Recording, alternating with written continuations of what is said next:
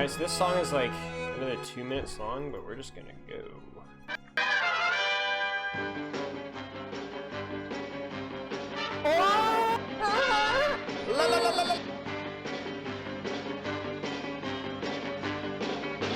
I'm obese, shoot me in the belly.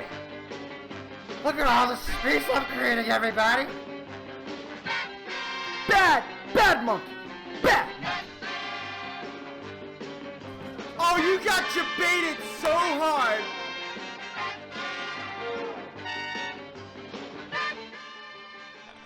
I don't think I can handle any more of this bot gameplay. Spylo. Okay, well, here's the thing, is like, I feel like at some point we should get a new intro. At some point, like, I've considered asking Buff Hardtack. I'm just gonna have an intro of just me standing there just like this. And it's just a recording, just looped over and over again. And just for 7 minutes, I'm just gonna stare into your soul and have some like mind-numbingly boring song playing in the background, but yeah. In the meantime, you guys are gonna have to deal with the Batman intro until I have the time to do that, because oh my gosh, there's been so many things. So I had to go to like physical therapy today for my shoulders, and then I have like training over at MMA. I just had a bunch of stuff, and then I've had a bunch of video work as well. So I had the whole stupid. So I just did another Reddit write-up. I'll post it in chat if you guys want to check it out.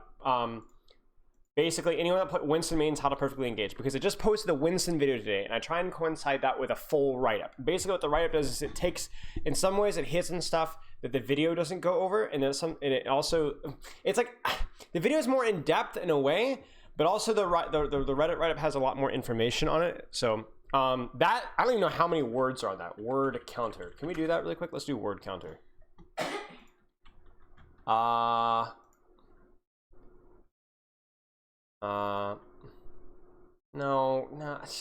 I'm so dumb. I just am so dumb. No, yeah, there you go. Oh my gosh, I'm so dumb.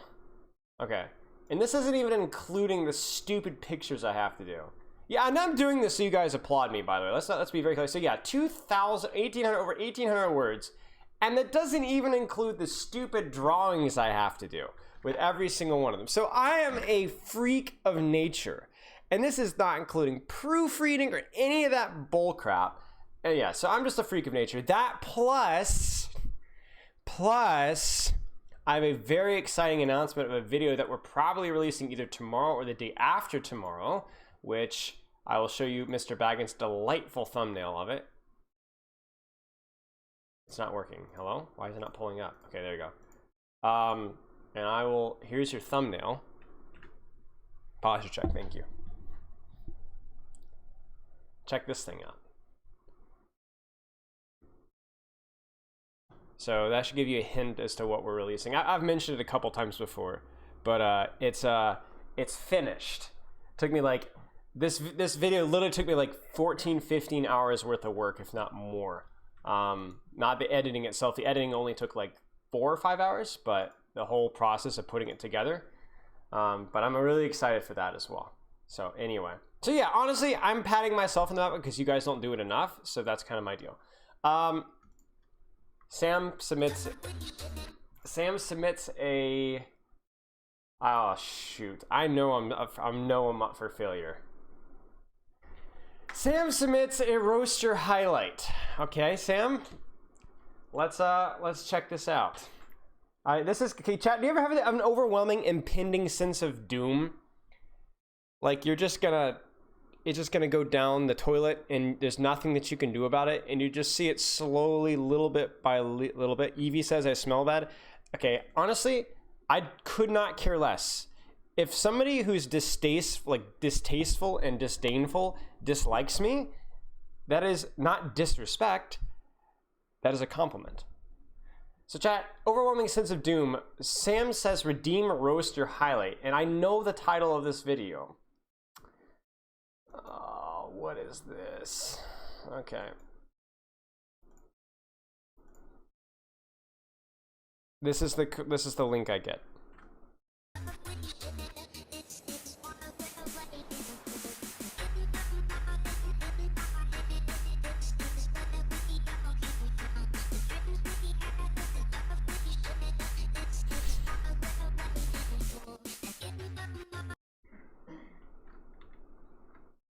Why did you do that to me, buddy?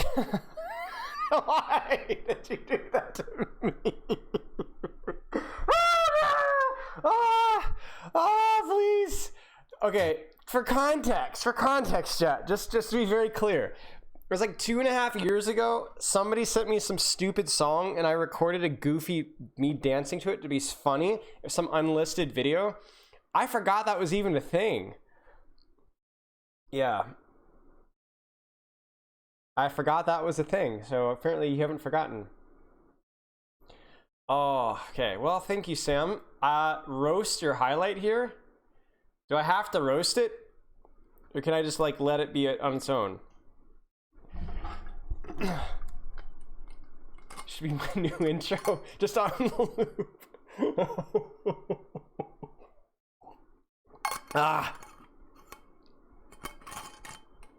Playing it was good enough? Okay, thank you. Did you just say this song to Dvorak's? Yeah, it's Dvorak's String Quartet, yeah. I don't even know how to pronounce his name, honestly. I apologize. Yeah. No, Dono Wall. No, I keep up with Dono. If I have a Dono Wall, y'all, you'll have to let me know. Okay.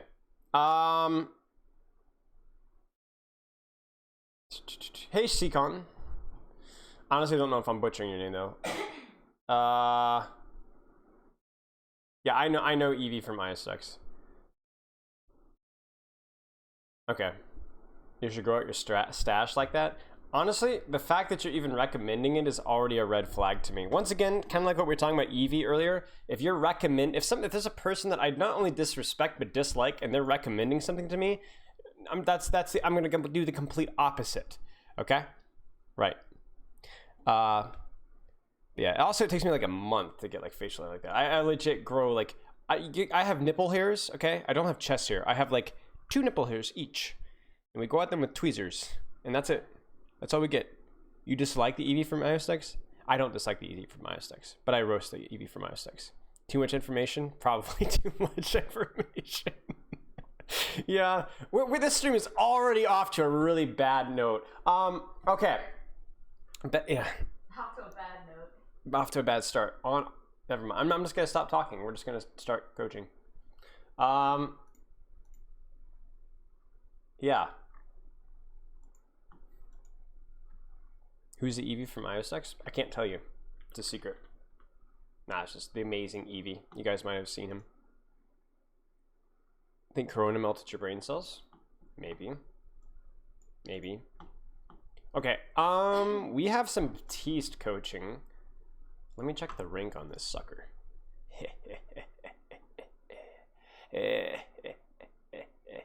Give me a second. Ah! No! Please don't do that. Just clicked something and it started loading. I'm like, no. I'm a streamer. I am loud and I try to be funny, but I will try my best at being a good student. Also, if you want to see old clips, okay. So LPN, low masters, high diamond seems to be the rank. So we'll just leave it at. That's 100% understandable. What rank are we here? Okay, so this is technically looks to be diamond at that moment when this VOD was submitted. So we'll just put it as diamond. Let's make this work. I'm going all like vocal fry on y'all. Diamond, nice. Diamond right here, and then rank.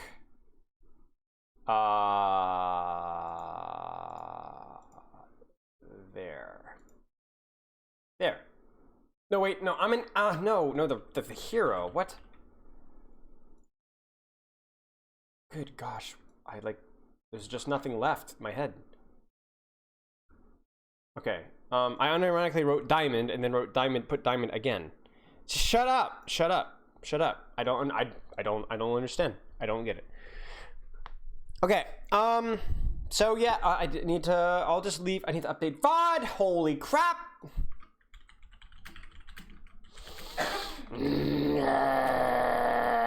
Baptiste. I don't even care. It's misspelled. Who cares? Nobody gives a rip. You just call me a bimbo? I'll let that one fly. Okay. Like, I 100%. You know, here's a fun fact, chat. Here you go. If we're talking about bimbo. So I hope I don't get DMCA'd for this, but I distinctly remember being 8 or 9 years old. You guys ever heard of Gene Autry? He's the guy who sings Rudolph the Red-Nosed Reindeer, like the original one. He did like a bunch of like cowboy western songs. He literally released an old children's western album back in the 50s. And I don't know what bimbo meant back then, but there's a song called Bimbo. Just wait for it.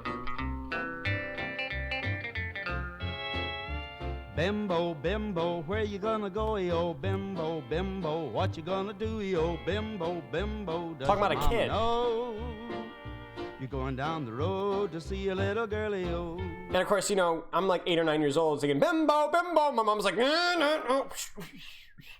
She's like, where'd you hear that? I'm like, oh, I just, you know, sing a song, you know. Yeah, that was not great. But that is a real song. Okay, let's get started. So Baptiste, Diamond Baptiste.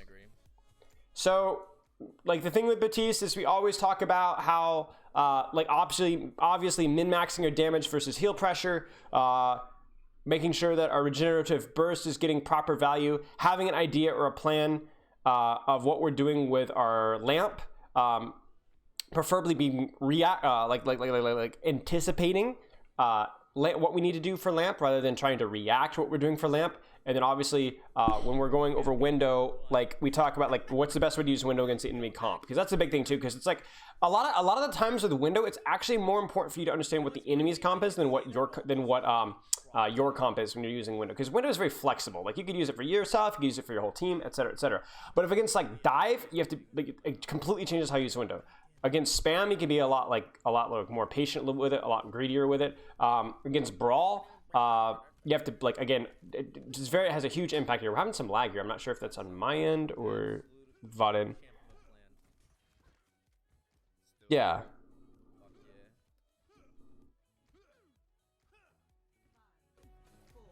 Is it? Am I okay? Am I lagging? I'm not lagging. It's just the VOD. Is this? Come on. Oh. What's going on? Hello, senor. Shit. Okay. Wait, we got two ticks? What's happening? What's happening? Gamers. Is it just random? Oh, right side. Oh, doing massive damage. Let's go, gamer. Oh, that's okay. If the VOD's bad, it's fine. I mean, if the VOD is super laggy, here's the deal. Here's the deal. Yeah, here's what we should do. Here's what we should do. So the reason, okay, here, let me be very clear, chat. The reason why we're put in this terrible situation here is because Blizzard once again wiped replay codes. So what we're going to do is I want you, LPN, I need another VOD from you. Give me an actual replay, because that's going to be a lot easier to play around with. Give me an actual replay. But don't feel bad. It's not your fault.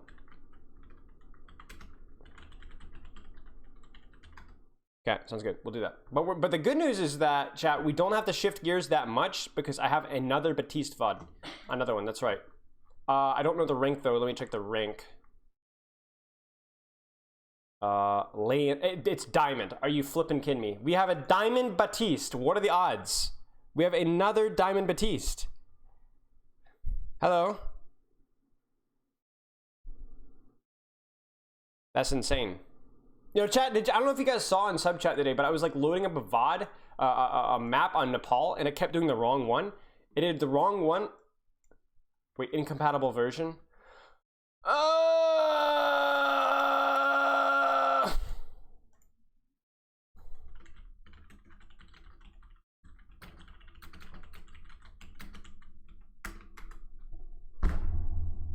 Are you kidding me? Every replay I've got is gone, even the one that was just submitted this morning. Well, chat, is Lockie, are you here?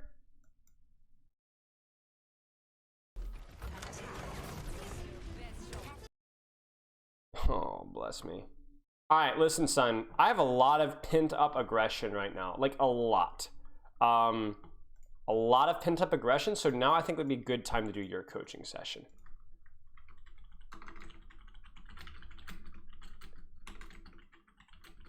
Do I play much? Not that much, no.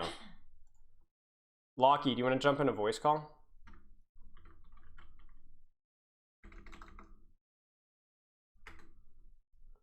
There's Jazz. What?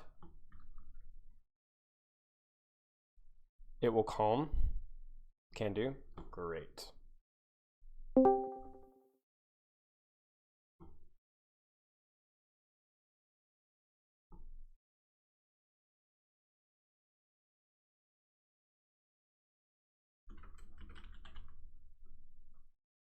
Doing Diamond Zarya chat. Why the pent up aggro? Because I've had 2 of my VODs got wiped. Dos. So we're rinsing over. I gave you a call, Lucky.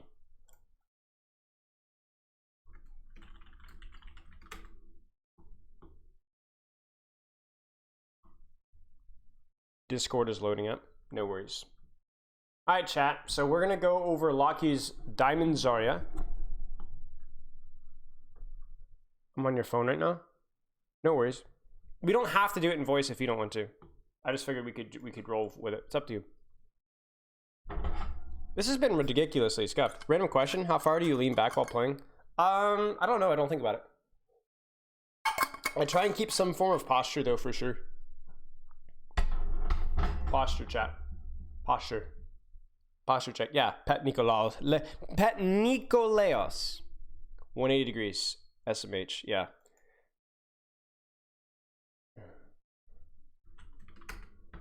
Hydrate. Okay. Hey! I can't hear you. I'm not complaining. Oh. Oh, there you are. Well, that sucks. Hello. Hello. How are you? Good. I wasn't expecting a VOD today, but that's awesome. Yeah. Sorry. Would you prefer to wait? I have other things I could do instead. It's up to No, you. not at all. Not at all. I'm all Okay. good. Okay. Well, then we'll go for it. Yeah. So VOD's wiped, and then obviously the first VOD that we had didn't work out. So we're a little bit frazzled, but we're gonna go anyway. Now, we haven't coached Zarya, have we? No. Never. Okay. So talk to me what you're trying to accomplish here with Zarya. Why you play Zarya, what she's better at than other off tanks, and what you're focusing on. So when I am playing with Zarya, typically I always pair it up with Orion, just because I know that best opposed to any other. Why? Because in my mind, it's quite easy to know what I need to do with Orion, which is enable him by giving him bubbles when he's aggressing. Mm-hmm. Why do you think Ryan and Zarya often coincide with each other? Why do they synergize so well? What do they both share in common? The same kind of space. Explain. As in frontline, it's very rare that Zarya has the capabilities to peel, but most of the time she's with Ryan in the front. Okay.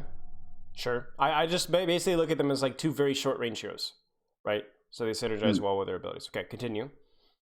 So in this particular instant on Eichenwald, I'm looking to build up charge. I'm looking to enable my Ryan as best I can. And then when I'm on high charge, I can look to off angle from my Ryan, but not too hard, just to get some damage from a different angle. How do you build up charge? From what I know, I can build up in the poke phase. So let's say 7 seconds before we engage, I can ask my Ryan to take damage, or myself can eat spam. And then the moment that the fight starts, I can ask for another bubble rotation from my Ryan, and then I can just move from there. Now I'm going to pull up Epic Pin. Just, you will not be able to see this because I cannot have you hear window audio and see 2 windows at once, and Epic Pin functions as another window. But you're going to hear me as I'm talking. I'm drawing this more for chat. So there's 2. The way to build charge with Zarya is in poke phase. If we describe poke phase as like pre-fight, so just say pre-fight, is look for damage, okay?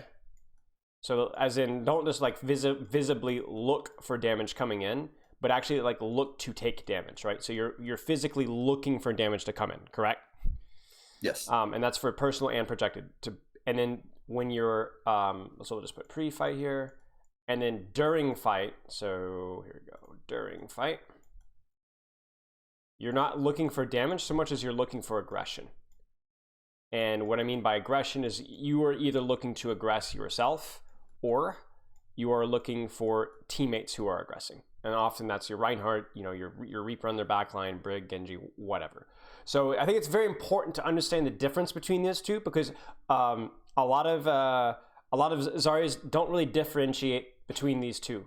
And I think it's very important because pre-fight, a lot of Zarias will kind of sit in their hands expecting their teams like, okay, we're waiting to push, I'm saving bubbles. Just as quickly as you can, like between fights, just look for damage. And be like, hey, can you take damage for me? Hey, I'm going to walk in front of these micro missiles and this fire strike and take some damage. Or hey, I see this Widow peeking down this angle, maybe I can bait a shot from her, right? And that you're looking for damage pre-fight to build charge. And then as soon as the fight starts, you need to stop looking for damage because you've got your own things to worry about, right? You're not focused on necessarily like damage incoming, you're just focusing on your beam, your positioning, and what your teammates are doing, right? Yes. And that's where you really stop. You don't stop paying attention to the enemy team, but you're more focused on what is my team doing? Who on my team is aggressing? Who can get value out of a bubble? Because hopefully, if you do your pre-fight phase properly, you're already at like 40-50 charge, right? If you're looking for poke, right? If you're looking for damage. And then once the fight starts, really you don't need 40 damage bubbles. You don't need to be going, oh, I need to min-max to get 40. It's okay if you bubble your Genji in and he gets like 15 charge out of it, but he goes in aggressively, right? It's okay because you're hopefully already relatively charged there. But it's more important there that you're enabling people to aggress, enabling them to get value that they wouldn't otherwise get without bubble. And that's why pre-fight is so important, because I see a lot of these Zarias and they don't hustle in pre-fight, so they enter these fights at like 15 charge or no charge at all, and then they're spending the entire mid-fight looking to build charge instead of bubbling who actually needs to get bubbled. And you see the problem with that, right? Yes. Because you can't have your cake and eat it too. That's why you need your charge early on, so you can just bubble whoever you want. You know, if there's a Doomfist punching your Ana, you bubble your Ana. Maybe the Doomfist misses your Ana, you don't get any charge, like, oh, that sucks. But you know, maybe he hits your Ana and you're too busy thinking about, oh, I need to get charged here, I don't need to get charged. That's a trap to get into. So that's why I really encourage Zarias to hustle early fight and to understand the difference here. Bubble aggression, mid fight, look for enemy damage pre-fight. Does that make sense? That makes sense, yes. Okay, excellent. So you kind of described it well. I think you said build charge, help your Rhine out. Usually you bubble your Rhine because he's really easy to take damage in pre-fight. And mid-fight, he's often aggressing, right? So he kind of fits those story criteria. And then you kind of said split off a little bit once you're charged, but not super far. That's correct, yes. Okay. I don't think the splitting matters as much. Like, I think you just kind of play that the big thing is you just want shorter sight lines and not to be completely isolated. Okay. Hello. I was ready for you, Jake. So this is great. I like the Rhine Zarya combo. You can bump me now. So right there. This is, I mean, let me look at a personal here really quick. Did we catch Fire Strike? I was ready for you, Jake. Well, you caught damage early on from spawn door. You can bump me now. And obviously you're with Jake, so you guys have like a little bit of camaraderie here, like synergy rolling. If you don't have that with a Reinhardt, you can just say, instead of asking when he wants bubble, just tell him when you're bubbling him. Okay. So there's like this is like one of the most complicated, controversial things that people always go over in pros, but in ranked, I want you taking responsibility for bubbles. You say, I'm bubbling you now. I'm going to bubble you in 3, 2, 1, bubbling. Like, just that's fine. With Jake, obviously you can do whatever you want because you guys know each other. You could, like, he's calling for it. That's perfect. But if you, obviously, I don't assume that you do with him every time, in which case be a little more proactive with it. So not a critique, just a little bit of extra info you can use. But this is perfect. You kind of see this here? Like, you guys are, in terms of your charge level, I would prefer you guys to wait a little bit earlier to wait for projected bubble before you actually push in. But looking at this enemy Reinhardt here, he seems like he's in a bad spot. So maybe you don't even wait for bubble. Maybe you just go. Okay. McCree's far left. I'm spamming him out. It's good. Okay, I got no shield, Now we can push. 3. Yeah. See, yeah, you can kind of see the problem here too. So, is this your fault, really? Bump me now. So this is the relationship I have with Jake when I do play. So I ask him when he wants bubbles. Although personally, I recognize that the bubble was too early because he wasn't actually aggressing onto anything. But I always follow his Well, lead. let me stop you right there. What kind of bubble was that supposed to be? I wanted an engagement bubble, but he called the bubble really early, so I gave it to him anyway because I thought he wanted to do something with it. Okay, so what would have been the proper bubble? What type of bubble was this? It should be this one should be just Pre-fight or mid-fight? Yes. Pre-fight. Exactly, just for charge. Pre-fight. You look for damage, right? You're not looking to aggress with this. The problem here is that what does Jake actually do with it? He stands forward. Nothing. Yeah. He doesn't do anything. That's fine. We get charge. But then what does he do immediately afterwards? He aggresses. He aggresses, but he doesn't have bubble. So you're not the Reinhardt here. So it's not your really responsibility to micromanage that. But how can you communicationally clarify that? Like, what is like a really quick way of like differentiating those two bubbles? I could say take damage, Yes. and that's pretty much clear. Yeah, and that's it. And that's it. This is take damage. Just take damage for me, right there, and that's it. And so if he dies, doing that, then he's dumb as a rock, you know, and you can't worry about that. So I thought you were pretty clear here, but just like reiterating that point. Increase far Right. left. I'm spamming him out. Proper. This is proper. Try it priority. That's Already good. in 3. That's, I didn't get the order. I don't know if you're just like scared they're gonna push now that your Ryan's dead, but you got lucky that got any charge at all. Ultra Ana. Too much for Ultra Ana. The passive aggressive. Run! Yeah. High charge. Bubble ready in 8. Okay, we'll just wait for spawns. We're still waiting for Ana. Okay. Bubble ready now. Tell me on it. Again, do you see how do you see kind of like you're wanting to aggress, right? So you're calling, okay, I have bubble ready. Do you need to build up any more charge here? No, So what type of bubble should this probably be? enabling or in fight. Right. Mm-hmm. Well, you can bubble me and we'll just back out because we're down the Genji and my shield's gone. Be very careful. Oh. I Yeah. died. So this is where like you look at the situation here. Well, you can bubble me and we'll just back out because we're down the Genji. You're looking for damage. You see this? Yeah, I see it. Yeah, What charge are you at? I can't see the screen, but I Okay. assume high charge. You're Well, you can bubble me very and high we'll just back charge. out You're because 86, 87, 88, somewhere around there. You don't need to bubble this here. So at this point in time, the bubble should be self-preservation. That's Yeah. it. Or enabling you to go in aggressive, which obviously you do not want to because your Reinhardt is backing off and your Genji is dead. So this is a mistake. down the Genji and my shield's gone. Know when you can use your project or personal greedily and when you cannot. Like that's really unlucky, but that's like like that's so much time wasted, and now you have to start that's building it. charge all over again. Expect them to have both tankles, by the way. I'm just coming in now. Okay, so let's see what we got here. Bubbles ready, Jake. So that's a little lucky, but we'll take it. I really, again, I really, you're saying bubbles ready, Jake, but again, I really would love for you to be 60 charge going to this fight. It'll Okay. take you like 7, 8 seconds longer, but I'd really like that to just be the case. Unless you guys need to go really fast and there's a tempo or like, okay, we gotta go now. Like we gotta push this advantage now. Sure. Like maybe you get a pick or two and then you're like, okay, we should just be pushing now and we shouldn't like be waiting to build charge. But like, you're not, do you hear your comms here? Bubbles ready, Jake. I'm just coming in now. Oh, Genji. Do you kind of see, you're like, bubbles ready, Jake? What kind of bubble are you looking for? Right. Okay. So And you think I should clarify, like, just distinctive saying? Yeah, just say take damage. Take damage. Gotcha. Exactly. What you said was perfect. Take damage. That's it. That's a command. And then you can say, I've got bubble ready for you, and then or whatever, and then he can decide how he wants to use it, right? Or if you're in ranked, you say, all right, I'm bubbling you in 3, 2, 1, bubbling, you know. But be very clear. The take damage is you're standing on the corner eating damage. There's Right. no confusion. Bubbles ready for Okay, Jake. well you can bubble me for charge here if you want. McCree's on right side. He's in the little health pack room. We got to be more aggressive with that. Like we could have been a little bit more. McCree's on right side. So like what you could have done here was walk forward and then LOS this way instead of standing behind Ryan Shield, right? That way you can greed a little more damage off of that bubble and there's even less of a risk of you dying unluckily like last time, right? Okay. Okay, so be very clear in your mind. Am I looking for charge or am I looking to aggress? That's it. He's in the little health pack room. But you're almost lucky that got any charge there. Wait for Genji again. Bubble ready now, Jake. Okay, let's go in. But you see how like how when you were inefficient in your bubble poking stage, like do you see how low your charge is? You're under 40 now. Again, I don't know if you can see that or not, but it's like you're at 38.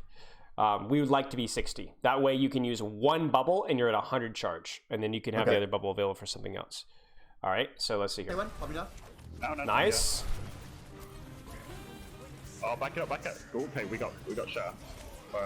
Can't even. Good. Nice. Right click. Oh. Run. I'll be re- So do you see how like so you are now at 100 charge. McCree's one left side on me. So what is your next bubble going to be? That was a preservation bubble or Well, aggressive bubble. Right now, what are you? Yeah, exactly. Now this is a preservation bubble. So because you're already at 60 charge, and now you're at 100 charge. So now you really only bubble if the person actually needs it, right? Now, when I mean need it, do I mean that they're going to die without it necessarily? No, I No. assume it would be like aggressing onto something. Sure. If the person, for example, like this Reaper right here, he's full HP. He probably has Wraith. So you're like, oh, he doesn't need bubble. Well, but if he's bubbled, this will allow him to go more aggressive, right? Which will give your team more space, more pressure on the enemy team, more value, and you might win the fight off of that. Whereas if he doesn't get bubble, he's got to shift early, he backs out, and then you end up losing the fight. So like, don't necessarily look to peel with bubble unless you're playing up against like hard dive. Just look when there's an actual engagement happening, the bubble goes on those targets. It's the same thing as Harmony, Discord, Mercy Pocket. Like if you've seen any of the other VOD reviews in those heroes, like you want to pocket aggression once you already have the charge. You already have the charge here. So, all right, let's go. The only thing here, like micro-wise, is like, I appreciate the respect in this McCree, because again, this is what's really scary to you guys right now. But that right click needs to land. That needs to land. If that lands, he's dead. Okay, backing off. I'll be Reaper. Keep going. A lot of reloading, honestly. So like, there's a lot of reloading. Well, you're a little low here, so maybe. Yeah, you're 70. You're 50 HP. Never mind. Forget I said anything. I had no idea. To be honest, I do know I have that habit of reloading unnecessarily. So Yeah, I don't know. a lot of Zaryas do.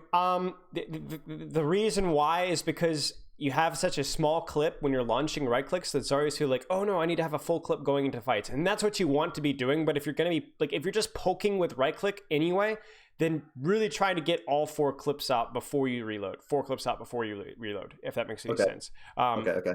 But in that instance, there, not so much because you were 50 HP, so you had to be doing nothing. It was really scary. A little early. I'm gonna use Graph here. Wait, I've got no shield, but yeah, if you see. Okay. Go for it, ready for you. Holy cow, are you kidding me? They slept me on the top knot. Yeah, I don't know about this one. You guys had to go like now or never, because you guys had no healing, so you were just bleeding Go for dry. it, ready for you. And I guess the bubble was too far for him to actually swing into it. Slept me Yeah, on the yeah. top knot. Yeah. And the grab as well, to be fair. Yeah, so you just should get out here. This is kind of a train wreck. There's a lot of little things. I'll be honest. Your Zarya feels much further behind your other off tanks. So we've got a lot of work to do. Did they use Graph? I don't remember. Yeah, they solo grab me and replot. Okay. And so. Again, here, do you need to be bubbling for charge? Did they use Graph? You were at Yeah. 83 charge, Thanks, Ola. 82, No, I don't. 80. Right? No, you really don't. You don't. If anything, maybe you could use one, but I wouldn't even recommend that. I think here you're gonna enter this fight at 70 charge with both bubbles. You're gonna look for the most easy aggression that you can possibly get and bubble that. And well, Okay. I'll be ready for you. So right now you say bubble ready for you. Let me think about this. I wish we had Jake in the call here, because I would ask him a question, and you should ask. You do this, because this is not my job. This is your job. You need to ask Jake. Would it just be easier for me to just call bubbles for you? Just say, hey, when I want to bubble you, Okay. and then just have him say, oh, I just say I'm bubble ready, and just say, hey, I want to bubble you, because like you say right here, you say I have bubble ready, but I'm not sure if Jake's like listening or he's tunneled or thinking about something else, because like solo grab me. I'm just and curious. I'll be ready for you. That's just kind of the natural communication structure we just developed. Yeah. But yeah, it's definitely Yeah. like an ask. Yeah, I'm honestly not sure, because the thing with calling Zarya bubbles is I always leave it up to the person, like just like whatever's more comfortable, unless it's like grotesquely bad. But I'm curious here. But I do. Okay, let's put it this way: is saying I have bubble here the proper way to communicate it with Jake? No. Oh, as in between me and him, or Between just you like, and Jake, yes. I would say yes, but only because of the fact we've not tried any other kinds of communication. Sure. You're not right. So you're like letting him call for it because it is a mid-fight bubble, right? So he gets to kind of dictate that tempo of aggression here. Bubble ready. This is fine. Okay, break Ryan shield if you can. Yeah. So like, yeah, that was a good bubble. This McCree's never learning. Brilliant. Nice. Brilliant. And now, are you good? Are we good here? I think so, yes. I think so Because too. I've cleared the flank. I've got good positioning. They have to really push onto me. Exactly. So they have to push onto you. Be very careful until you have personal bubble. Obviously, play this cover right here and just honestly just lob right clicks.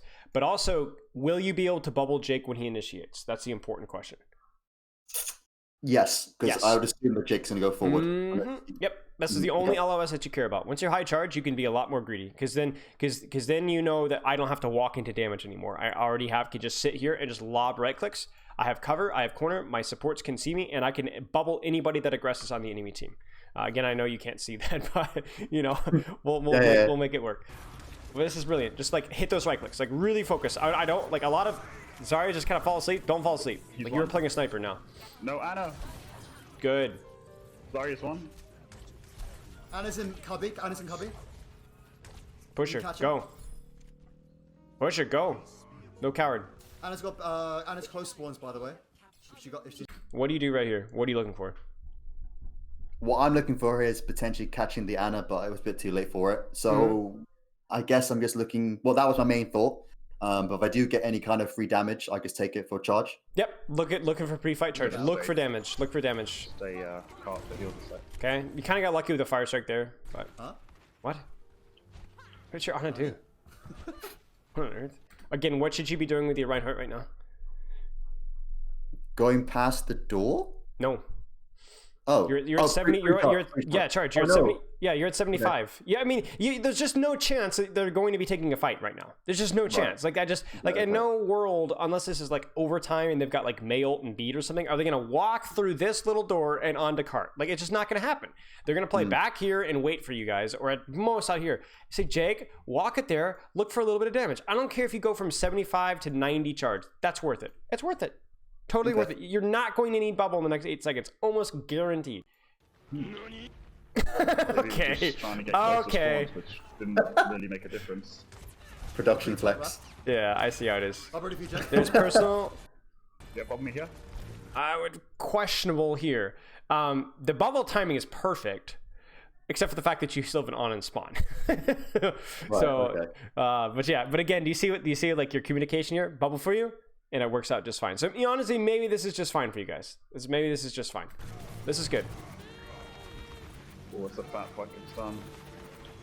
Yeah, you guys just didn't have an Ana. Run! Yeah. You kind of see the difference between this bubble and what you did on the first choke. What are you doing with this personal bubble? Are you looking for damage? No, just getting out. You're getting out. Oh, Right. Yeah. Which is why you survive. Okay, I see that. I'll go if you get pushed. Because you can look at bubbles to get charge or bubble for aggression, right? But is that always going to be your team's aggression? Or it will So be it must also be my team's aggression. Or What do you mean? Well, in other words, when we're doing talking bubbles that aren't designated for charge, is it only for when your team aggresses, or is it also when the enemy team aggresses? When the enemy team aggresses. Yeah, exactly. It could be either one. So either you're peeling off backline once you're already charged, or you know you're getting out, so you're trying to survive, so you use your personal bubble to survive, etc. That Kree is Crowd's ready, Jake. right. Yeah, we have Reaper out as well. We might just. Reaper, you ready? If we can, I like we can it. get in position.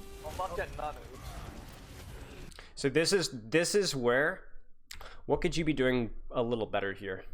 Do you see the problem with what's happening right now? I think, well, in this frame here, I know I go to the right, but potentially I could go to the left, so that way it's 2 points of damage and 2 angles for the enemy team to decide what to put. I just want to be very clear here. Does this feel good right now to you? No, not at all. This feels garbage. This feels. It was the same thing when you chucked the grav on first earlier. You just like were looking at Ryan Shield, and that's all you could really see. You're already charged. Try and find a short split.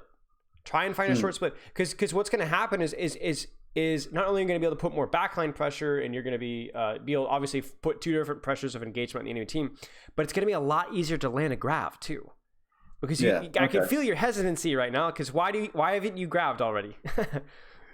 Because I wanted to follow up from my Ryan to basically combo it. Right. And who is the only person that you can grab right now? Ryan, and that sucks. Yeah. Nobody wants to grab a Ryan. Like, that's no fun. Yeah. So you're looking for Ana, you're looking for Zarya, you're looking for Kree, but they're not showing because you're sticking your face up like the wood chipper. So yeah, this is problematic. And then you also get naded here. Like, she probably was not even aiming nade for you. She's probably aiming nade for your Ryan, and you just happen to catch it accidentally. So this is definitely where your splits could be a little better here. Obviously, this is a tough part of the map to do it, but like you said, absolutely fine to go right here. Again, I know you can't see this, but you can see my mouse. Like, go right and up through here. Maybe you run to the Ana. You can go peek left, as you said earlier. Either of those are fine. Not too far split, just enough for a different LOS. Good backline pressure. Juicy juice, right? Cool. Okay. Throw as well. We might just. Reaping ready? Reaping get in position. Communicating with your Reaper, it's good. Yeah, we're all anti-Neo set. But you could just feel how like there's just no pressure in the enemy team at all. Where is he? Whoa, jeez. Far right.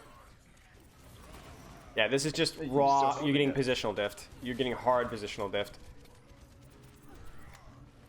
Oh gosh. I died though. I was gonna say, yeah. So do you see there how I was literally just positioning? Okay. It was just So- positioning. Yeah. So the thing that slowed us down was it? Obviously, I want to look at it more my perspective, the team's perspective. Was it because of the hesitancy Yeah, we have of Reaper what I as was well. We doing, might just, ready? or was it because I was just in a bad position, and then because Benchy just? I mean, it's just bad. It's bad positioning. It was a bad position that made you hesitant because you didn't want to grab Ryan, and then you're looking for squishies. You can't find anything. You're just getting bullied by Ryan. Then you get naded, and then your Ryan's 1 HP, and so you panic bubble Ryan because you're like, oh, we're all gonna die. Ready? And then you're like, okay, they're pushing up. We can grab this now, but you don't have projected. You're not even full HP yet. You're in a terrible position to follow up on this. And then guess what? Completely shuts down all follow up on your grab. Behind. Okay. A flank. Right. Okay, A okay. flank. Now, can you deal with this really? Not really. No. No. But what if you had grabbed No. from the before. other side of the stern wall? Yeah. For the actual squishies. You couldn't give a rip about High Noon there. Didn't you just get? You couldn't give a rip. Where is he? Right. Far right. Now, obviously, the trance is trance, and it is what it is. But like, honestly, like if you're at 90 charge, heck, you could force trance just with your right clicks if that Zen is playing sloppy. So my point here is that you just put in a really bad spot to where you wait way too long, and the hesitancy comes directly from you knowing this doesn't feel good. This doesn't feel good, and so you're hesitant. Okay. 1 minute 50. You're not hesitant normally. You're just hesitant because it feels bad there. And you're right, it does feel bad. It's atrocious. Yeah, we got Splatters on McCree. He's the only one doing anything for their team. He's on high. Soldier's on high ground. Over for you, Jake. Get bottom here. Flank But died. yeah, but this is where I think there is a confusion about what you're doing and what needs to be done here. What's the issue with not like take your positioning aside for right now? What's the issue with the bubble kind of usage here, pre-fight, mid-fight? Look at your charge. So I'm engaging on low charge opposed to building Yep. the charge pre-fight and Yep. then going in. Okay. Because you could bubble your Ryan. Splatters on McCree. Because obviously, when you're doing pre-charge buildup, you are going to be slower. But you also have to understand that simultaneously, you will be able to bubble for damage earlier. So it's not even really the full 8 seconds that you have to wait. For example, doing it. you could bubble your Ryan right now. You see what I'm saying? Yeah. And ask for damage. And so that's 1, 2, Soldier's on high 3, ground. Over for you, Jake. 4, Get bottom 5. You would have 3 seconds or 2 seconds left on your bubble cooldown. You're not going to be behind by much. You kind of see what I'm saying? You'd be like 2 here. I see it. Which would mean that you're not really slowing yourself down all that much because you could just bubble that much faster. Like as soon as you see damage coming in, bubble instantly. You don't need to wait to like actually push. So it's obviously it is slower, but it's not as slow as you think. But yeah, obviously you're 40 charge now, good bubble. But now you've used both of your bubbles to aggress, and like let's put it this way. Let's say that you got 80 charge, right? pushing into this fight, or 65 charge pushing this fight. What could you have used these bubbles for now if you had 65 charge before the fight started? What could you have done with your bubbles? Definitely could have enabled my Ryan more so, but I would rather me being on 40 charge, I'd be on 80 charge. Yep. And I could potentially go past a Ryan shield or even off angle. Yep. And aggress and then bubble for damage or bubble for aggression or potentially bubble just to back out if Exactly.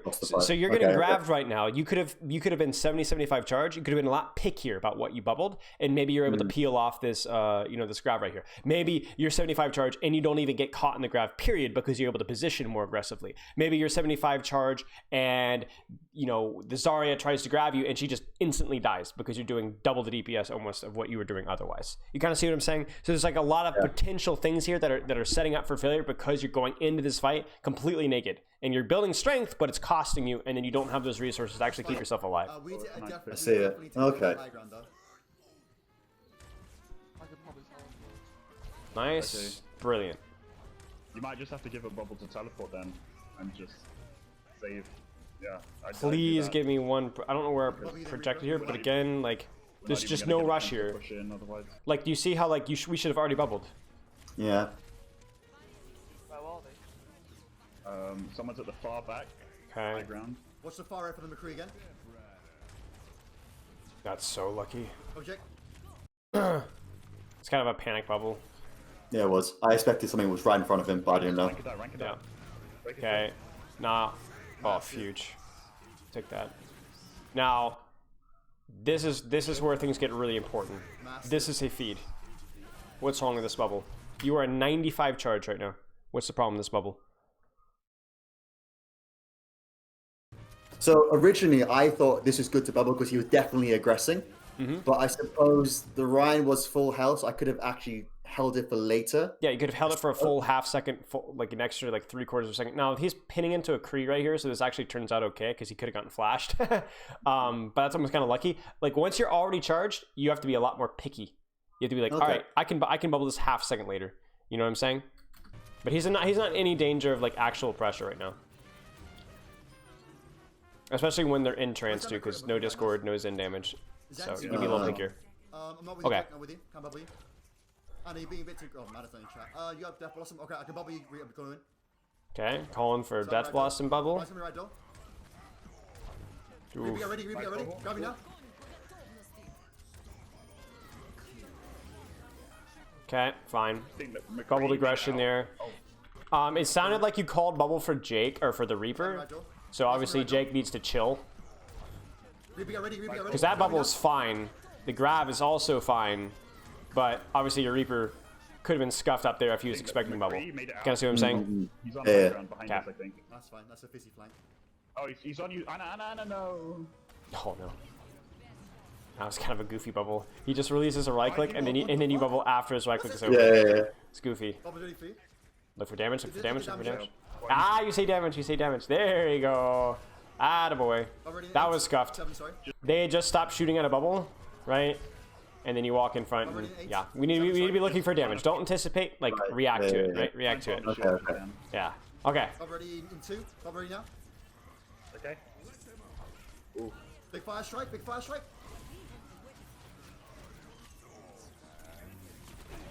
Good sleep. Huge. Where should you go? Okay.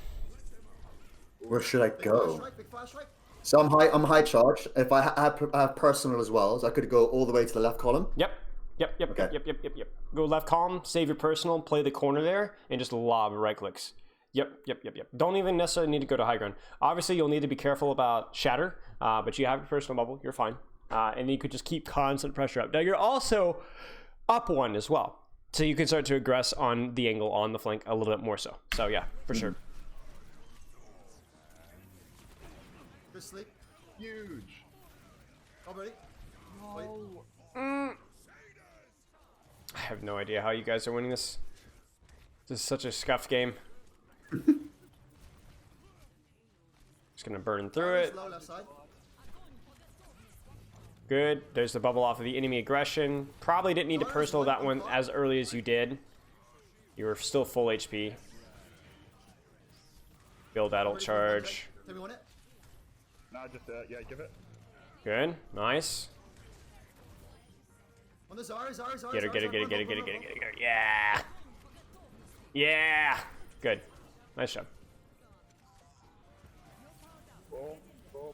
Okay. Nice. Okay. So, do we play more Zarya or is it more Sigma?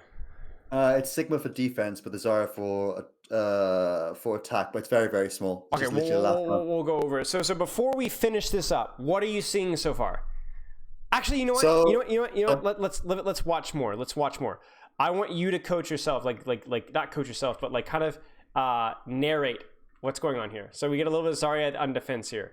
Okay, so you got to narrate. So what I should be doing should be looking to build charge. I suppose, but what you were saying beforehand, I'm meant to be not. Was it reactively? It was reactively. Yes. Looking for damage, but bubbling reactively to what I'm seeing. Yes.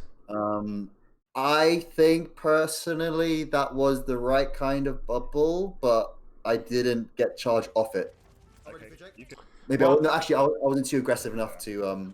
I didn't peek around the corner enough for me to take any. Yeah. take damage. You had a couple of soldier chip damage crap, which he can obviously stop pressing the trigger whenever he sees bubble, right? This is why you rely more off of fire strike, micro missiles, Junkrat spam, Hanzo spam, stuff that you anticipate to be coming in, or you can reactively see it coming in rather than just a Right, couple. okay, It's like trying to build charge up against a widow. It's really, really hard, right? Yeah. Okay. Okay. What else should you be looking for here? I should also look into see who my Ryan is to let him know if he can take damage for me. Do you see the problem with this? What's the problem with this bubble? Because where are you guys taking the fight here? Be very clear. We are taking it on cart. Yeah. Okay. And where are you going to be taking the fight? On cart. Where? In this moment, what we do is down main. You just run it down main? You just mean, run it that's- down main? I think that's the wrong answer, but that's what we do. Okay, okay. So I was That's saying what- yeah, you guys yeah, should be yeah. looking to be using both bubbles now, getting 80 charge and play this corner here. But Oh, okay, yeah. so you go in. So Yeah. I thought the yeah. answer. What did I do? Yeah, that's what I did. Yeah, I understand. okay, so Oh, you know your bubble there is probably fine. Then if that's what Jake wants to do, fine, go for it. But obviously, it would have been nice to build up a little high charge going here. They're just gonna do some damage. But yeah, we just go. Right. Okay, I see it. All right. Already in 3. Walk into it. Do you know what did you know this about Diva Bomb? You can absorb Diva Bomb like entirely.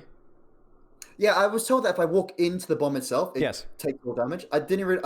I was told it. I've never actually done it, so I Good. guess You should. You see Diva Bomb like this, and as long as you don't have to like walk into a really stupid position, walk into it. Just press shift and just walk. You will absorb the entire Diva Bomb if you position properly. So even if my teammate's on the other side Yep. of the bomb. Yep. Oh, okay. Yep. If you walk into it, yep. Okay. You essentially absorb the center of the explosion radius, and somehow it just doesn't work.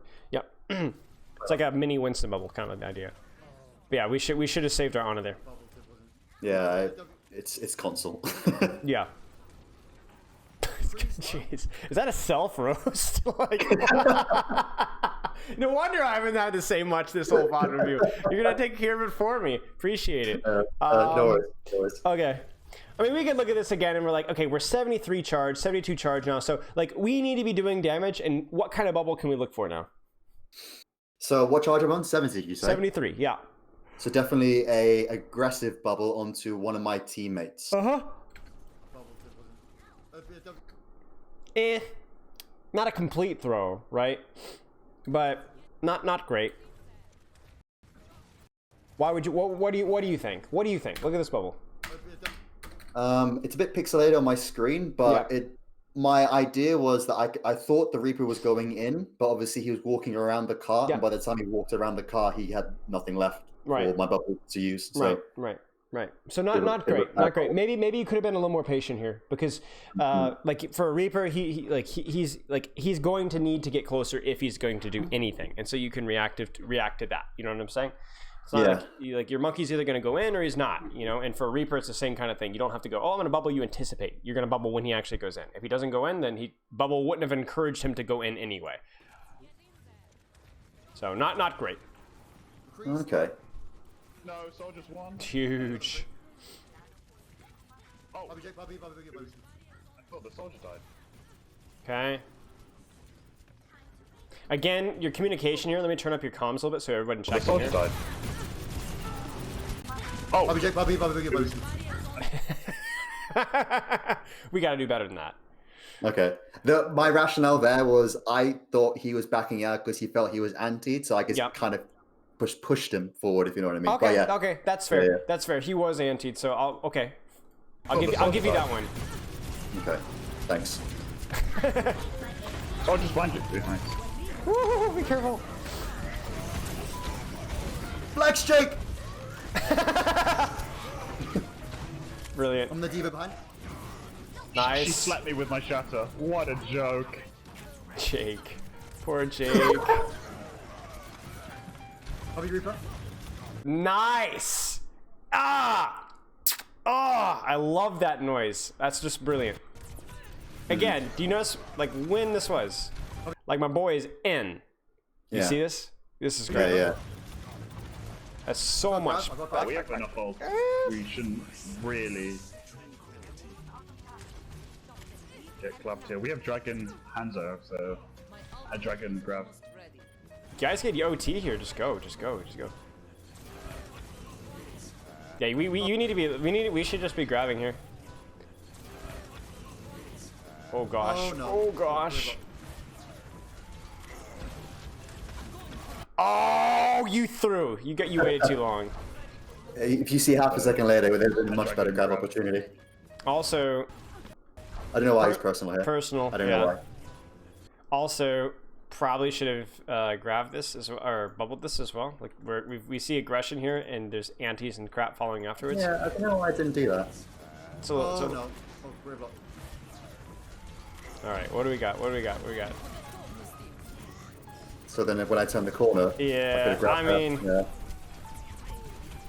It was either later No, or it was sooner or later, right? One of the other ones. Okay. We go over Zarya. Hey, we go over Zarya. Okay, a little bit more in attack. Just a little bit, yeah. And A that's, little That's bit. all. Alright. You don't get trapped in it. All right, let's see what we got. Go.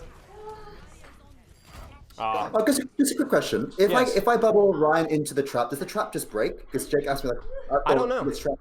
I'll be honest. I don't know. I don't think so. Okay, I don't okay. think so, but I do not know. Need the damage shot. Okay. Oh, I destroyed the trap by firing a fire strike. Bobby ready in one. We get close. Get close. Now, bubble, bubble, bubble. Oh my, I got just flung into the air. Yeah, it's so important when you're breaking this choke is that you push here and then you instantly like restabilize left side. Okay. Really important. Good job that's huge. with your bubble soap. Did you see how you built charge, then took space with your next bubble rotation once you were already like 80 charge? That was really good. Love you too. Be safe. Hurry now. I love you. No. I'm just getting. Wait, let me look at this again. Hurry now. I love you. Hurry now. Definitely needed to bubble your Ryan, I love you. but I'm sketch. just getting my ass. Okay. So, what? How do you Hurry guys now. break this? See ya. How do you guys break this? So from what you said, obviously, first step was Hurry to now. restabilize. Yep. And then second step would probably be, I don't know. Would it be to? So my Yeah, first thought would that's be huge. to split. So Yep. our core team goes right, Yep. DPS goes left, Yep. Yeah. opposed to the other way around. I mean, I want you split. I would prefer you to not necessarily Yeah. split hard, but what you can do here is you can split. Well, where can you split in your screen? Because going far left, where the enemy team is holding, you might not be able to bubble Jake very well, right? But where could you go? Come on, think. I don't want to say far right because that feels that's far too far for my team. I feel like just playing that corner right in front of me. I want you to go far right. Yeah. I want you to try it. Okay. Because the thing is like this comp doesn't really want to be pushing forward. They're running Orisa Junkrat, like heavy spam. They don't really want to move. If they move, you should punch them in the jaw. Like Okay, there's that no makes sense. way that this team should be able to walk I'm just forward and push you onto right. Like you would again need to play cover or corner or something like that. But you're not going to just be able to clump up as one and run through this comp. Orisa Ryan, Junk. I just reviewed this in Overwatch League. Okay. And it was run on Lijiang Control Center. And Lijiang Night Market, where they TP to point in a really small space, and they just brawl it out there. You cannot beat this with your comp, the way you're playing it now. You cannot. You have to pull them apart, or you have to speed on top of them and run them over. You are not doing either of those. You will not win. You guys get full, do you guys get health here? No. You don't? No. Astonishing. Right now? Like, you really should. Like, you're running no... I can see what you mean, though. Yeah. The only way you beat this, the way you're playing now, is if your Reaper actually decides to TP. PC tough fight. I'm backing back. We lost Anna though. We kind of have to just wait. Just spam this shield. Like, it's even more astonishing because usually against these comps, like Junkrat is a DPS that I like playing on overtime defense, because if it's like a minute 30, I'm gonna build a tire and that's it. You know, you just build one tire and you've full health. Junkrat was one, I think. Oh, please be careful. Please be careful. Oh. Junkrat was one, I think. Probably get back up now. I can see what you mean, though, because, for example, my natural tendency in there is just to take damage, just to keep my bubble up, but at the same time, I'm already high charge. There's no need to do that at all. Exactly. You're already like 85 charge, and you understand, but you're like, oh, I'm going to be 100 charge. Listen, you're going to be 100 charge the second you press the projected bubble when your Ryan will engage. I promise you. You kind of see what I'm saying? Like, you will be 100 charge as soon as the fight starts. I promise you. But it will be off of your projected bubble on a Reinhardt that's actually doing something, not off of a personal bubble that's not going to matter because you're sitting and waiting on it anyway. Because so I guess it's very... Sorry, is it very low value? Just to be, for example, the reason why I did that myself was just to get some spam damage in. Not really necessarily, but that's low value, isn't it? It's not low value. It's just very risky. Okay, it is a little low value. It's just very risky because, like, if it was this and they were like a little further away, like, okay, there's no way they're gonna push this, then I'd be fine with it. But I look at this and I'm like, man, maybe they do. Like, maybe they throw out a halt here and like come after you. You know, like I'm scared of that. Like, they could absolutely push you here. You're down one. Your shield's low. They've just seen you use both bubbles. You probably get back up. And this isn't really a choke, you know? Like, I'm very scared. No. Okay. I'm ready in 2. I'm ready in Jack. Like, a better team pushes you there. Okay, let's go.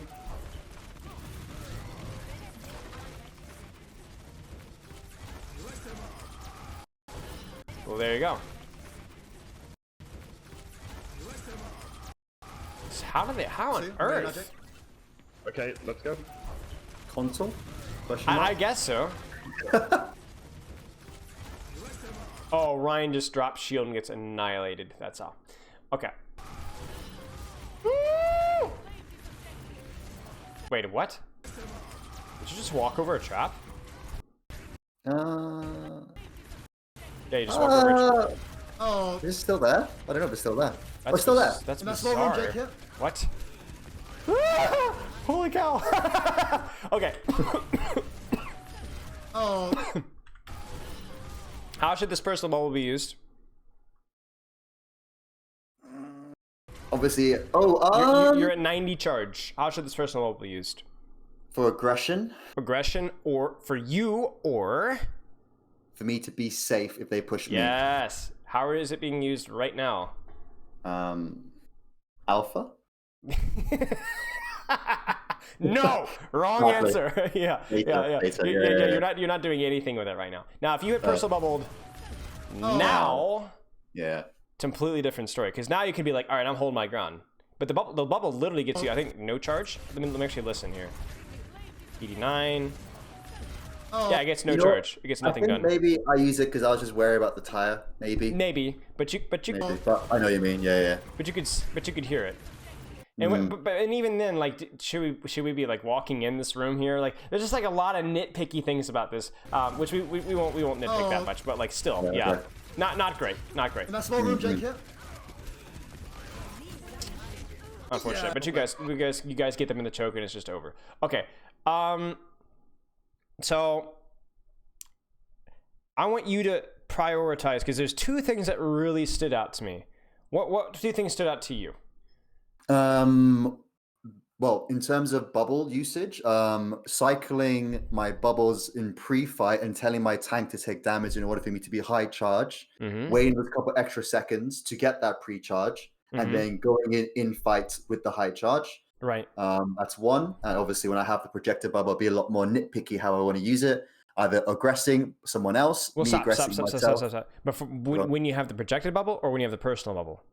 Trick question. When I have what the aggression? Yeah. Well, Trick- aggression more. Ooh, both. Yeah. Yeah. Yeah, both. Yeah. Exactly. If you already have charge, you should not necessarily be picky, but you were like, I want something happening with this bubble. I'm not just going to bubble you to stand there. You know, I'm already 75 charge. Right. Go ahead. And then what was the other one? Oh, I had it. Bubble, obviously pre-charging, blah blah blah. Oh, I suppose one nitpick that I have had was Second point attack. second point attack. The choke, the castle, the drop. Not scuffing up with my. Think about your grabs. Who are you only able to grab because of your position? Okay. Thanks for speaking that. Thanks. You're welcome. I suppose to put that into words, when I am on high charge from the pre-fight, I will look to, I don't know, is it play fast or take an angle to see the squishies? Just take an angle. You Take can an angle, okay. like it doesn't matter fast or slow. Like the thing is like if you go back to like what happened on first here, actually, you know what? I mean, it happened on third as well. But like we'll just say first for right now. Like, where's your grab for me? All right. So like right now you've got grab. Do you need to play slow if you're here and you're charged and you're here? No. And you're in this position? No. Not You at could all. just I have run in and already. you could say, Yeah. I'm gonna bubble you, Jake, from like this angle here, and then we're running and double bubble and just slamming into them like bubble pin or whatever, and that would work phenomenally. Their Ryan gets no healing whatsoever. Or you could say, I'm going to stand here and I'm going to lob right clicks at backline and force trance or force a lot of abilities and force a lot of attention so Jake can slowly push up main without being shot.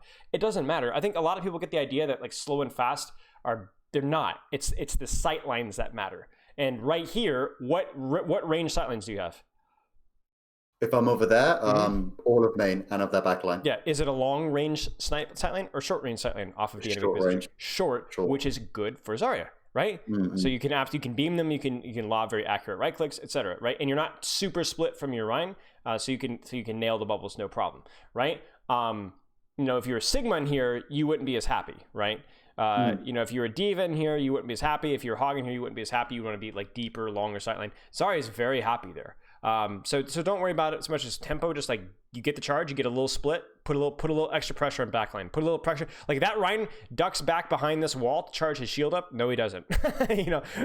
No, he doesn't. He runs into a 90 charge Zarya who he doesn't really want to push because he's through a choke and behind a wall, right? So it's a lose-lose situation. The only time you stack is early fight. And why do you think that is? So let's understand, why do you stack early fight so you can know when you don't have to? Why do you stack early fight? Why do you stack early fight? As in the poke phase, I suppose what you're saying? Sure. Why? Why? To take very obvious damage. Okay. Why do you need to go main to take obvious damage usually? Because where is the damage usually centered on? The main tank. Right, the main tank. Your Reinhardt. Just what's sitting right in the middle of the choke, right? They're like, you can even see it here. They're set up here. They're set up here. McCree's flanking over there. They're all setting up this pincer on this one choke, right? This is very clearly where all their focus fire is going. And so you want to be there with your personal bubble pre-fight so that you can get the charge. But once you're done with that, the only thing that you worry about when it comes to main is, can I see my Rhine to bubble him? That's all you care about. It's not safer for you to be there on main. It's not easier for you to do more damage on main. There's no reason for you to be on main once you've already got your pre-charge. That's it. The only reason is obviously as you flank, you start to run into situations where you have to judge the sightline, and obviously you have to go, can I see people to bubble them, right? Can they see me to heal me? But that's really the only thing you have to worry about. But yeah, a lot of people play with Ryan Zarya, like, okay, we're clumped up, we're smashed together. And that's not, even if you're playing fast, that's not always the best way to play it. Really, the tank line that plays the best that way is Orisa Reinhardt, because you're talking about two very short range, low mobility heroes that can clump together and be like kind of a steamroller. But like for Zarya, you have some range, right? You have your lethal to backline. So yeah, okay. Does that make sense? Yes, 100%. Okay. Do you have any questions? Obviously I'll play for like a week and then I'll have some questions, but in the scenario, because what I normally do, I go to my solo queue account and just literally practice that one hero regardless of the team comp. Yep. Ideally, let's say there is a situation where I play with a different tank, let's say a Hog or even a Winston. Yep. Like I suppose just a TLDR. What would be the differences between those two tanks versus the Ryan? Okay, you tell me. What are the two different types of bubbles that you're looking for? Mm, So where do we split them in half? where do we split them in half? Very start of the review. Pre-fight and engagement. Yep, pre-fight engagement. How do you pre-fight bubble a Hog for charge?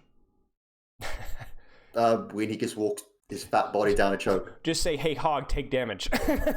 Like, just say, Okay. "Hog, stand still." Monkey, stand still. You know, like it Okay. just it's there's no difference between a Hog and any other hero outside the fact that maybe your Hog flanks like really early. Then just say, "Hey, Genji, take damage for me." You know, like Right. just anybody, just get damage, right? And then engagement aggression bubble. How do you do that with a Hog or a Winston?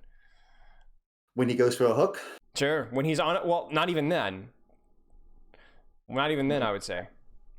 When he's not even then. I suppose when people are looking at him when he's Yeah, sure. on a flank. Yeah, sure. When Yeah. he's actually putting out pressure, like when you see enemies start to shoot at, big fat pig man, then yes, you bubble him, right? Okay. Because he's just gonna peek out of a flank and throw a hook. Now, if he's sitting on main and he starts to press W to go look for a hook, then you probably bubble him there, right? Because he's Right. aggressing into spam that's actively, or your monkey jumps in. Like it just like all you have to look at is your partner and say like, okay, how is this guy gonna aggress? And then you just wait for aggression to happen, either from the enemy team onto him or from him onto the enemy team, and then you just bubble it, and that's it. Okay. Easy peasy. Don't Right. overthink, because remember, we're not like looking for specific like perfect windows. You're just looking for aggression. You're just looking Right. for aggression, and if it's not there, then build up a million charge and look for a DPS to aggress, right? Or look for them to aggress on you, right? And react to that. Does that make sense? Yes. Okay. I suppose just last question. Yeah, before we please. over- Please. If it was for some reason an Orisa Zarya, would Zarya be a lot more reactive then? I.e., when they push onto us, suppose we push onto them because Yeah. it's very Yeah. Yeah. Because your Orisa's not going to be taking space. So yeah, exactly. You'd be like, Orisa, let your shield break and just stand out in the open, take some damage from me. You get 85 charge. You live on the angle. They push your Orisa. Her shield breaks. You bubble her. Her bubble breaks. She fortifies. The fortify ends. She shields again, and then you're gonna have bubble again by the time her shield ends, right? So like you can cycle the cooldowns there off of their aggression. Yeah, exactly. okay. Makes sense. Okay, Yeah. awesome. That was a good question though. Okay. Do you have any other questions? DPSs, how would that operate then? I suppose exactly the same kind of idea when I obviously build my charge off the main tanks. Yep. But I suppose another question that would be, for example, you mentioned to me before, like Yep. it's very important about pre-charge kind of fights. But let's say I Yeah. have a DPS who wants to make a play Yes. on a very, very low charge. Is Yes. that the same principle where I still bubble him anyway, even though I would ideally like to have Yes. high charge first Yes. and then he goes in? Mm-hmm. Yep. Every rule is bendable. Every rule is bendable. If you got a Reaper that wants to go for a Death Blossom or Genji to go for a Nanoblade, absolutely. The one thing I would say with DPS bubbling is because there's smaller targets, and because a lot of them are often on flanks, try and be a little more picky with how you bubble. For example, I wouldn't normally look to bubble my Genji over and over and over again, right? But if he's nanoblading, yes, because I know every single cooldown in the game is going to be thrown at him. You kind of see what I'm saying? Whereas like a Mei or a Reaper, maybe a little more attractive to bubble more often. Why? Because they have cooldowns to. You want to bubble them in because you don't want them to have to use that Sure. cooldown Yep, sure. to either. But get also away think with about it. how they position usually. How does a Reaper and Mei position? Compare a Reaper Mei to a Genji or a Tracer or a Widow. Irrespective of like where they have ults and stuff, or just in they're No, neutral. just compare the heroes themselves, like Mei Reaper versus Genji, Widow, Tracer, etc. Reaper Mei are very much brawl. And Yeah. They're smash mouth up in your face DPS here. Same thing with the Doomfist. That's why Bubble Doomfist is so strong, because Doomfist is, when he goes in, Doomfist is going to be shot. He's going to run into something. Maybe not even intentionally, right? Like he's gonna be running into something. If Mei is walking forward, she's gonna run into something. Same thing with the Reaper. Genji, if he's nanoblading, is definitely gonna run into something. But outside of that, you got to be a little more picky. You kind of see what I'm saying? Yeah. So you have to kind of really pay attention to like, okay, who is being shot, who's being pressured. Bubble Widow to help her peek up against the enemy Widow, maybe. But unless she's actively being dove, probably not as good of a Widow. So again, you want to be bubbling aggression, but there's not, some DPS heroes aggress more or in different ways than others. So you have to kind of use your judgment, really. So last question related to that then. So with this, I remember watching a review of yours saying when Zarya plays into dive, you have to be a lot more pickier with your bubbles because let's say a ball slams your backline or whatever it might be from there. Yep. How would the rules be bent then when playing against a dive where your supports are vulnerable? So you have to anticipate pressure first off from dive because you can't be going fishing for charge and then they dive you 2 seconds later, right? You got to go, okay, that Tracer's on front line or their monkey just used bubble and they're on it. So if the monkey just used bubble, hey, I can probably greet a bubble here because they're not going to be wanting to jump without monkey bubble, right? That Tracer just got her recall force and she ran away to go get a health pack. Hey, I can look for a charge here. No. But Zarya into dive is a lot more reactive, as you said. It is a lot more, okay, I'll try and build a little charge maybe between fights, but like I have to respect the fact that they might just jump me all at once at any point in time. So maybe as Zarya, I'm setting at 15, 20 charge most of the time. And then when they jump in, I'm 85 charge and then I murder them. And that's really why Zarya is played in dive. It's that one initial really strong peeling tool, that one bubble, bang, completely shuts down the dive on that one target. And then now all these dive heroes have used their cooldowns to close the distance. And there's now a murder machine in the middle of them. Right. Because for me, I would have had that gut feeling where it wouldn't have felt nice to be such low charge, just waiting for something to happen. But I guess if that's how it's meant to be played, in a way, because your pre-poke is like it's not great. Like you're not going to be putting on a lot of pressure in the dive in the meantime. But when they do dive, you're going to be able to help your team out a pretty good amount. And then obviously when they do dive, you're going to be punishing the enemy team pretty hard. Like Diva is just a better peeler than Zarya. But Zarya is much scarier, not much scarier, but noticeably scarier during the dive. Because Diva is just not as scary to. I mean, she's pretty scary to a monkey. But the others, the Genji, the Tracer, just not as scary. So just to kind of summarize what you just said, if I'm playing against a dive and obviously my supports are vulnerable, if I can visually see that, let's say the Tracer's gone away somewhere or the Winston's used bubble, I can be a little bit greedy to try and get some charge. Yes. But if I know that they're somewhere, but I don't know where they are just yet, I can be patient and then use his bubble. Yes. When you feel you can be greedy, then go for it. And it's going to take some trial and error. Like, honestly, like, you might in Diamond, they might just jump without bubble. They just might go in. But at the same time, that also means that dive is a lot less scary. So like, just try and use your judgment of like, okay, is there a dive coming right now? Probably not. Okay, I'm going to try and get a little extra charge here, ask for damage. But if you're unsure, you're like, okay, this looks like a dive here, then you probably should save. Right. Okay, cool. Well, that's all my questions for now. Okay, makes sense. Let me know if you want to work on this in like a week we can do the Q&A. Like I said, though, like to be perfectly honest, definitely your worst off take from what we've seen so far. Awesome. Definitely your worst off take. So it's like obviously the most room to improve. But yeah, focus on. I think the easiest thing for you is just the simplest thing is just going to be like getting that pre-fight, mid-fight charge, and then just chill. Like I would even prioritize that over some of the positioning stuff. Like just worry about getting yourself set up and just kind of see what happens. You're gonna have a lot easier time after that. Okay, we'll do. All right, cheers, mate. Thanks for hopping in. Cool. See ya. Enjoy your stream. See ya. Okay, Chad, that was Lockie, aka Deku, and he's a big time famous streamer, thousands and thousands and thousands of dollars made on a daily, and he's a pretty good off tank as well. So, but yeah, good to see everybody. So here's the deal.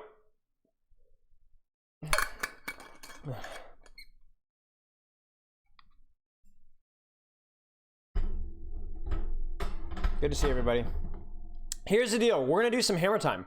We're gonna do some hammer time. You guys wanna do some hammer time? Let's educationally analyze a video submitted here. I'm gonna let you guys pick which one we do though. Let's see here. We've got how to play like a pro Overwatch League, how to win every Rhine 1v1. This just doesn't interest me at all. This is an old video. This is obviously going to be baloney, so I'm going to let that go.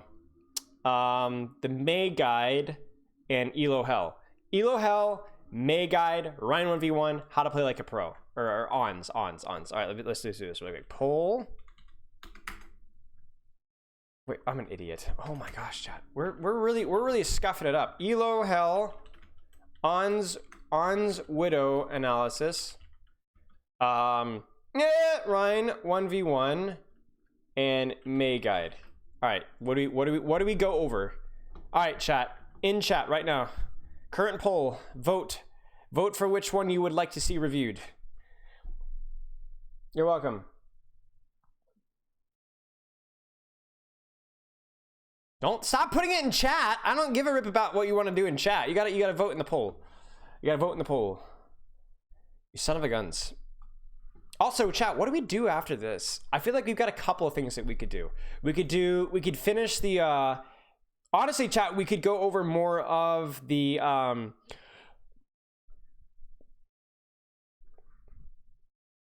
New York Excelsior versus Guangzhou Charge. We could do that one.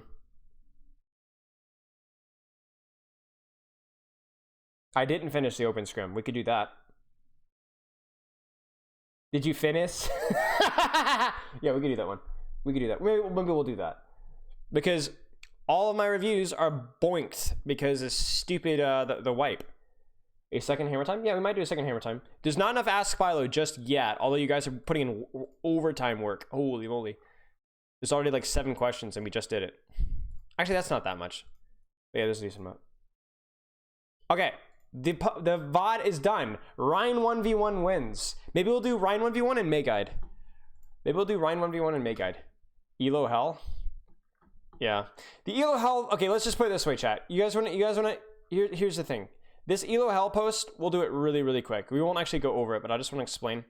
It was another Elo Hell post, and basically the TLDR is it's baloney. It's basically, Overwatch is a hard game to learn, and so it can be kind of confusing to know what to work on, which is why you can get stuck in Elo Hell, because you don't, that I agree with, sure. But there's like so many comments in here that are like, oh yeah, people just don't understand that you have to play differently at different ranks, and like, yeah, this guy in here, Spilo, like, I commented there, I called it a load of force maneuver. I got a little salty, because it's not salt at like disagreeing with me. It's just, it's the fact that people vomit these opinions on an educational subreddit, and then you have people that are unironically like trying to get better at the game. They read this bull crap, and this affects how they play. Like, look at this. Where is it? It's funny because the only person saying Elo Hell doesn't exist are people who aren't in Elo Hell. That thread from Spell the other day was a prime example. Dude is an expert at the top level, but he doesn't know anything about how things actually work down near the lower ranks. Dude, I was silver. I was 1700 SR. I was terrified. I literally answered. I was 1700 SR. I played in a laptop. I played in main tank before roll queue. I had no first-person shooter experience. There were no VOD reviews back then except for stupid, Stylosis, whatever he called those crappy reviews. They weren't crappy, but at the time, they're the only thing out there. And like, are you joking me? That I'm pretty sure he wouldn't be in Elo because he could pretty much clean up any team through mechanical ability and being able to win any duel. You guys have seen me play. Maybe on Zen, but it just bothers me that this is okay. So anyway, maybe it's just a swell that we're not doing that post. Okay, let's do the Ryan 1v1 guide, and then we'll look over the May guide. Actually, I have to enable my hotkeys here. So coaching, beefed. Whoa, no, not yet. Calm down, señorita. Okay, I think we should be good. I think the hotkeys should work now. I've had a lot of issues with my hotkeys here, but yeah. Hey, you're very welcome.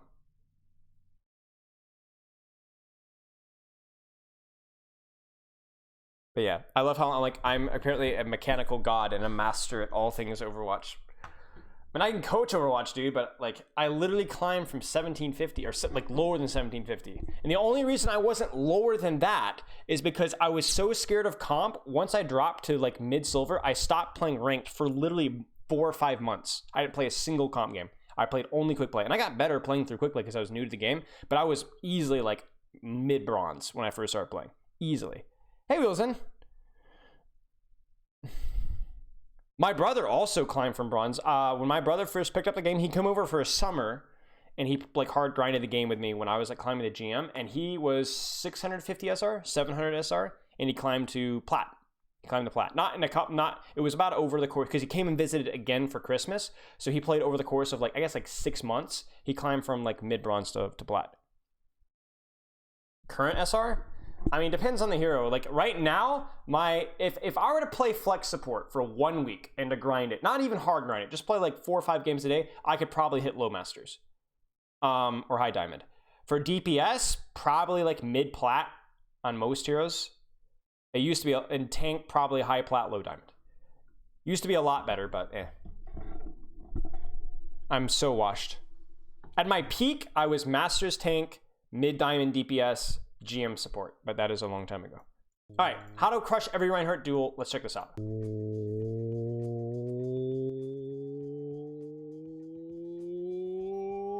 He's about to say welcome, isn't he? What's up, everybody? Coach Oh, Mills okay, here, close enough. coming at you with a brand new Overwatch video. Wait, And Joe in to this Pro? video, I I'm know gonna this be teaching- guy. What's up, everybody? Coach Mills here, coming at you with a brand new Overwatch video. And in this video, I'm going to be teaching you how to body your enemies as Ryan every single time and hard carry even the worst of teammates in this Ryan v Ryan. I just hate this chat. How to hard carry the worst of teammates. Can we please just get rid of this culture?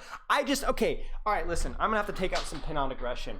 I hate the culture where you have to hard carry your teammates and everything's your teammates' fault and it's never personal responsibility. Everything is emo hell, how to carry, how to climb, what are ticks and trips and just a bunch of bullcrap baiting you because it's this whole mindset, this whole culture. It's disgusting, toxic, and just it's sickening how every single mid-tier beta educational content creator just milks the crap out of this. How to carry in Diamond, the best carry heroes. No, stop.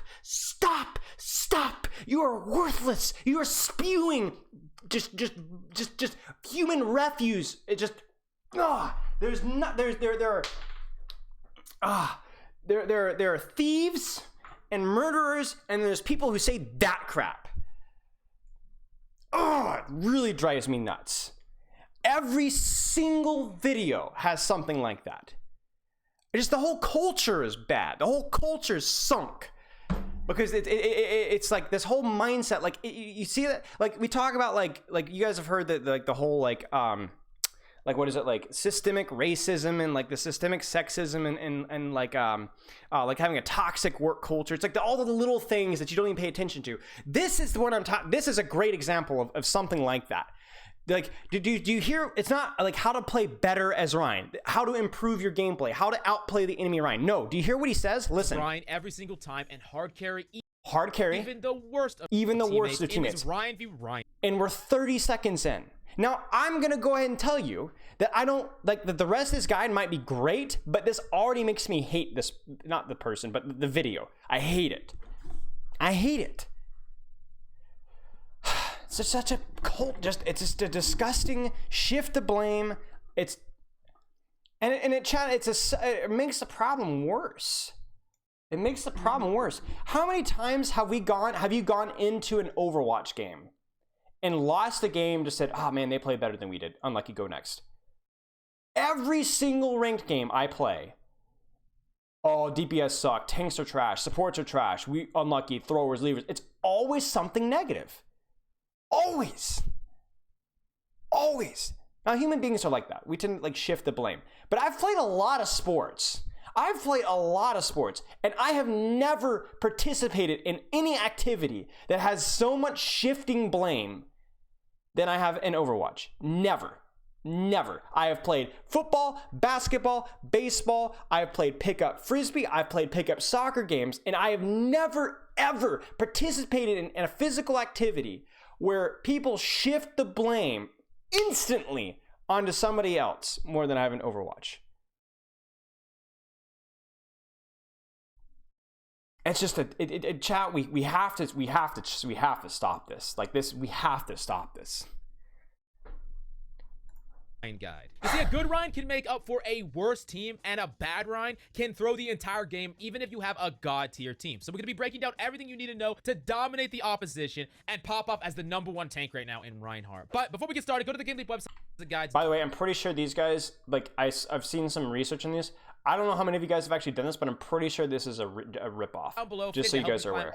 Obviously, I'm biased all here, the way further but ado. don't take my word for it. But you need to know about Yeah. them to use them in any one of your games. So the first thing is shield health. Shield health is, of course, very important for you to manage. You could use it to get in position to swing, and of course, when your shield is full, your Because it's online and anonymous, probably. allies can shoot from behind it and they don't take any damage. Now, it's very important that you always keep a little bit of shield health to block any potential shatter, because even a tiny amount of shields can block a shatter. But if your shields ever get broken, then you and your entire team are going to end up on your back, and that's not in the fun way. Now, that means it's really important that if you know the enemy has a shatter and your shield is low and it doesn't look like you can generate shields very easily, because if you drop that shield, you're just going to die because you're very weak as well, then you got to back off. That's the only option, because otherwise, you and your entire team are going to die. Now, maybe you could execute some type of ultimate combo, like a Grab Dragon or something like that, but if you can't coordinate that, then it's your job as a main tank to not only back off, but yell on the mic over and over again, back the fuck off, you scrubs, or something like that. So that's just something that you really need to understand, because otherwise, your shield's going to break, you're going to get shattered, you're going to lose the team fight. Now, the next thing that you got to note, of course, is your base health. You can't freaking die. That's pretty obvious. You die, your entire team's getting shattered, okay? You got to back away if you're weak.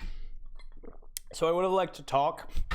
So yeah, shield HP and all that stuff is important, but like we could have talked about how like, hey, try and conserve shield HP early in fights and like make sure that you're using it mid fight.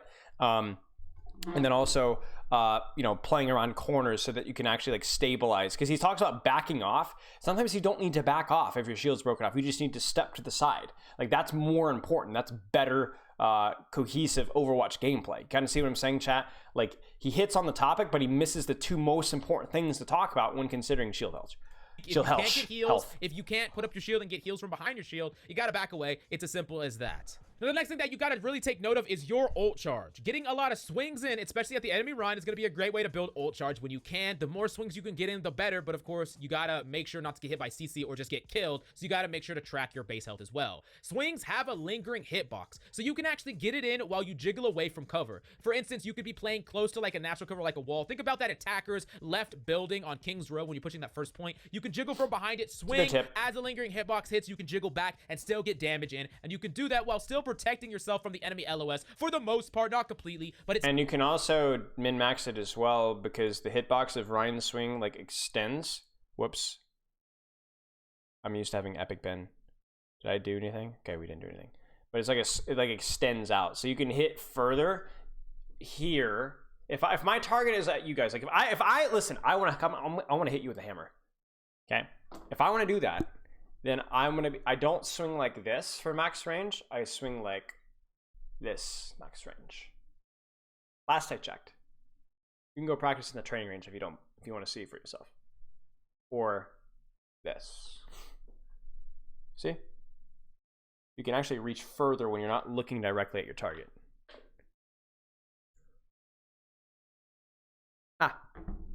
Is this sped up? 1.25, yeah.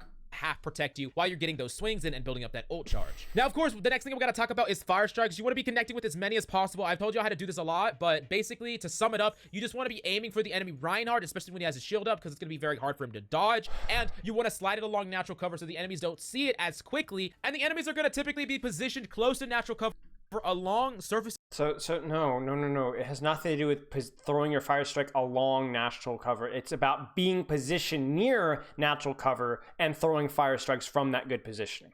It has nothing to do with try and line up your fire strikes at natural cover. What? No, you just play natural cover, period. And then you do everything you do, shield, swing, and fire strike from that position. And walls, so if you could slide it along, you're more than likely going to hit multiple. Guys, aim to slide your fire strike along like a Drano, like a drain cleaner. Targets, and getting some nasty fire strikes is a definite way to build up your ultimate very quickly. Just be careful of those goddamn rat Genjis that want to reflect your fire strike, because if you fire strike you and your entire team, that is just a throw, because the Genji's going to build a whole bunch of ult charge as well. Now, here's ultimately one of the most important things that matter. I mean, if Genji, like, so yeah, early in fight, but most Genjis, like good Genjis, won't stack with your team later in fight. In the Rein v Rein mirror. You got to be tracking the damage of you versus the enemy Rein. The enemy Rein's always going to be in front of you or near you, so you should know how many swings he's getting in, how many fire strikes he's getting in, and overall what his ult charge percentages when directly compared to yourself. The goal, of course, is to get more ult charge than the enemy Rein quicker, but that's not always going to work out. As long as you track the enemy Rein's ult charge, you can still make a game plan to stop his shatter and get your shatter off, but it's really important that you know if he's close to shatter or if he has it, because you're going to be playing fundamentally different if he does versus, let's say he didn't really get that much damage in it at all, and you know he's only like at 50% and you have shatter. You can play so much different, and it's just really important for you to know this. So this is the one thing you got to ult track. You got to ult track your mirror in this matchup. So let's talk about some general rules that are really going to help you on your way to success about bodying enemy Reinhardt. So the first thing is you can play more aggressive if you have shatter and the enemy Rein does not. That's just important. Even if the enemy doesn't have shatter and you don't have shatter, you could definitely play a little bit more aggressive, especially to get that last little bit of your shatter, because sometimes you're at 80 and you want to push yourself all the way to the finish line, to that ultimate, and then convert on it right away. I'm going to talk about that in a second. When the enemy Reinhardt shield is low and you have a full shield, you can really do this to pressure the enemy Rein and either force him to back off or just go in for the kill, because you can just hold up your shield and you can call to your allies, hey, shoot the enemy Rein shield, it's low, I'll shatter. Pretty simple, pretty obvious. Your allies are just going to shoot the shield. The Rein's going to have to back off, or his shield's going to break, or he's going to drop his shield. Either way, there's either going to be some downside to them and they might lose the team fight, or you're going to be able to get that shatter through. Now, the last thing that you have to understand from a general rules perspective is there are other things that can stop your shatter, specifically like bubble or other type of barriers like Sigma barriers are things that you should generally track. You can't always track them 100% of the time, and sometimes you're going to see an opportunity for a shatter that you just can't let pass up, even if maybe it could be stopped. You can't play around everything. It is very difficult, and sometimes people that are far too reserved with their shatter just don't get off that many in a game when they really could have got off a lot of them in the game. But generally, if you think about these things, you can play around them a little bit better. And then, of course, CC, which can stop you mid-shatter, can be very frustrating, and that's just something that you need to kind of loosely keep track of. Now, let's talk about some insta-shatters. Things that, if happen on the battlefield, you instantly respond with the shatter as quickly as possible. The first thing is a Rein Fire Strike. A lot of the time, actually, no percentage of the time, should the enemy Zarya be bubbling her Rein when he's fire striking. If that is happening... Imagine being your entire claim to fame is shouting educational content. I don't know what to tell you, because that makes absolutely no goddamn sense. He should be bubbling, or she should be bubbling the Rein when he goes in. So the fire strike, if an enemy Rein fire strikes, you respond to the animation with the freaking shatter, and that Rein should never be fire striking if you have shatter, but maybe he's not tracking it like you are. And conversely, you should never fire strike if there's a possibility that the enemy Reinhardt has shatter, or else you're just gonna throw the entire fight. Now, if the enemy Rein's shield breaks, you shatter right away, and that is just probably the best response. Right when the shield breaks, you shatter. If you can, sometimes it's best to bait out things like bubbles, but a lot of times, if you time it correctly, you're gonna catch the enemy completely off guard, and it's not even gonna matter. Just make sure the Zarya herself can't block it with her self bubble. But because she has no Reinhardt to retreat behind while the shield is being regenerated, you're gonna be able to bait out those bubbles incredibly quickly. She's gonna use them right away. Now, the last scenario that you should just insta shatter is if you can get 2 or more people down. Even if it's not the enemy Rein, getting 3 people down behind the Rein is typically gonna be a 1-team fight. However, you gotta be ready to block the enemy's counter shatter. I'm gonna talk about counter shatters in a second, but if you shatter like 3 people behind the Rein, the only way that Reinhardt actually wins the team fight is if he hits a nasty counter shatter on you. So that is your #1 priority to stop. It is very important that when you get that big shatter, your mind doesn't go, ooh, let's jump in, let's charge in, whatever. No, your mind should be 100% focused on blocking that counter shatter, because that is their only win condition at that point. Now, let's talk about some higher risk shatters. These higher risk ones can work, but they're a little bit more risky. Sometimes high risk shatters can really pull off or play out really well. So sometimes you should incorporate these, and sometimes it's nice to just do these a couple of times to really keep the enemy Rein on his toes, plus they're freaking cool. The first one is the prediction shatter. You can do this a lot by just predicting how the enemy Rein acts. If he does something like that he always does all the time, if there's some way he always plays, you can really try to outbrain him and just predict the hell out of him. Now, is this going to work 100% of the time? No, because it's up to him how he plays. Sometimes he's going to play different than the way he's been playing all game, but if you can find a tell or a tick or something like that, outplaying an enemy Rein by predicting him, getting inside his head, can really demoralize him, and that could be absolutely amazing. Now, the next high risk shatter that you can incorporate is like a 180 or 90 degree shatter. A perfect example of this is charging too far into the enemy back line, and then you instantly 180 shatter, right? Out of nowhere. The enemy's not ready for it, and sometimes that catches him off guard. Now, a really good Rein will play around this, but sometimes the Rein's going to be preoccupied, and for the majority of Reins at the majority of ranks, they're not going to play around this at all. So definitely just keep that in mind and maybe try it out. You got to make sure that you could do a consistent 90 190 or 180 shatter. You don't want to be in the air. You want to be as low to the ground as possible, so you make sure that that shatter just hits as fast as possible, but it definitely is a really fun shatter to get off. Now, the last high-risk shatter is the counter shatter. Now, of course, we talked about countering an enemy Reinhardt shatter. Like, if you shatters multiple members of your team, you want to try to get that counter shatter off, and sometimes the best thing you could possibly do is actually just shatter right away or threaten a shatter so the enemy can't push up past their Rein and kill your allies that are behind your shield. That's just something that you can do. The threat of a counter shatter can sometimes give your team a little bit more sustain or survivability. Now, the other type of counter shatter that we're talking about is just countering other ultimates. You're stuck in a grab, you shatter the enemy, that can protect your entire team. Maybe the enemy is blading, you can shatter that. That's very difficult, but if you get the timing right, it might work. I think the idea could, I don't know if he's going to go over it in a second, so I'm kind of letting this play, but I think the idea could be that counter aggression could be a really, really good way of looking at it. So just not just ultimates, but like if they look to aggressively push on you, counter shatter. Their Rein's more likely swinging. You know, they dive on you, Winston bubble breaks, counter shatter. Just look for aggression to punish, basically.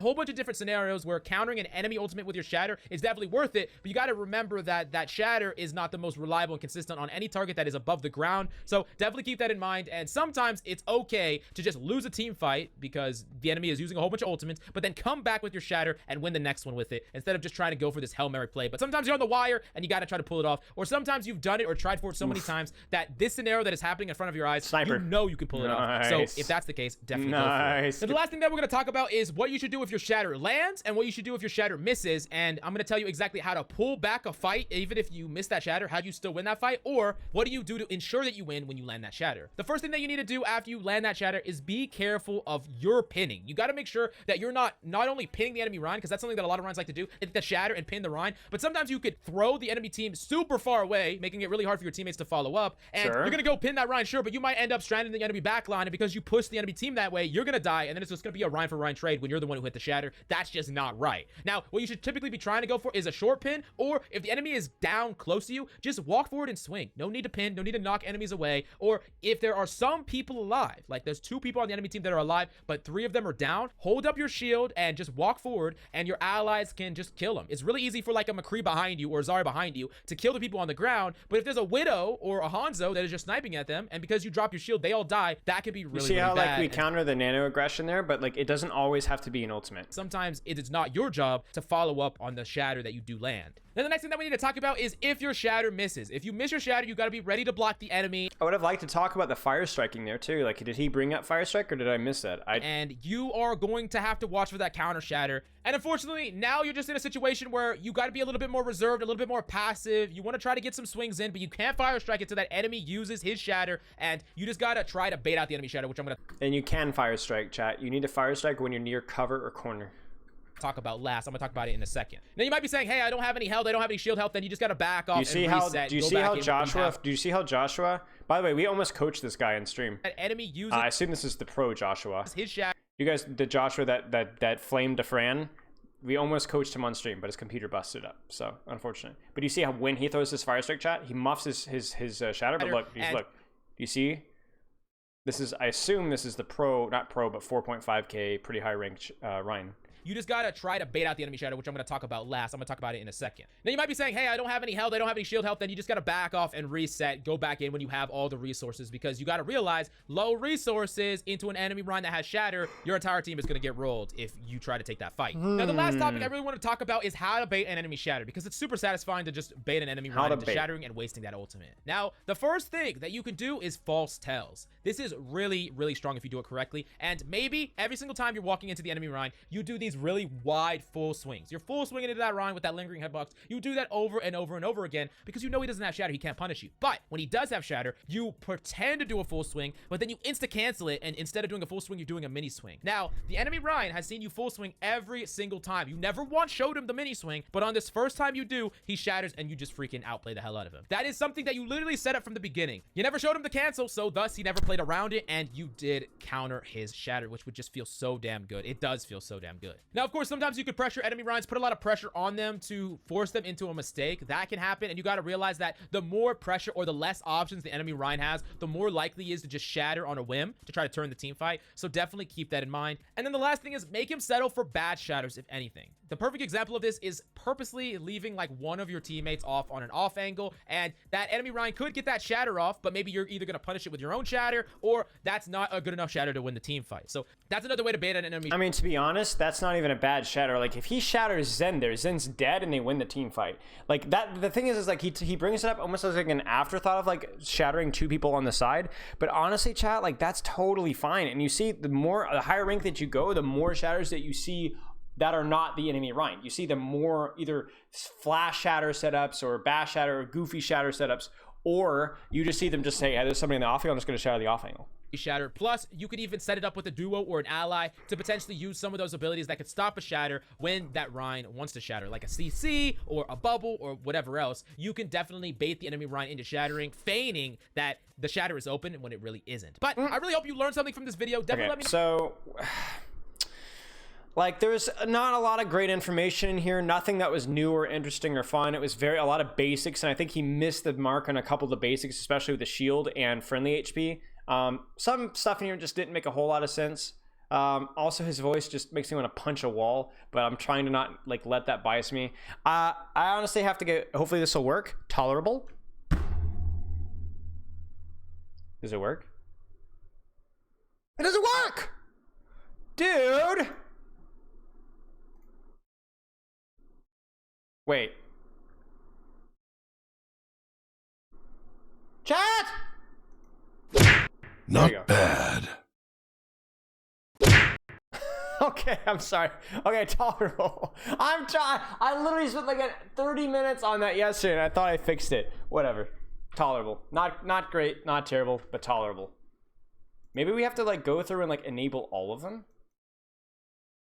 But they should already be enabled. Fatality. I don't get it. I don't get it. I don't get it. I do not understand. I do not comprehend. I do not understand. Okay. Tolerable. Low end of the tolerable, though. We have to grade it on a spectrum, though. It's not just all tolerables are not built alike. Okay. We're gonna do the May guide next, and then we're gonna do some pro analysis. No intro. Oh dear, it's the midget. No scuffed, yeah. Give you the beefed already? I don't know, bro. I don't know. It's a midget guide. Like, honestly, like, this could be like major beefed, or it could also be major scuffed. I don't know. Who knows? We'll see. Yeah, we need like 4 levels here. Who knows?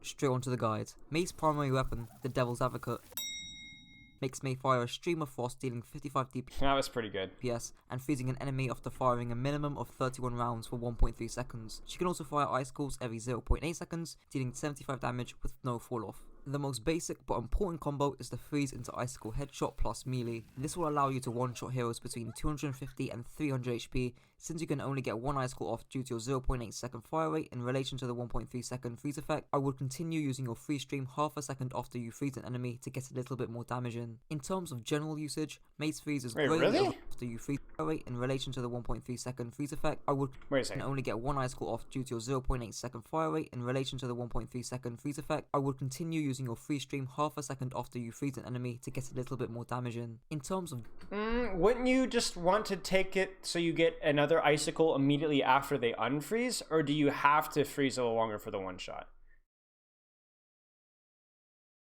Because what he's saying is that the freeze effect has the same length of time, and you're only going to be able to get off one icicle before they unfreeze anyway, so you might as well greed an extra 15, 20, 25 freeze damage by freezing a little over long just to get the extra extra damage in. But my thought process is that unless the target has a defensive cooldown like a May, Ice Block, Reaper, Wraith, wouldn't you just stop freezing and fire early anyway? Because once they unfreeze, you can follow up with another icicle slightly sooner. His audio is really low. I mean, isn't that nice? I'll turn it up. But that brings up a really interesting thing here. Let me pull up Overwatch really fast. Because that brings up a really interesting point I've never thought about. Because if the hero does have a defensive cooldown, for example, I'm trying to think here. I'm gonna go down the list. Now, obviously, everybody has defensive cooldown, but I'm trying to think of like the list of heroes that actually have like noticeable defensive cooldowns here. Let me turn it.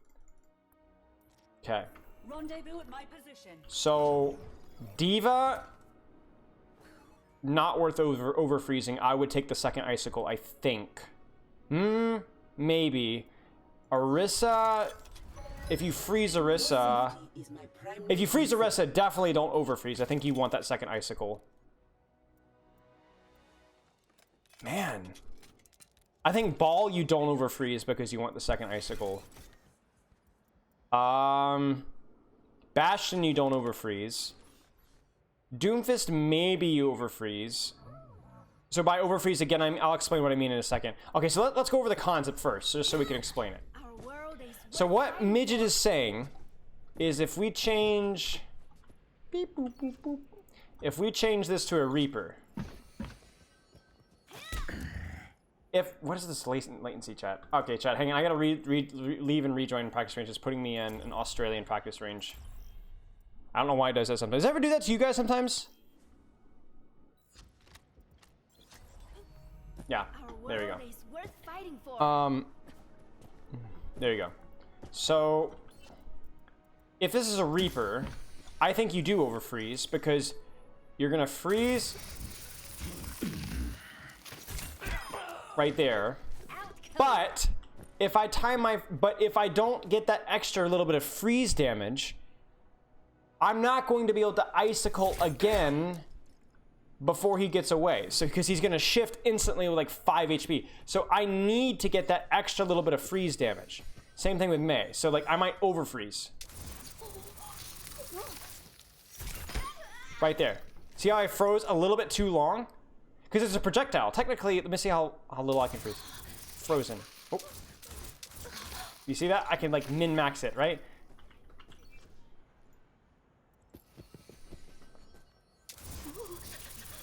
I can't quite get the time. Ah, shoot. Let's see if I can get it. Just barely. There, right there. So then I icicle, melee, bang. But like, let's say she got healing during that time in effect, and like the follow-up, whatever. If I'm min-maxing before she breaks freeze, you see that? See how I froze for like a full 0.25 seconds more, and that allowed me to get. How much more damage would that be, though? Would I get out of that? Let me go back to Midget's video. Hang on. I'm sorry, chat. This is fascinating. 55 damage. Okay. 55 per second. So if I do it for like, I get like another 30 damage, right? Extra 25.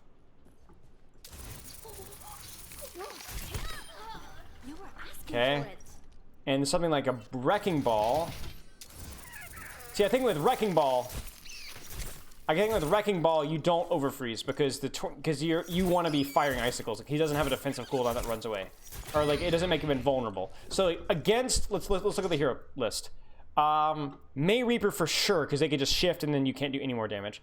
Definitely Sombra because she's just gonna screw out of town. She's gonna translocate out. Moira maybe as well. Genji could dash away. Tracer could I mean, when would you freeze a Tracer?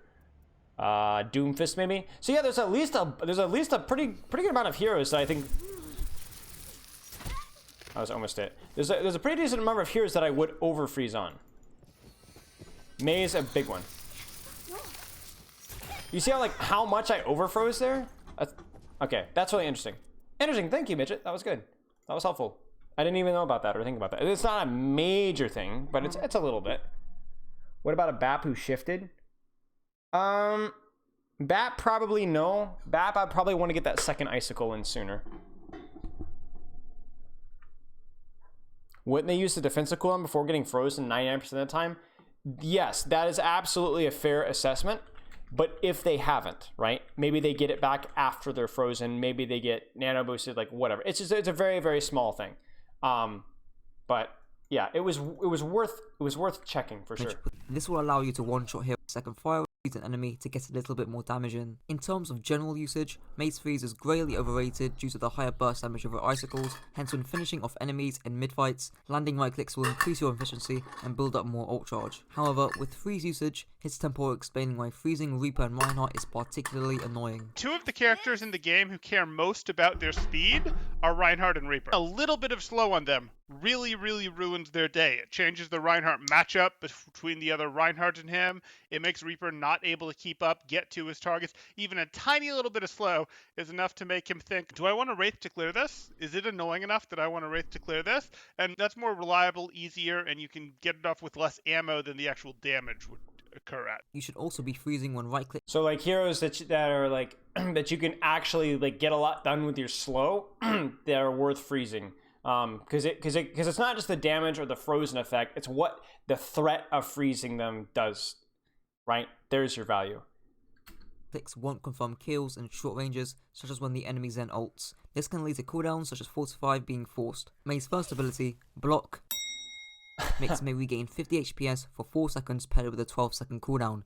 You also restore 15 ammo per second, block all lines of sight, and become invincible in cryo. The first thing to mention is to know when to cancel your cryo. Often at beyond half HP, you can heal up the remainder via AoE healing to maximize your uptime and poke damage. Exceptions would be if there aren't any enemies peeking, in which case you can still farm ult charge by regaining HP in cryo. Unlike Tuaresa's Fortify and Ana's Sleep, since this is a defensive cooldown, you should only use it when you need to. Hence don't use it if you're not missing a large amount of HP, or if you aren't going to be taking incoming damage past your healer's threshold. The last thing I'll mention is that you can cryo in duels to dodge stuns and CC, such as McCree's Flashbang or Sombra's Hack, and to cleanse status effects, such as Ana's Nade, or more importantly, the enemy Maze Freeze, meaning that you can start freezing, then cryo, then freeze again as your freeze effect will be cleansed, whereas the enemy's freeze effect won't be.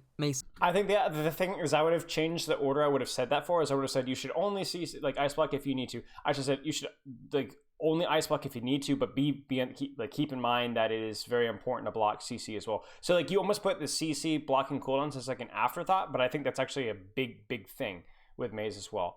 You did include it. I just think the way you phrased it could have been a little more like upfront with it. Second ability, the $11 billion wall.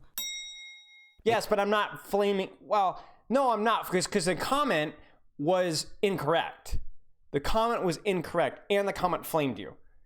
I'm not flaming you. Ice wall split into 5 pillars, each worth 400 HP, with a duration up to 5 seconds alongside a cooldown of 12 seconds. Maze Wall is by far the most complex piece of her kit, and if you haven't seen by the timestamps already, this is going to be a lot more than simply splitting the enemy team. The first thing to mention is that if you are going to split someone, such as the enemy team's Reinhardt, timing is vital, as Iosox elaborates on here. The wall that you use here is pretty early, and your team can't really do anything with it, because the Reinhardt still has his shield. The only thing that you could do is start moving forward, run into him, and try to freeze him, but that is kind of risky, because you would have to run all the way on the point. So when you're playing against something where you know that you can break the shield, so in this case the Reinhardt, just wait a little bit, break the shield first, and once the shield is a little bit lower, that's when you can look to wall him off, because then you can just break the rest of the shield, and you can freeze him, and you can try to actually confirm the kill that way. Walls can also be used to block lines of sight to prevent incoming enemy damage, and to make it harder for the enemy team to peel for whoever is walled, as Iosox again explains here. Maywall isn't just a tool that you use to try and wall people off so you can pick them. You also want to use it during fights just to break LOS with people. Usually tanks are going to be in the front, and then DPS are going to be behind them, and the supports are going to be behind them. So when you're in a team fight, using your wall just to block off the enemy DPS is already going to give you value. So right here, just placing a wall behind the Orisa, it's going to block off the enemy McCree and anyone else that's standing behind. Yeah, so yeah, it's just force a split. Killing the Orisa or walling her off or anything. It's just about making sure that the enemy DPS can't really do anything, and that they have to walk all the way around of the wall in order to actually do anything. In terms of like that's a very important thing, because like this is when I first started working with May coaching. Is I would say like there's a good wall and a bad wall, but especially against a lot of compositions that aren't a brawl mirror, your walls don't always have to be we wall and we run them down and we kill them. It could be simply okay, there's this really annoying structure that splits you from the rest of the enemy team and means that 3 of the enemies on the enemy team aren't doing anything for a full second and a half because they have to walk around the wall or break the wall or whatever. That's 4 like that's like 3 again 1.5 seconds times 3 DPS. That's a lot, or 2 DPS and a support. That's a lot of value. That's a lot less damage that your team takes. It's a lot no healing for whoever's in front of the wall. Like that's value in of itself. And as long as your team is in a position to follow up on that, in other words, there's an actual team fight going on, you're good. Specific set plays with walls that you can pull off. Here's Tempo explaining a few which would be more applicable in a brawl versus brawl mirror. You see that their Zarya has drifted even slightly behind their Rhine. A quick wall plus bubble charge that's a free pin. And the great thing about that is Urine's not going to go too deep with that pin. Urine's not going to be off in Never Never Land. He's perfectly fine because he slammed into the wall that you put right there. Another nice one you can do, if D.Va drifts slightly behind the front line, you can throw up that same wall and immediately, and I do mean immediately, throw a grab out there, and you get a grab on their front line that she isn't able to matrix. St. Paul also explains how a defensive wall can buy time when the enemy team uses a power play ultimate, such as Lucio's Beat, Moira's Coalescence, Briggs Valley, or even Zen's Transcendence here. Say the front line has broken and the opposing team decides that they want a power play, and they pop Transcendence, Coalescence, Sound Barrier, any of them. Well, your Mei can respond by throwing up a wall, even an imperfect wall that they have to take a second or two to go around, and that buys you some time. You're not terribly threatened by their power play when it's down a couple people. Then once they have rounded the wall with those 6 people, and you've taken off a couple seconds, maybe 3 seconds if you're lucky, now you can answer with your own support ultimate, so maybe you match your Sound Barrier to their Sound Barrier. Well, that works out just great, because now you had the later Sound Barrier, and at the other end of it, you're going to have a 3-second lead of power play time. Finally, a wall after your team is grabbed or shattered, that can reduce follow-up significantly, and that can either mean you save yourself a support ultimate, or it can let you pop that support ult at the very tail end of, say, a grab. And instead of using your Sound Barrier or Transcendence just to protect yourself during a grab, most of your Sound Barrier or Transcendence gets to be used offensively. Building off of what St. Paul said there, especially at the end, the concept of ebb and flow, which I got from Nata OW, and otherwise known as pushing and pulling, can help you punish overextensions from the enemy team with cooldowns such as Speed Boost and Maywall to help you kite from aggressive power plays, leaving your team with more resources to punish aggressive enemy overextensions. Another use of wall is for verticality. Verticality can be split into 2 parts. The first is being to do with rotations with your team, and the second is to position immobile heroes in places where they wouldn't normally be able to reach. With the former, you can wall off common chokes to make it significantly easier to rotate. Common examples are on Hanamura First Attack, where you wall to the room right side with a variety of rotational options. Another example will be on King's Row First Point, where you can path all the way across high grounds to flip the map, or on Icon Ward First, where you can wall up above the choke to rotate past the choke, or I wouldn't spend a lot of where you can time wall in up this right side because to clear high ground it's and not castle, super although be important. wary of boops, especially from an enemy Lucio. In some of these cases, you're flipping the map, meaning you're basically swapping normal positions on attack and defense, and when this normally happens, the enemy team won't know where to position and will give up their angles for free and play in a linear fashion, giving you the edge in map control. Now, with the latter point about repositioning immobile heroes, Hispalo giving a creative example about utilizing Maywall. What can you do with Maywall? Yeah.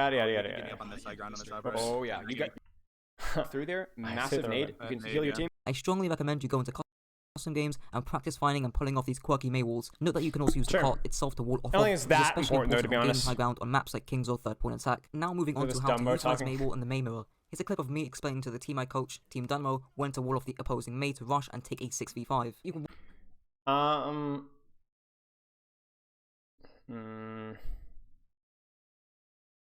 So this is where, like, we went over the comment here, and the guy's comment's moronic. Like, I don't want to go over this. Basically, the TLDR chat is that we're going to wall off their Mei so we can walk through a choke for free, right?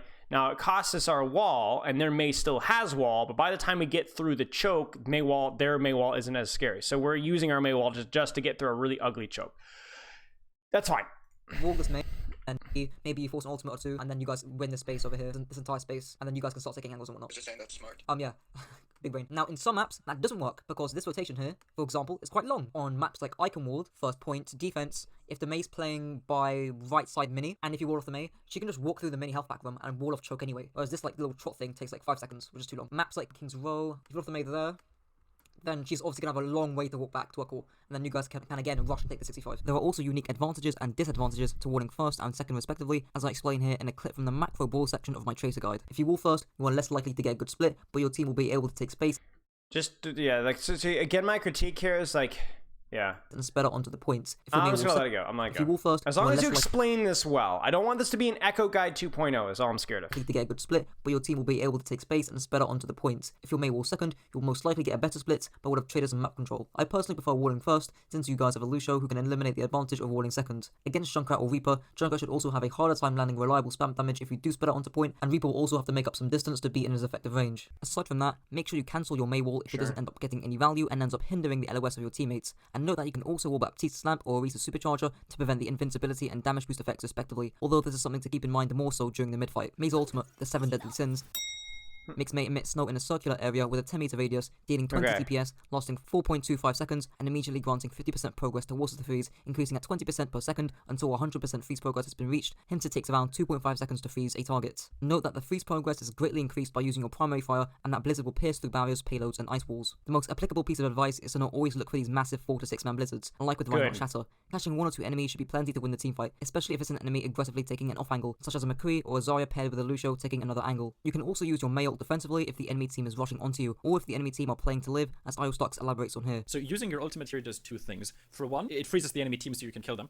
And 2, it means that the enemy team can't follow up. It's not just offensive, you can also use your ultimate kind of defensively. Because the enemy team has the immortality field and you don't, which means that the enemy team just like they can continue dealing damage. But because you just got your ultimate, you could use it. It forces out the Reinhardt because, you know, he can't really do anything with his shield. And even if your Genji gets picked, like with Mei ultimate, if the enemy team doesn't have Transcendence, you can still win the fight 5v6 if the enemy team is in a position like this. Like the enemy team is pushed up really, really, really far. Aside from that, You can kill through Trance as well, very easily with Mei ult. there's not too much to Mei ult. Now onto the final section of this video, positioning, playstyle, and composition. I would mention as well, like trying to Mei ult immobile heroes. I know that's kind of a forehead thing, but like, especially if you're going for a guy that's trying to like have a broad like you need to be able to track cooldowns if you can. Like if that Rissa has Fortify, if that Winston has Jump, things like that. Something to keep in mind. The biggest aspect of positioning with Mei, especially in war comps, is to know whether to stack on your Reinhardt or to split away from him. There are unique advantages with splitting, especially in the Ball Mirror, as Nata explains here. And then your Mei can either play at the core right, or it can be like split. So right now we're seeing the split example. If the enemy team, first of all, doesn't even scout the Mei, what they'll do maybe is they'll assume the Mei's at the core, wall off the core, right, walk through, and then your Mei will counter wall them, and then... If you want feedback, I will give you feedback. If you want your guide reviewed, I will review your guide. If you don't want it, then I will not do it. It is up to you. Since you walled second, right, your core will push through the wall and just kill them. When we're approaching this fight, we just need to understand that they're stacked and the Mei is stacked, right? We wall off their core and we push through. In this situation, it's still a bit scary because they can counter wall, so you just gotta care of that. But, you know, you could wall through and then you can push. Okay, and that way you're out of the choke, right? You don't want to be in here. At least in here, you're at a bit more space and you can push through. However, there are also some disadvantages, such as the increased risk of kiting from the choke that you are holding, hence having a D.Va split instead of a Mei would be more ideal, as Nata yet again explains here. In general, you could also just have, you know, your team play over here, right? And have your Mei stacked here, and maybe have your Lucio sort of chilling over here looking for a boop into your team, and then maybe have, like, maybe your D.Va off angle, right? Because your D.Va's got jets, they push D.Va, D.Va just flies away, right? They're gonna have to deal with a Lucio, core coming in here, they're gonna have to deal with D.Va there, right? Essentially, they're gonna have to get pressed by 3 different angles, and that's really, really, really annoying to deal with. Say you put your core over here, and you put your Mei over here. Your core backs off, your Mei is stranded. And that's why also when you do these split plays, you're sort of committing more on these chokes. You're looking to go harder. But if your Mei and core is together and you want to kite, it's safer because now you don't have to worry about it. The split where you sort of saw the core plus D.Va, right? In a situation, if your core is pushed, your core backs up, your D.Va just flies away. It's safe, right? So if you want to play slower and you sort of want to like live more, right? And you know that you might need to back up because the enemy team might ult or something, then maybe putting your D.Va on the side is better. Keep in mind that the advice I gave prior about walling the split of Mei can also apply to some certain maps. If you can't wall off the split Mei, then you should still try and rotate to flip the map by taking alternative pathing as mentioned prior, and then you can take angles to split focus from the enemy team. Now, okay, I'm gonna be honest. Like up into like that, you were pushing it with Natter. Like Natter's a good coach, but you're pushing it with Natter with like the split and having a D.Va off angle instead of a Mei off angle. Because I'm like I know you're saying you're trying to like cater to higher and higher ranks, but really it should just be Mei can split. Just keep in mind that you're an immobile hero, so if you split too aggressively or too greedily, that you can get pushed and run down. So be very careful about your splits. And then obviously Natter, I think, does a pretty good job explaining of like the Mei versus D.Va split, but still like, I don't know if that's necessary in a 15-minute D.Va guide or a 15-minute Mei guide. But then you do this, you pull this one on me, sucker. Right. About walling the split of Need to back up because the enemy team might ult or something, then maybe putting your D.Va on the side is better. Keep in mind that the advice I gave prior about walling the split of Mei can also apply to some certain maps. If you can't wall off the split Mei, then you should still try and rotate to flip the map by taking alternative pathing as mentioned prior, and then you can take angles to split focus from the enemy team. Now for like I understand what you're saying, but I guarantee you even what? Sorry, what was that? Like rotate to rotate away from the Mei to split off and then set up alternative angles. I think that was too much. I think that's too much. Or Brawl Poke hybrid Mei strategy on Blizzard World Attack, adapted from Soul Dynasty back in Stage 4 of our last season against the Dragons. Essentially, this strategy revolves around 3 mini self-sufficient systems that... I mean, you shouldn't flank as Mei, no, you should off angle as a Mei. You should not, like, most of the time you shouldn't flank as Mei because you're too slow and you don't have very good range. But you can off angle, you can do a slight split, yeah. If one goes down, the other two should still be... dragons. Essentially, this strategy revolves around 3 mini self-sufficient systems that if one goes down, the other 2 should still be functional. The first and most unorthodox of these systems is the Mei Sigma duo that will path close side to wall up against the high ground adjacent to point, taking a unique and aggressive angle that will draw a lot of attention from the enemy team. This attention baiting nicely leads me on to the second system, which is the Ashe Mercy. Since the majority of the enemy team will be looking at the Mei Sigma, Ashe will have a free shooting range onto the enemy backline. The third and final system is the Reinhardt Baptiste. Simply put, you two are just here to apply frontal pressure and take space when the enemy frontline starts to back up. Baptiste also has good LOS on the other 3 systems with his exo boots. On second point, the same concept still applies with Mei and Sigma splitting from the core and contesting high ground, with Ashe Mercy perhaps rotating into StarCraft early. On third point, again why are you telling me this? I like split from the core in order to try and make this rotation unscouted, providing a powerful hard flank that can split focus easily. The biggest counter to the strategy is Tracer, who can quickly clear and are you trying to teach like something to try and comp on a specific map? I'm just confused. Test this angle easily, particularly before even reaching the angle. In this case, you just split late and fast when taking your angle, and squishy heroes such as Baptiste, Mercy, and Ashe should maintain LOS for as long as possible. Now for an offbeat, weird composition that if you're really wanting to play Mei, this may be useful to you. This composition is basically the Ball Tracer Echo hybrid, but instead of an Echo, you run Mei instead. Simply put, you want a wall of rotations that the enemy team makes. For example, this rotation into cave can be split off by a Mei wall, giving your dive crew, i.e. the Ball Tracer, clear targets to focus. As normal, the dive crew should come from different angles, and your backline, i.e. the Sigma, Mei, and Zen, should have LOS onto the targets as well. Well, that's it for the guide. If you enjoyed... I mean, I just feel like I would like it more if you talked about playing Mei and Brawl, Mei and Spam, Mei versus like different tank lines. I feel like that would be better, because you did that way back in your earlier guides. I feel like maybe not even going like how to play Mei with Ryan Zarya, how to play Mei with Ryan, how to play Mei against Winston, how to play like just I'm not sure like what I'd fill the space with, because you still have like you have an extra 90 seconds there, but I don't know, like listing off a couple of compositional ideas, some of them from Overwatch League with like talking about how BAP plays and how the Ashe Mercy play, like I don't know. I don't like the guide itself. We'll see if this works. B. Good guide. That's good. I liked it. Hey, it worked. Sick. I just think you can still, again, I just don't know your audience. I feel like this, I just feel like it's splitting off from like what originally made your guides more popular. Not more popular than this one, but I'm saying like what initially got your guides good, because I feel like you have brought very basic explanations, but then you brought some advanced stuff into it, and now it feels like there's just more and more advanced stuff leading into it. It's kind of harder to follow, but it was good. It just feels like you only have 15 minutes. I feel like there's other things that I would prioritize. Also, there was a sub earlier, and I did not even think so. Who was the sub? It was during the coaching session. I hate missing subs. I feel silly. Daddy Phils. I don't even know if Daddy Phils is even in here anymore, but Daddy Phils, thank you for the sub. I appreciate it. Okay. Yeah, you try to explain it as simply as possible. I just don't think, like, yeah, you do fine. I just don't think that it's not. It's like I just don't think you need it in there. Is what I'm saying. I just don't think you need it in there. That's my point. Okay, I have some exciting news. We are going to finish the flippin' open scrim, which I so irresponsibly didn't finish because I had something IRL. And the best part is we have only 2 maps, I think. Yeah. Yeah, the video is good. Just don't compliment him too much, because it goes straight to his head. His head will go, and then you're screwed. Then you're really screwed. I'm actually gonna post that I'm analyzing this. Finishing up the user in New York Excelsior versus Green analysis. All right, let's slap this mama.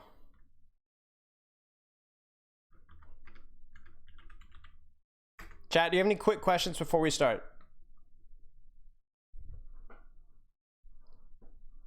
Any questions before we start?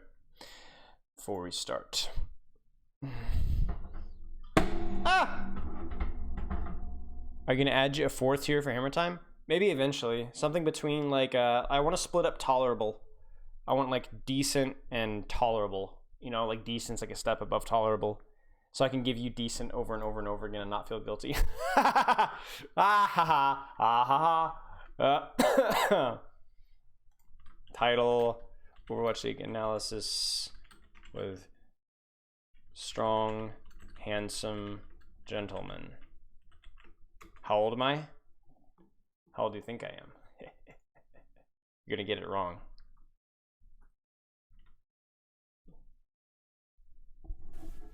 Hey, Marble 25. Thank you for the sub, mate. Thank you so much for the sub. 328. 26. You thought you were 45? Yeah, screw you. Screw you, man. Screw you. Okay, let's do this, chat. Let's have some fun. Okay. Let's go. 위도를 계속 들고 오네요. 뭐 아직 모르지만. So this is the New York Excelsior versus the Guangzhou Charge Open Scrim Overwatch League, and we went over some of this on Monday. Now, the main takeaways were this: that Brawl and Double Bubble, depending on the map, seem to kind of be the way to go. And this is surprising to me, like some of the goofier Brawl comps that we're seeing being played, considering we're expecting, hey, it's Asia teams. They like Winston more. They're better Winstons. They're going to be playing Winston compositions more often. Now, for those of you guys that might not have watched Overwatch League analysis, don't worry. When we do this, we make sure that we explain things relatively simply. Some of the stuff I might go over a little bit quickly, but I take pride in attempting to explain things in a way that explain advanced concepts in a simple way.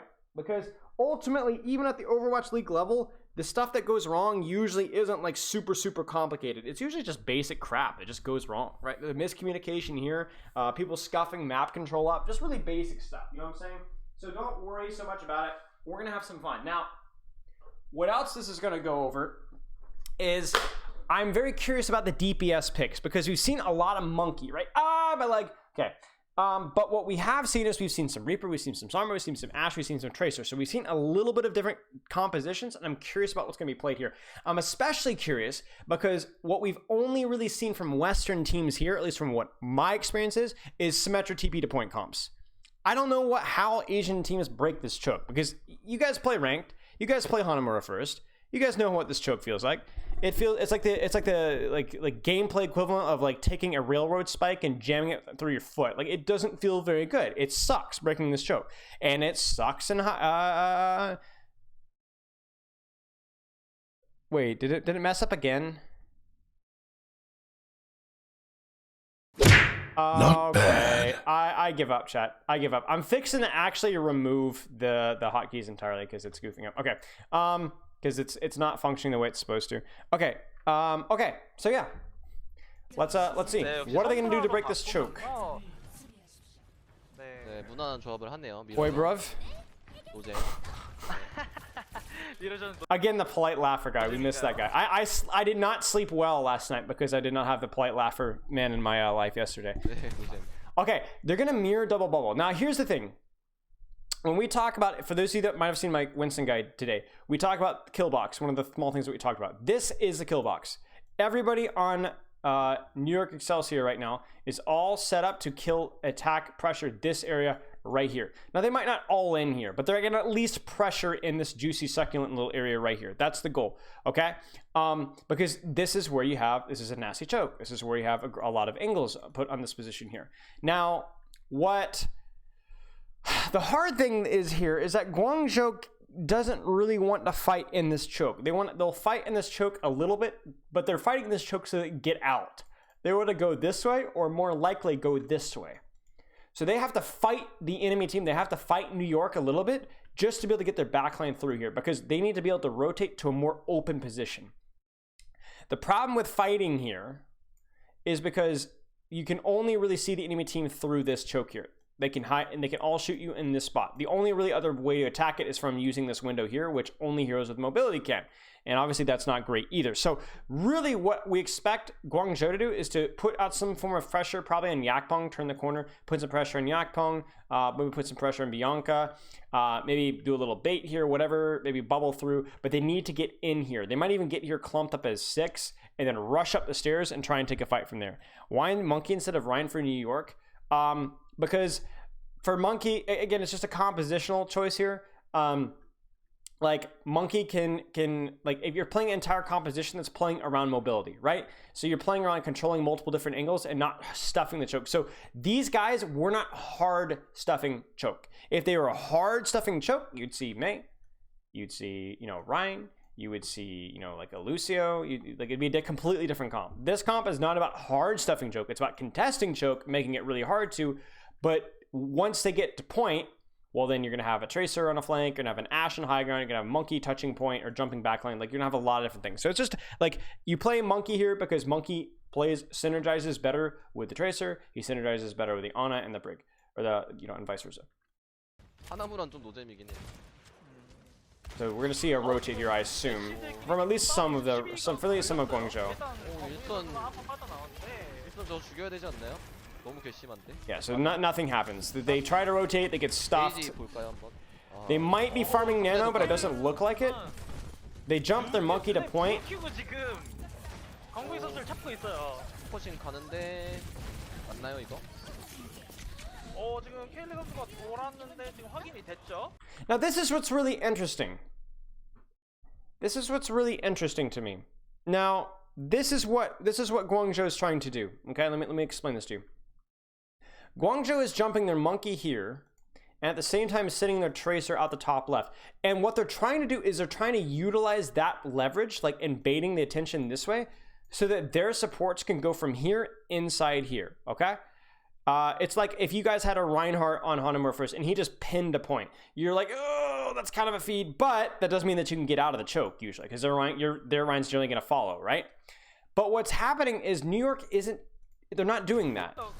New York isn't, they're just kind of standing on the choke. They're not hard peeling. Like this jump right here. He's on point. They're not even, they're shooting a little bit at him. But do you see how, like, the tank line? Do you see how Bianca, and they're not chasing the Winston back here. They're stuffing choke. They know that they cannot let these guys rotate. They cannot let these guys rotate. They keep the Ana and Brig stuffed, and really the Zarya as well, stuffed in the choke. They don't care. The Monkey on point, honestly, you could just go send, you know, Feather. Send Feather. Feather on Tracer with maybe an armor pack and go shoot the Monkey, and he can contest point and deal with that. Don't worry about it as much. But they have to somehow stop Eileen and Rio from getting through, or from getting value from what they do. So really, they stuff choke. They do not let them out. To be honest, I don't think you can stop Eileen from rotating though. So, well, maybe it looks like Feather's chasing. No, Feather's not.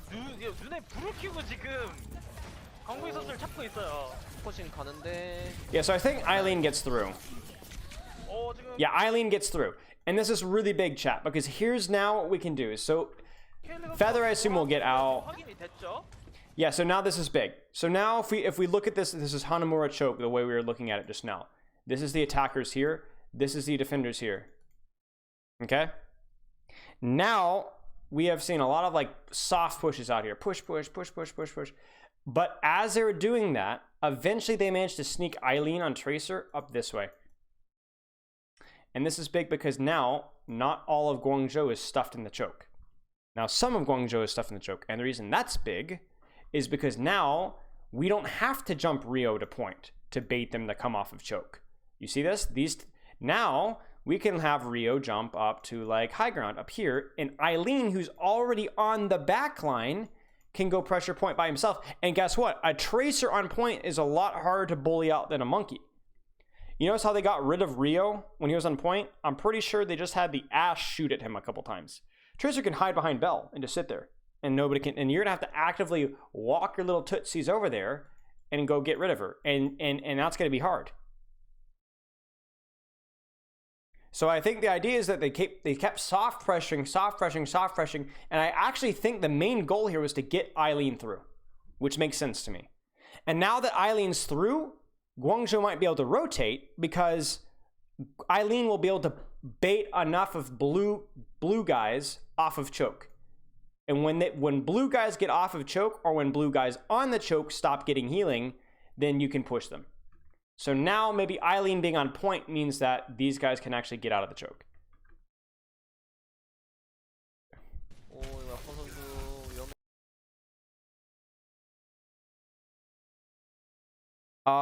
Yes, Elindial. Yes. It's the megas, yeah. It's very hard to push. And also you have to think about where Guangzhou is positioned as well. Because if you look at where Guangzhou is positioned, Guangzhou is sitting on the high ground here. So if Tracer comes here, she's going to either go up high ground and run into these guys, or they're going to drop and chase her on low ground. So this is further away from backline. If you saw Friday and Jonak over here, Eileen on Tracer would probably not go this way. she'd probably run away and go this way.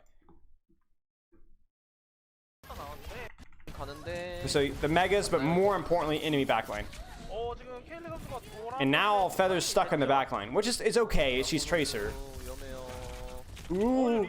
Oh, did you see that, chat? Just as we predicted. Eileen's high ground, and then what do? They also send their monkey on the high ground as well. And now Yakpung's out. Very patient. Space created. And now they go to point. Do you see this, chat? And what do you instantly see what Guangzhou has done? They've burst out of the choke. They've seen monkeys jumped out. Now is our opportunity to walk out of the choke. And you can take this to ranked. If you see enemy monkeys jumped out and you still have some of your cooldowns available, that's your chance to push up because you know he's not going to be jumping on you anymore.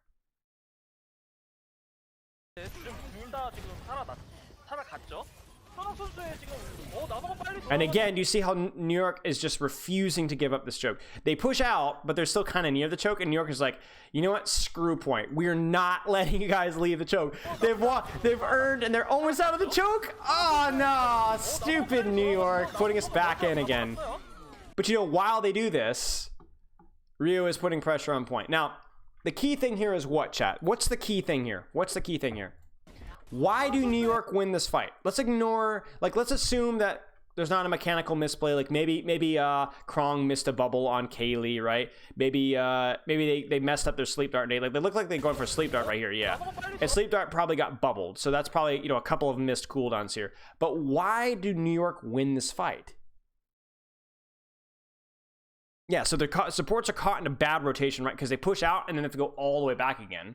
But even more importantly, what was used there? Did you see what was being used?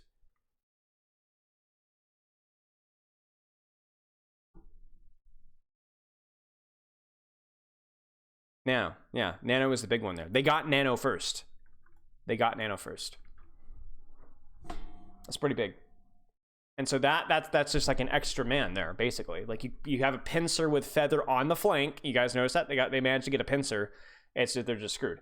Updating the partnership yet? So they responded. They're like, "Hey, you're doing a great job, but you're gonna have to wait and reapply in 2 weeks." I'm like, I met the parameters, but they didn't give it to me, so I gotta wait 2 weeks. So that's sad.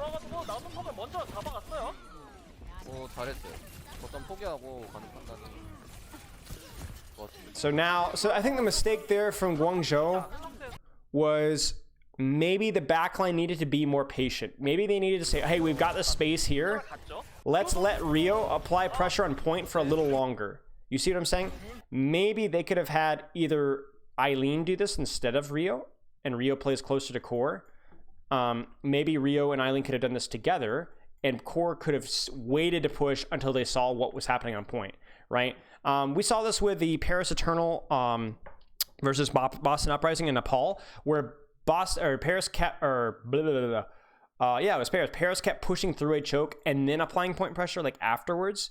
And then they're like, okay, well, we can just ignore point because they just started capping. We're just going to run you guys on main. Instead, you should go to point, get to like half a tick, and they start to contest you, and then you push out of the choke. Because then they're like, which one? This one, they're like, okay, we've got a full like 5 seconds or so before we even give up a tick. We've got 5 seconds to push these guys.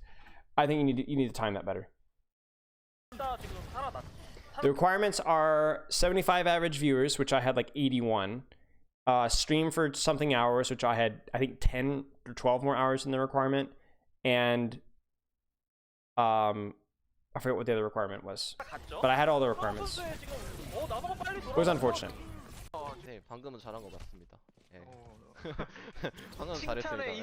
Now this is why Hanamura sucks, because you've spent all that time to set up a fight, honestly chat, like all that crap to set up, and then one nano boost and one mistake, and you start all over again. You have to fight stat by stat by stat by stat by stat just to get back to where you were. Now you do have nano, but yeah.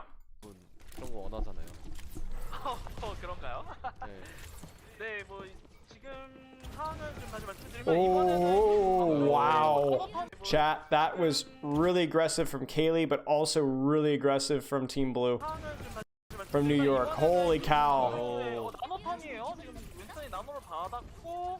Are they gonna be able to peel off the Nano Monkey though? Because as we speak, 다시 말씀드리면 이번에는 광저우의 나노턴이에요. Yeah, so this is just too early from Kaylee. Like, we've seen Kaylee consistently get split too early. We saw it on Eichenwald. Just he needs to wait. He needs to wait. Again, I forget who. Like, you go through the choke, and then you go, and then again you feed off of your tank's aggression as a DPS. DPS, especially if they're not mobile, like we can't do this before your tanks even dive. You're just gonna get poked out, which is exactly what happened, or you're gonna get dove. This is just silly. So good. I mean, great dive from New York, but like now is when Kaylee should jump, because the follow-up is just gonna not likely to be there. Not likely to be there, because the monkey's not going to get healing, the tracer's not going to get healing. The monkey will start being poked before he even dies. Like, there's just a less chance of this working. New York is doing it. Let's see how New York peels off this nano monkey though, because like you got nano monkey right here. 나노를 받았고 버티고 있죠, 딥나인. 네, 버티고 있죠. 잘 버티고 있어요. 좀 있으면은 이제 저희 재웠네요. 돌아와요. Just there's no pincer there. There's no tracer pincer, so the nano monkey doesn't do anything. 류호 선수 Like, this is why, if you're just like, listen to me, chat. If you're just going to nano monkey in, you either need, if you're going to nano monkey in, you need your DPS to either to be in a position to flank and pressure the enemy team at the same time, or if nobody but your monkey is in position to push the enemy, then your supports and backline needs to get their fat bottoms in gear, because you look at this and you're like, okay, Rio doesn't get any kills here, but he baits a lot of attention and he wastes a lot of time. You can't afford to have this happen. This is an unforgivable mistake, because again, Rio doesn't get a kill, but a lot of pressure, a lot of time. That's bubbles, that's armor packs, that's nade, that's sleep. That's a lot of attention and time, right? And it's all thrown in the trash because Kaylee goes too early and Kaylee feeds. Like, you just can't do this. Like, because that's, again, another ultimate. All of Rio's work back here is completely wasted. 재웠네요. So Guangzhou's execution here, timing-wise, has not been great. Timing of the point pressure, not great. Timing of the point pressure, not great. Timing of Kaylee's peak, not great. 알려준 게 저기 때문에. And obviously we're doing this without a replay code, so we assume that there was some sort of misplay on Mandu and Kariv's dealing with Nanomonkey on the enemy side, but yeah, we won't go over the micro misplays. 내가 해도 저거보단 잘하겠다 시전. 그런 건 아니면 제가 알려준 건. And really, like, 저기 때문에. let me look at this again. 아쉽네요. 이제 내가 해도 저거보단 잘하겠다 시전. So what should be happening right now, chat? You've already seen essentially two team fights from Guangzhou. What should you break down for me? What each member of Guangzhou should be doing right now? What should Kaylee be doing? What should Eileen be doing? Krong, Mandu, Kariv. Break it down for me right now. What should they be doing? Type it up. This is a good exercise in understanding double bubble. If you guys want to be able to watch, because we got Overwatch League in a month. Less than a month, I think.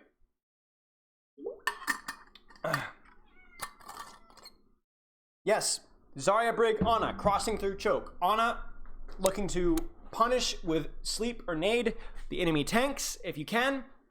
Anticipating a counter dive. Zarya Brig pocketing her tracer, pocketing her DPS, looking to proc Inspire. Zarya looking to get charged and pressure the enemy tank. Kaylee looks to peek, right? Coach Gun go for that aggression. Tracer looks to break through choke. Maybe look to duel the enemy tracer. Kaylee Offingall, force point. Yes, stuff needs to happen now. Now, whether you're going to go in and push the enemy monkey, whether you're going to push the enemy tracer, whether you're going to pressure point, whether you're going to go look for a quick blow up on the enemy Zarya, I don't know. But something needs to happen. Push into a better position. Exactly. Right now, something needs to happen. You take a duel, you peek, you look for a cooldown, you look for an ultimate. Like, something needs to happen now. But obviously, New York, they could do the same thing too, right? This is what we want them to do, but it doesn't necessarily mean that's going to work. Both teams really know what the enemy team wants to do, so it's just going to be execution at this point, right? Like, if we look at what's happened so far, we haven't lost fights because Guangzhou had no idea what to do, as Guangzhou mistimed it. They didn't execute on it properly. The point pressure was too they pushed out a choke too early, right? So like right now, Feather's not mirroring Eileen, so Eileen can go wherever he wants. So it's really going to be interesting to see No. So what here's my thought process, Mentos Fruit Core. Whenever you have map control, in other words, whenever you control all the flanks and angles and the enemy team is pushing through a choke, right? They have map control. Guangzhou's sitting behind a choke. I want you to match ultimates. I do not want you to kite. Because then when you kite, I think the map control is so important, it's worth committing ultimates to hold. In other words, Rio's primaling. You know, here it comes. The primal's coming. Everybody with like a blind man can see this, right? So I don't want you to just be like, oh, just survive the primal, guys. Hopefully it will work out okay, and then we can ultimate afterwards. No. I want Yakpeng. Okay, they're going to push out of the choke now. Well, I'm primaling too. Screw you. You're not getting through the choke. I want Solo Grav the monkey. Maybe not all of them at the same time. But I want to trade ultimates. But my ultimates are always going to be better because my ultimate started when we were holding the choke. We have the map, so whenever you use your ultimate, my ultimate's better. Think of it this way, chat.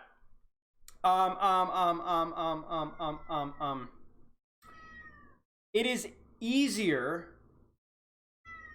No, quit whining. You see how awkward this engage was for Rio? Like he like you see this? You see this like because Rio wasn't like because Rio's not like set up really great. You see how awkward this engage? Like he's already like half HP as he's engaging, right? Because New York had the map. He was off, in La La Land. So this primal is going to be forced earlier. The bubble is going to be forced earlier. So his primal is going to get less done. Yakpeng's primal is going to be better because he's going to wait for them to walk out and then he's going to go boom right in the giblets.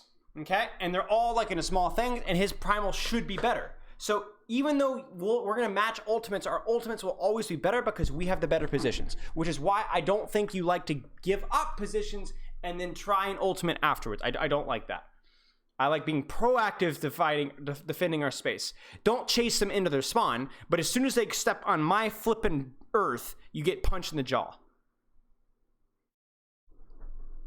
Exactly, Mentos. When we have the better map, and if we both grav, but we're on high ground and you're not, we win. That's the way I like to look at it. If we nanoblade, but my monkey's dropping on your backline, and your monkey's having to die from a million miles away, then our nanoblade's probably more likely to follow to win. Why give them any advantage at all? Just mirror ultimates. Start building the next one. So I'm curious to see if we're going to see any ultimates here. This feels like a mistake. This feels like a mistake. I don't see Red really pushing all that much at all. Again, it's really hard for me to see, but Red is very passive right now. Guangzhou is very passive. They're not. It doesn't even look like they peeked through. Like I'm looking at Yakpeng's HP. Yakpeng's HP hasn't budged this entire fight. You see this? It hasn't budged. They're not even pushing through choke. Rio is legit primaling on the backline, and they're standing AFK in choke. Now, obviously, again, you're expecting them to match ultimates here, right? So Guangzhou can't just go, hey, we win the fight. Rio is primaling through choke. But they at least need to force primal, right? This is weird. Tell me you're American without telling me you're American.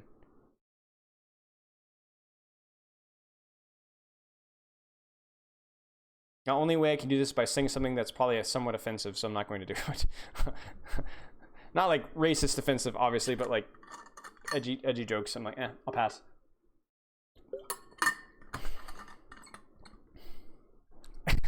That's American. Okay. Ron Paul 2012. There you go. Okay. Interesting grav. I'll be honest, interesting graph. I mean, a kill is a kill, but you got to see like how it's like again through the choke. Doesn't feel great. I'd prefer them to be a little more patient, like match ultimates, but they're not even pushing through the choke, so you don't need to match ultimates. As for the name EU countries, I'm pretty good at EU countries. Slovakia, Czechoslovakia, Yugoslavia, and Philippines. Okay.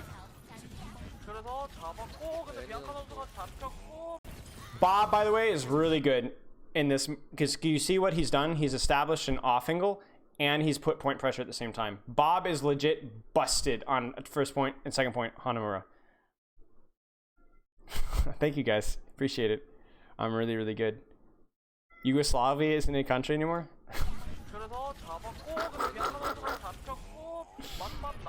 What is this? This is just goofy, man. This is so. Here's what we've seen. Rio is completely desynced with his team. Completely desynced with his team. Really questionable Grav, because that was a lot of cooldowns used for one kill and threw a choke on an Ashe that wasn't aggressive at all. Like, the Ashe is, if Ashe is standing here, you don't care. When the Ashe comes through here and Zarya comes through here, that's when you care. But they managed to force themselves to go through a choke, which is going to feel really bad, as we see here, because it costs bubbles, it costs blinks, and it costs Winston bubble as well. Somehow Bianca dies to a pulse. We don't know what happened there. That might just be a mechanical play. That's just scuffed as all get out. And now we're blowing a lot of ultimates. And now we're nanoing? Boo! Boo! And I repeat, boo! And I'm telling you, so this is the problem. When things get messy, okay, chat, I have to feed my stupid cat. She's not stupid, I like you. But what's wrong? Why do messy fights favor, that's the word, Guangzhou? Come here. Come here.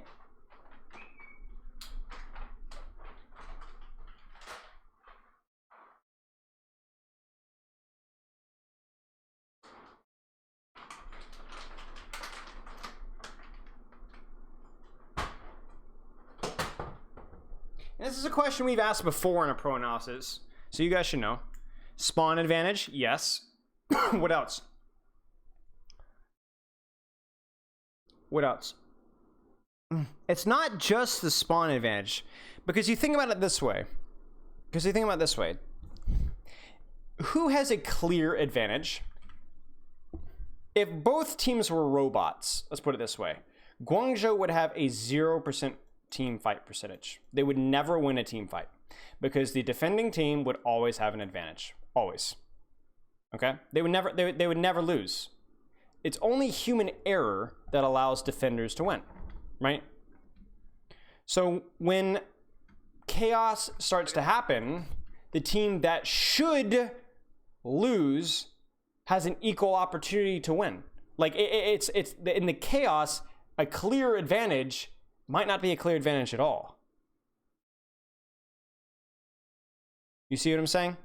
Like New York should never lose, but then chaos starts happening, and in the funkiness, the advantage they have might not be there anymore.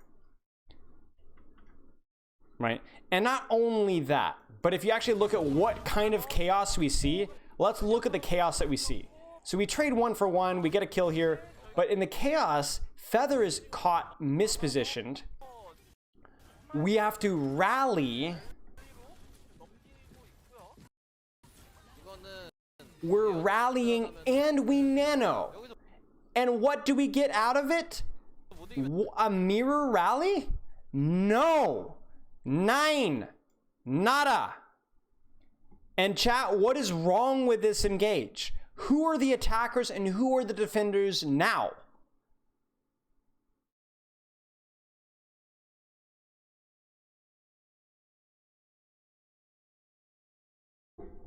Oh, we gotta change the VOD. Chat, I'm gonna do that actually right now. Who are the attackers and who are the defenders now?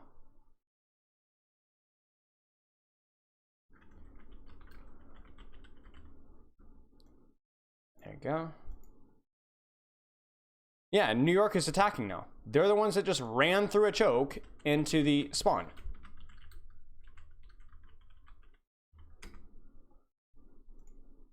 It's no good. It's no good. I think this is a mistake. It might be because they think that they're trying to bail Feather out, but this isn't worth committing an ultimate for. Certainly not 2 ultimates. And Eileen was dead. In other words, the enemy Tracer was dead, so there's really nobody that could go chase down Feather in their backline and kill them. This is a mistake. This is a mistake. New York should lose first point now. They should lose first point. Because even if they don't die here, that is all of their ultimates. And now they've just created chaos. Chaos is that's going to and yeah, like that. It's over. It's over. Even though the man even, it's over. 우리가 이긴다? 그건 그거대로 이상한 거예요. Like there's nothing. I don't even need. We don't. So like a lot of the time, 이상하네요, 뭔가. we want to analyze things advanced, right? 이게 아닌데. Please tell me that New York doesn't hold on to this, do they? There's no way. 아직 진거 같은데. 뭐지? 아, 네. They eventually lose. Okay. It's chaos, though. It's chaos. Let's look at this. Okay, so New York does eventually lose off of that, but it takes a long time. Mostly because somehow Eileen dies? What? So Eileen's on back. Eileen gets slept. Again, this is a mistiming. Chat, what's wrong with Eileen going in right now? 그거대로 이상한 거예요. That's not wrong, but like 더블 필요도 없는데 우리가 Eileen is on the backline right now.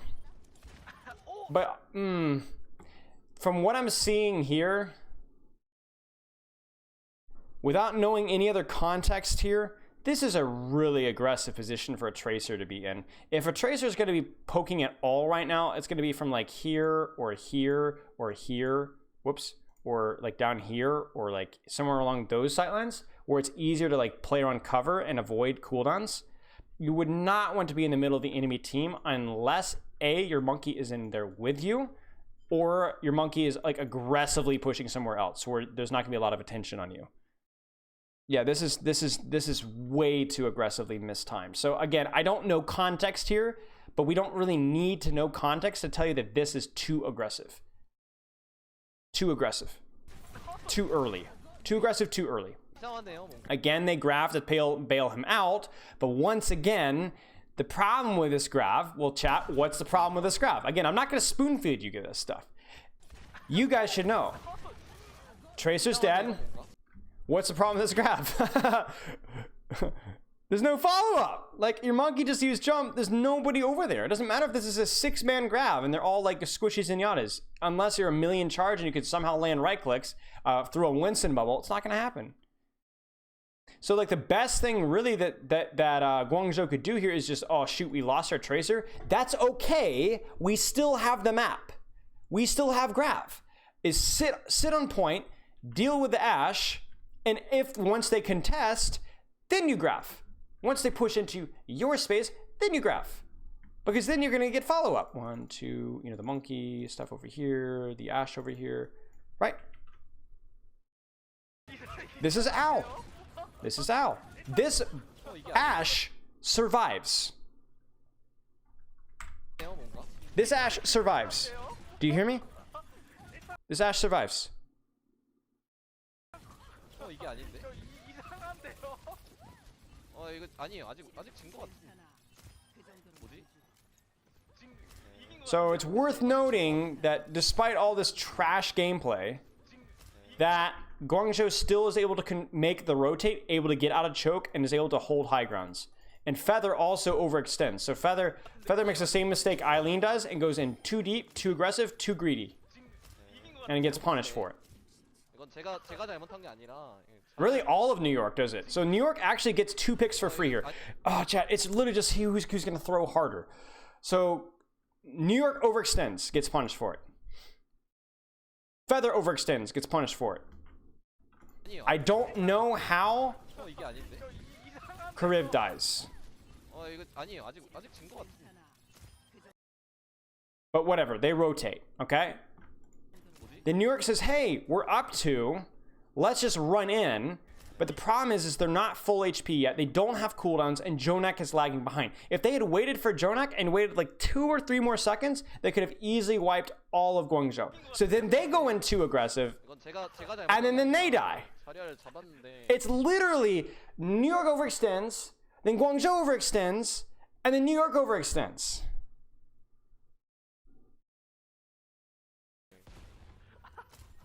It's all about overextension too early and playing around your space. Because even now, like, there's a trade. Like if they had just waited for JJoNak, there's 0 chance Yakpong dies. They clean this up, easy peasy. But now Yakpong dies. Zarya might survive. Even if Zarya doesn't survive, Guangzhou could just walk through the choke because all of New York is in spawn. There's only 3 of New York here. Look, here comes Guangzhou. 3, 2, 1. Here comes Guangzhou. Bang. Not even waiting. 이거는 캐리병이에요. So, I mean, we don't have to understand and go over micro details to the fundamentals. We can talk about how Tracers were splitting a lot. Ashes were synchronizing pressure on Winston's, or should have. Zaryas were oftentimes split with supporting backline or pressuring the enemies. Like, did you notice how Krong was on point? Did you notice how Mandu and Kariv were split once they got past the choke? Did you guys notice that? They were stacked getting through a really bad space, but once they kind of got out and got some space and air and they could see the enemies, they started to get a little bit split. Obviously not super split because you still need to armor pack and they might still need to bubble and pocket, but they were able to split a little bit more once they got safe. You gotta see what I'm saying, chat? You could start to be more aggressive and get a little greedier once they got out of this choke. Right? So there's lots of little things that we can understand, and we can pull away from this from understanding double bubble. But the main reason why these team fights are being won are due to really big, and really the last big team fight was just simply overextending past your space. Instead of stabilizing and then pushing, stabilize and then push, and sometimes just not pushing at all. That sleep was kind of sus. Potentially, yeah. Oh, I didn't have nade yet. Why didn't he have nade yet? What did he use nade for? He used it to get a brig up that he never even did. I don't even think the nade hit the brig. No, it didn't hit the brig, chat. I don't think it hit the brig. That's unbelievable. If that nade hits the brig, they win this fight. Because they keep the brig up. And this monkey cannot pressure this this dear Ana. That's so funny, chat. Look, that's just unbelievable. Little things, man.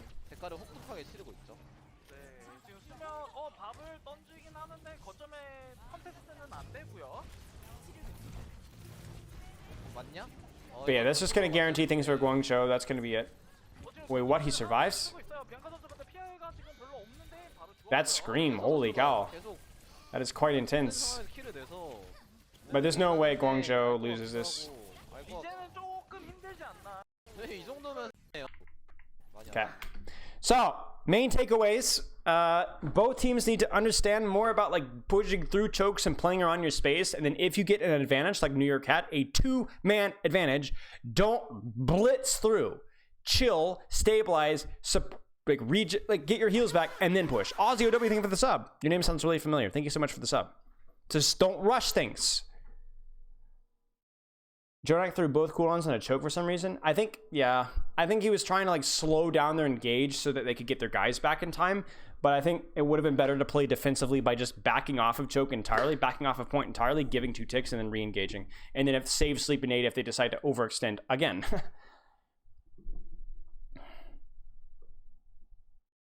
To grab the monkey there. I think I think the reason why they didn't grab monkey there is because I think he thought the light fight was probably lost.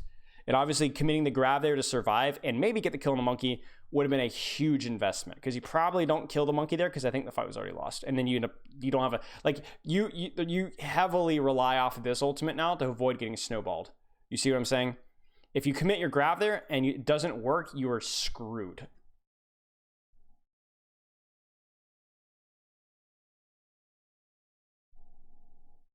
You had to pay Q&A session. No. Oh, wait. You're the main support player, right? Childish Chappelle, thank you for the sub. Are you the main support player? I remember you. Hope you're doing well, mate. Okay. Alright, so again, controlling the map. The kill box is going to be one of 2 locations. Either it's going to be this choke right here, or it's going to be on point. Now, some of you are like, wait, no, it's high ground, right? Right, high ground. Well, here's the thing with high ground. The problem with high ground in this comp, on the grind, sick, good luck. Actually, you know what? I want to go over a custom game. Chat, I want to pull up a custom game. I think this is important. Because Hanamura second is a weird point. This is going to YouTube? Maybe, yeah. I generally don't edit these things too much because it would take too long. Hanamura second is a weird point. Now we're going to talk about this because You're like, oh, why don't you just hold high ground, stuff high ground? So first things first, chat, always avoid going down main if you're on attack, first off. So most teams are gonna have, because you end up getting shot from like high ground here, from over here, from, you know, over here, from over here, from high ground up here, right? So most teams are gonna clear high ground. So you're thinking, okay, you guys probably play ranked, and a lot of the ranked games you play, you guys probably stuff high ground up here. Maybe you guys have like an angle over here, right? Maybe you guys have a DPS over here, but most teams stuff high ground. Now, the question is why would they not stuff high ground here? Now, there's a really important reason for that. You need to find a balance between stuffing chokes, but also having good positions for your Tracer, for your Ana, for your Ashe, etc. If you looked at first point, did you notice where the Ana and Ashe were? The Ashe was actually on high ground here. Now, what's interesting about this is the fact that Ashe doesn't have sightlines on the choke from here, but she's still positioned here. Why?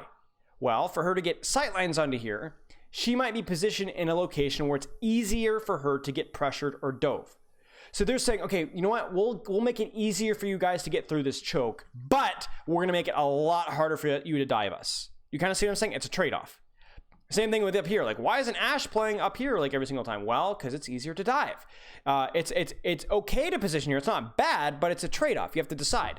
So you go to second point, and there's the same kind of concept. It's like you want a position where you can stuff a choke, but you're also a little scared of getting dove. Because if you could go, okay, Ana Ashe, just play right here and like smash the choke. Yeah, but if they walk through the choke and grab, you're going to get sucked. Ana Ashe are going to get sucked into it. You see what I'm saying?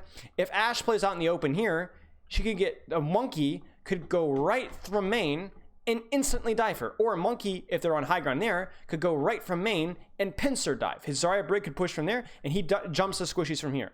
So what we'll probably see New York do is they're like, okay, probably the best places for us to position, at least early, are somewhere back here, at least with an Ana and Ashe. So then you're like, okay, well, can we stuff high ground anymore? Because our Ana and Ashe can't see anything up here, at least not very well. So you might see holding high ground.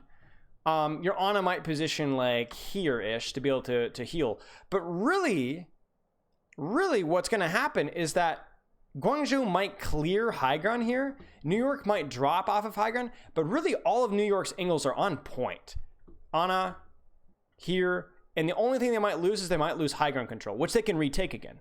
They can walk back up the stairs once Guangzhou drops to contest point and start to fight for high ground again.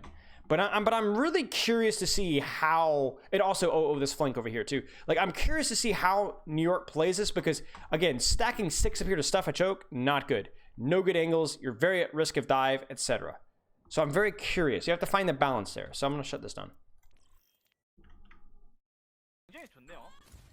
So we'll see this. We might see, like, we're seeing Jonak and high ground right now, but do you notice how Ashe is back here? And you notice how the Tracer, our Tracer is not even, she's not even going to pressure the enemy backline. She's preventing her Ashe from being pressured. She's preventing this Tracer from touching point. She's guarding this area of the map. If we can keep all of Guangzhou on this side of the map, then this Ashe is not going to be pressured as much.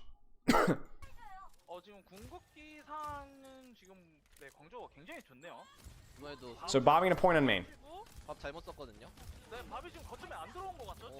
And once again, what's the issue, chat?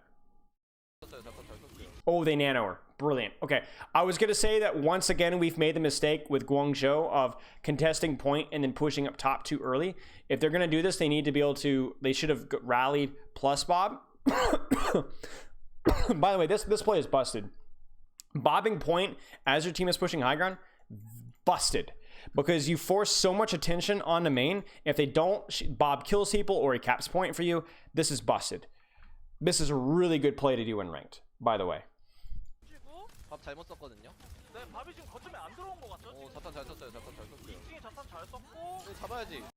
Huge whip shot by Friday.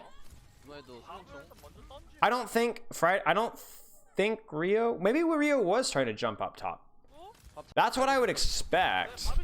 He bubbles the Bob. Oh, no. We got it, chat. We got it.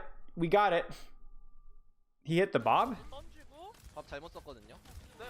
Wait, what?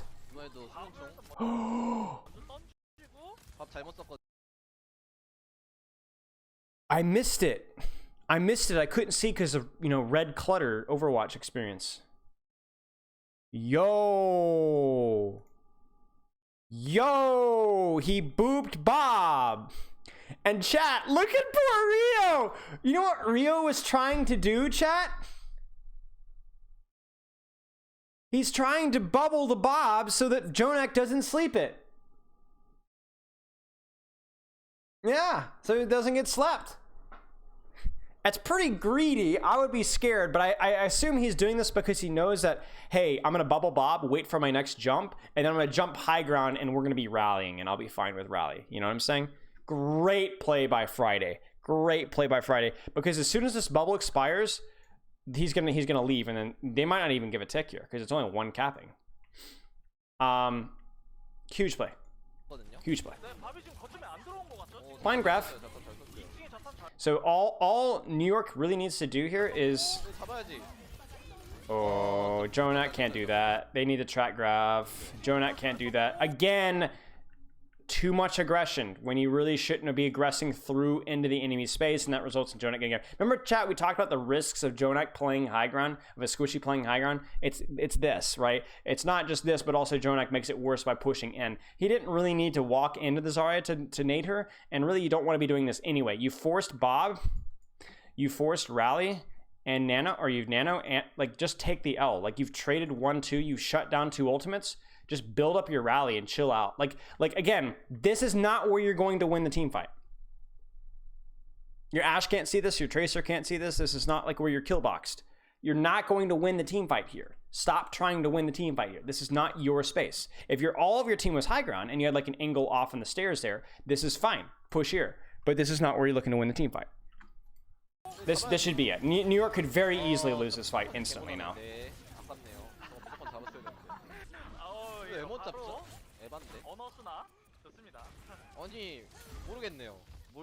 Kaylee again gets split too far. So I'm just curious, where is Kaylee? So Kaylee really should be right now up here. Peeking this here. Okay, in other words, like you see this wall here, peeking high ground. So Kaylee will bob from main, play main, and then we'll look to walk up and coach gun up into this window towards her core.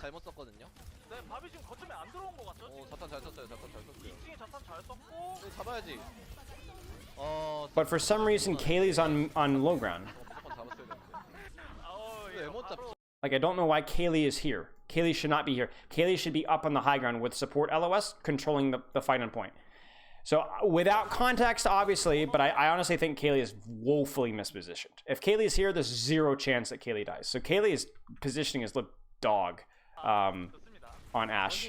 On both Eichenwald, a little bit on Gibraltar, and on this map in particular. Because that's a big trade. Probably not going to pay off, but like in Overwatch, like these people are so good at stalling. Ooh, that's a big pulse. Yeah, unfortunate. Kaylee's feeding though. Kaylee is feeding. So, big plays by Guangzhou there. Really, really well done with the Bob bubble. Unlucky it got booped. Great play by Friday. Kaylee fed.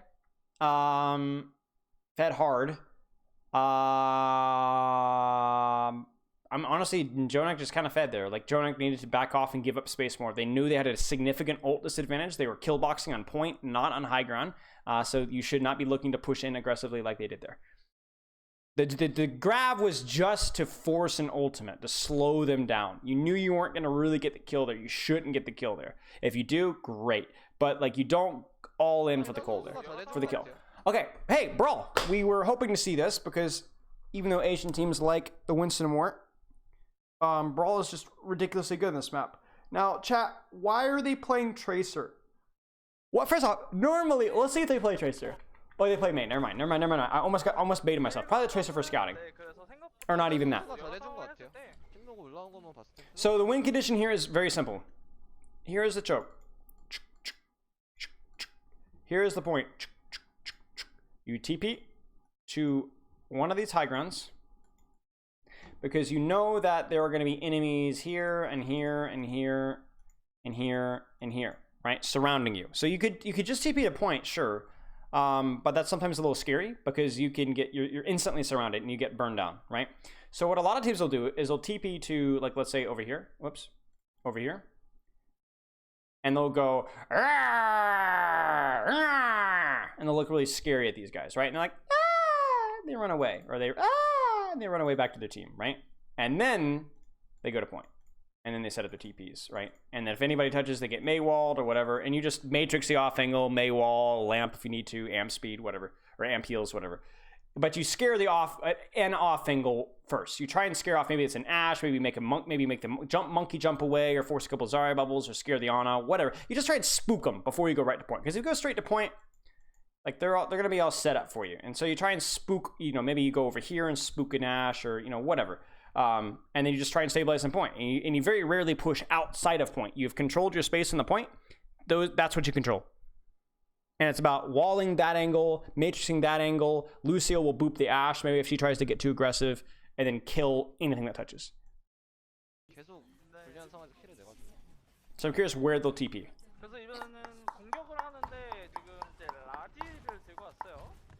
Because I do think this comp can beat this comp, but I think the execution has to be extremely high.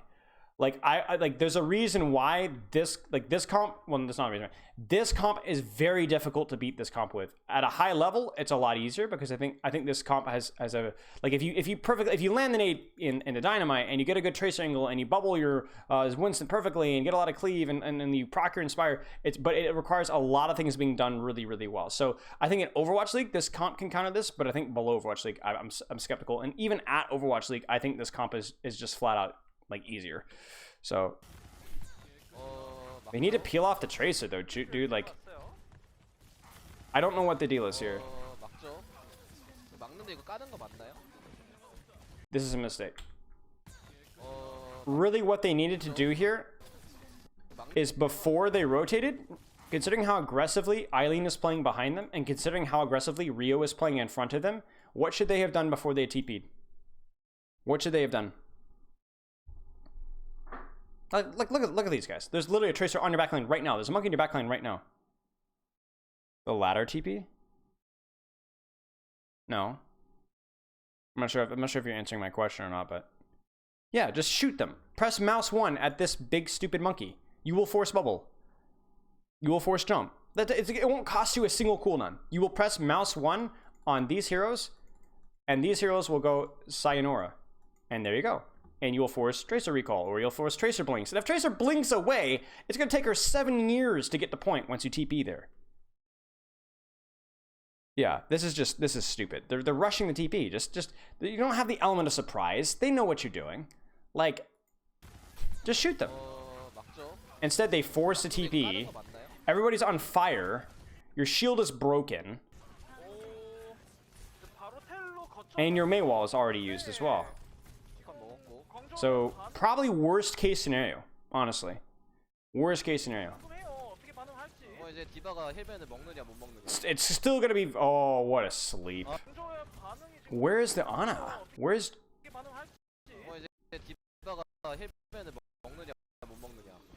Oh, I see her, chat. I see her. Right here. You can't even see, I don't think. But that... No. Right here. Peek for the sleep dart. Perfectly timed. We'll see a nade coming in here soon. But yeah, like this is. Do you see how what I'm saying, chat? Like, this comp is just like they scuffed it up and they still just easy TP. They didn't even clear an angle and they still just like 2 ticks instantly. Wait, did they get the nade?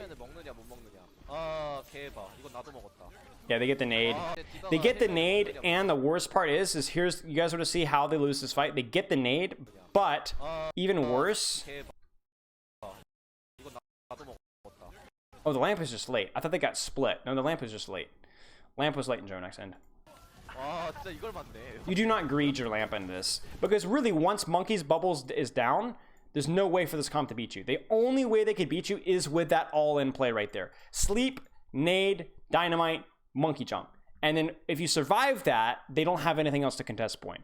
Like against double shield with like a Mei or like sometimes you'll see like Arista Sigma Mei Ashe comps in defense here. Those comps, you have to be a little bit more careful with how you use your lamp, because Arista can touch point, you know, Sigma can barely touch point, their Mei can touch install point. They have a lot more consistent heavy spam. This comp has all in, and if it doesn't work, they fold. They fold.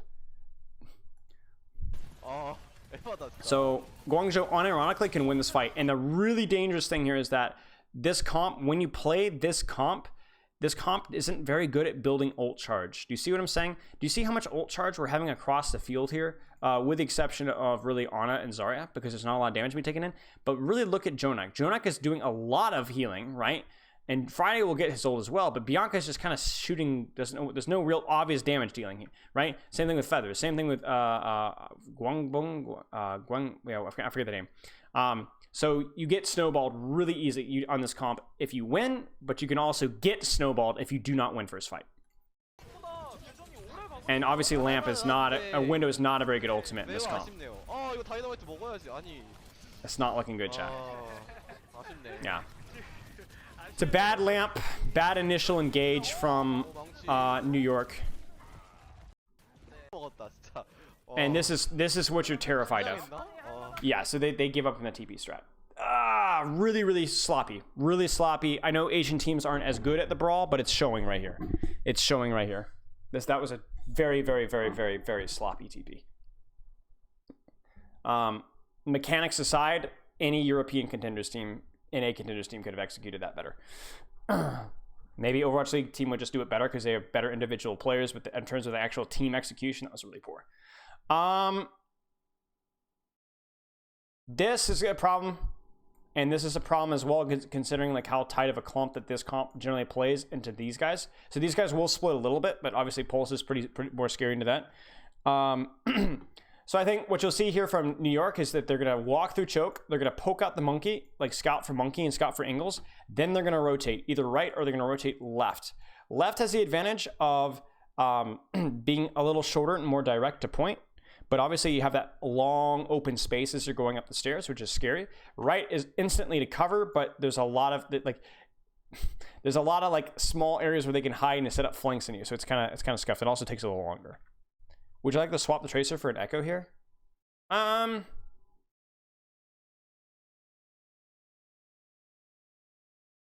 Yeah, maybe.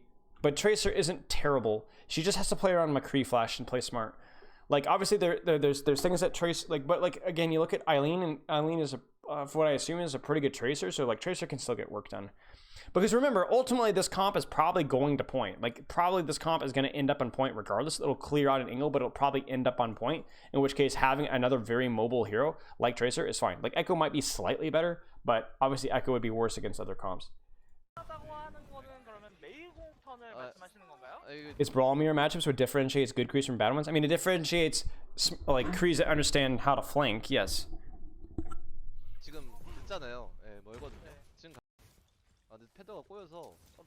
Wait, what? They go back to Symmetra? I think they realized that they'd killed Zarya and they just go back Sem. They have Mei ult somehow. Feather built up a lot of ult charge at the end there, chat. How? A lot of ult charge. Wow. Okay, let's try it again. They might just TP straight to point if Zarya's not there, but let's see if they do it something different. Okay, they do. They clear it an off angle. Good. I mean, that alone, right there, is worth the extra time. The problem here is that, yeah, you have your male, but they have Bob and Pulse and Rally, and they'll be close to Nano as well. So, I don't know. Ult advantage, compositional advantage right now, in my opinion. So I'm a little concerned. I think for Friday, you have to build the speed. Like, you got to get the speed ASAP. You're going to force Mail. Ooh, no lamp. That's huge. Pulse used and no lamp. Okay, this is better. This is better. More patience. Clear out the monkey. Once Bubble's gone, you're done. Honestly, kite. Get out. Out. Yes, this is better. What was that? Blizzard. What on earth? Honestly, Feather needed way more support than he was getting. Like, they need to deal with this Tracer. Why is he not getting help here? They need to be AFKing. I wouldn't even shoot Bob. I would just kite out. Because if you use Pulse and Bob, you're going to build up your beat while you're waiting. You get rid of Tracer, and then you can push here. Like, I feel like Feather needs to get Tracer dealt with here. That Blizzard is insane. What? Come on, brother. They grab in. Chat, where does that Blizzard go?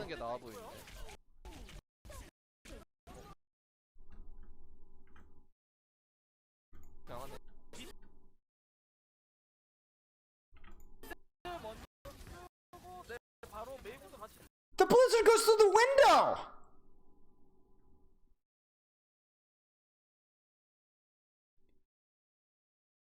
Okay, I'm sorry. That's a load of crap.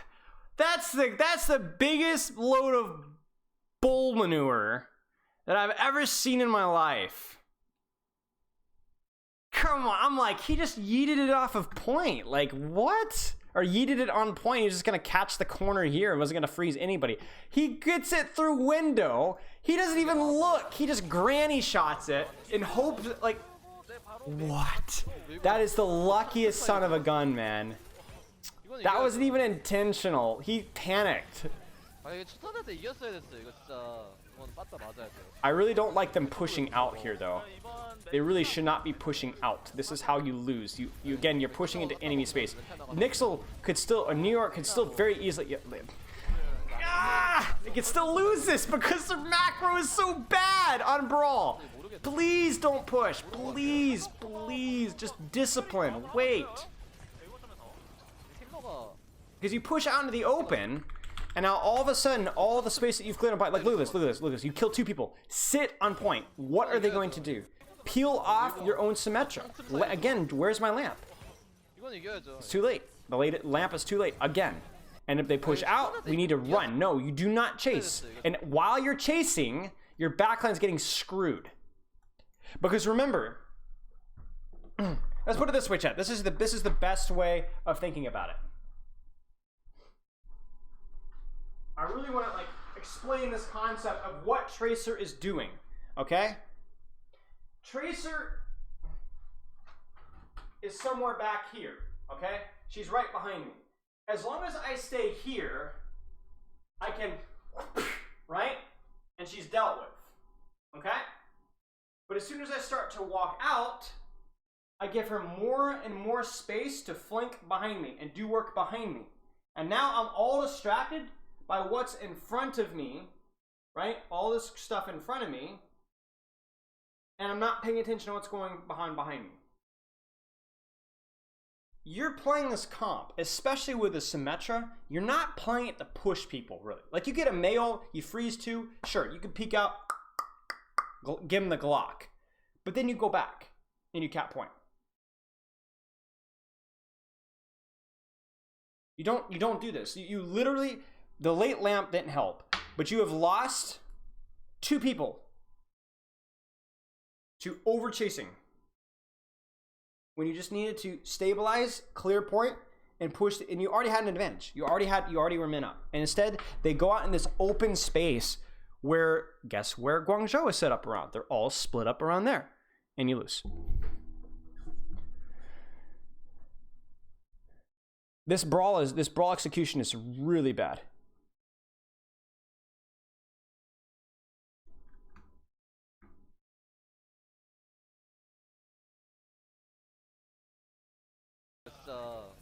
You guys are making me blush.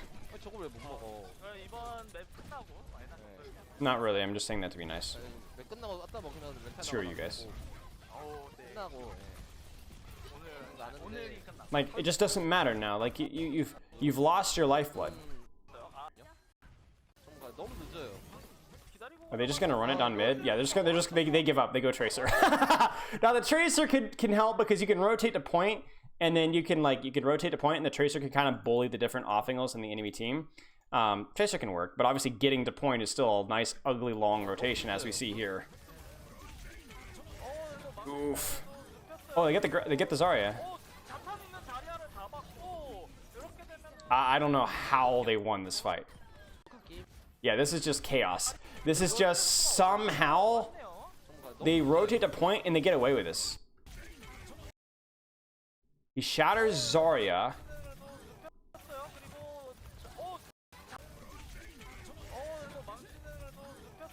Wait, what? Does he shatter Brig as well? Chat. Oh, he counterpins Brig. Oh, Brig and Zarya. Yeah, see, Zarya and Brig kind of end here. They both go in too aggressively where the Brawl is going instead of poking out Brawl first. Because you want to time your pressure around your Nanomonkey, yes. But you shouldn't be this aggressive. And obviously, Krong should have personal bubble. He doesn't block it. And then I noticed Mandu got stunned. And I was like, how is Mandu stunned? What's stunning Mandu? Mandu counterpins. You see that? He counterpins. And obviously, he's in the middle of the enemy team. So he's going to die because Brawl. And he died with 98% on Rally. They eat the Pulse Bomb as well. So honestly, just a lot of fortunate things happen on the side of New York there. The Shatter, Krong not personal bubbling was a big one. Krong not personal bubbling was a big one. And then basically Brig and Zarya being too aggressive there. The constant theme has been both teams being desynced with their pressure, but also pushing outside of space that they shouldn't be doing. Like on first and second defense. Is Spilo German? No. I have a little bit of German in me, but I'm mostly British. Mostly like Scottish or something like that. I have a very Scottish nickname, or a Scottish name.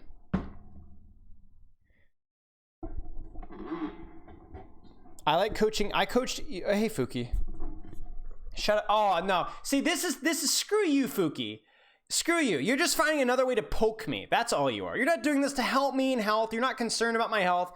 Screw you. You're just here to harass and be a general nuisance. Yeah, I am American, obviously. But culture, like 100 years ago, kind of a thing.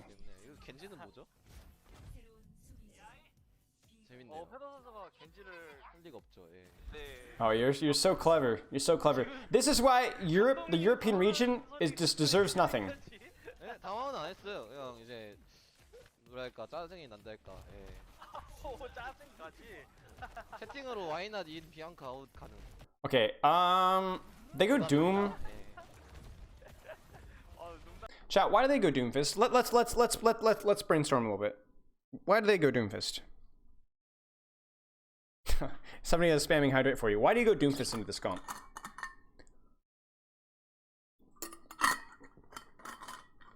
Off of Tracer. So one of you guys in chat piped up and like maybe they would prefer to be an Echo over Tracer in this comp. And I was like, yeah, sure. Well, now you see it. Obviously, he doesn't really want to play Tracer into D.Va May-Cree. It's not terrible, but it's not good. Certainly not good. Interrupt rotations. Okay. So there's two reasons why. There's two reasons why. Okay. Besides, Eileen has a good Doom, which I'm sure he does. Okay. The two reasons why are as follows. One, the map situation. Doom is actually pretty good on this point, and he's good on 2CP defense in general. Why is Doom good on 2CP defense? Why?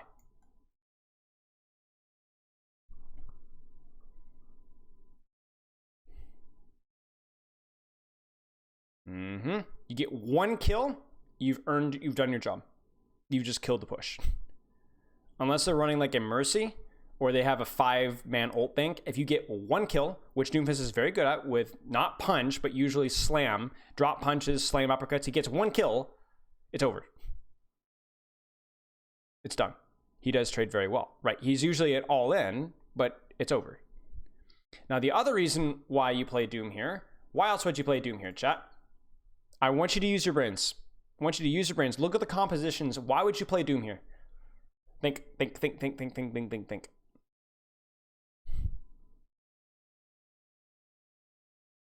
Stop saying he has a big fist. It's not funny the first time. It's not funny the second time. It will never be funny. You will never be funny. You were not worth my time at any point in time. No Brig? Maybe. Yeah. Ah! The buble. The buble. Remind me never to talk with a French accent again. Bubble. Yes, bubble. Bubble. Nano Doom too. Yeah, like Doom goes well with Monkey. Doom goes well with Brig. Doom goes well with Ana because Nano Doom. Armor Pack Doom. Monkey dives with Doom. So like Doom meshes with this comp really well. But even the most important synergy here is this guy right here. Because the biggest thing that screws over Doomfist is one, his flanks getting checked, which Zarya can't really help with. But the other thing that Doom struggles with is CC on engage. And Zarya Bubble removes that threat entirely. Bubble, you cannot flash, freeze, boop, anything. A Bubble Doom. He's N, and that's just it. So the bubble is huge. So he's got a great composition to synergize around him. The only issue here is obviously going to be, not obviously, but it is going to be tough to pack both of these guys. So Mandu's going to have his work cut out for him. So Kariv will need to hit his shots because you've got two mobile DPS that might both want packs. I actually think this comp is pretty cool. It might not be really strong, but I think it's strong enough, certainly strong enough. And if Eileen pops off here, you could see a full hold. So the question is how does New York beat this? So you're not going to be able to stop Eileen from engaging. So two ways that you beat Doom is, I think, one, you need to be patient and like clear out flanks and check for flanks. So scout for Doom, scout for Kaylee, like clear them out and poke them out. Remember, you guys have a massive poke advantage here. Yes, it's Echo, but Echo is really the only strong, long-ranged hero they have. So when I say poke, let's just say range, right? Whereas these guys have range, range, range, and even a little bit of range here. No range, no range, no range, okay range, very little range, okay range. So you guys have a heavy range advantage. So check your flanks, set up your long sightlines and scout. And then the other little thing that you guys can do against Doomfist is you could do something called a bait or a fake. And there's sometimes where this is literally the only thing that you could do. Like Volskaya first entries defense, there was a time where like people would run Bubble Doom comps there, and there was like almost nothing you could do to break it without faking. So you like pretend you're rotating and then like S key out, and Doom goes like rawr, you know, and then he's just used Bubble and his punch and slam and all that stuff, and he's got nothing, and then you can rotate for free afterwards. So those are two things that we might see New York try and utilize here. I'm a little concerned for New York, especially with the ult bank that they have. They need to like try and play this not slow, but they need to play it very safe, right? So I don't think slow is a good way of describing it. I think they need to play it safe and very disciplined. We'd like to build up a window here. We'd like to find a way for Guangbong or what, again, I don't remember his name, to get a pick here, to get a nice sightline and maybe get a couple of headshots, maybe get it, like sneak a kill on the monkey. But I don't think you could just roll out and just treat it normally, because you're just gonna get grabbed lit and yeah, it's not gonna be good. Yeah, so see kind of what they're doing here? Like, see how patient they were? Like, very patient, peeking out here, getting a little poke here. Now, again, back. You see the Doom come in? Back. Just survive. You see how, like, very patient, and again, long sightline here. Do not drop. Oh! But do you see how, like, the fight was won on a long sightline? And do you see the patience from New York here? The patience. Now, they needed to deal with the Doom. Oh, the Doom is dead, never mind. They need to deal with, what was I thinking? The Diva. That's what I was meaning. But good patience from these guys.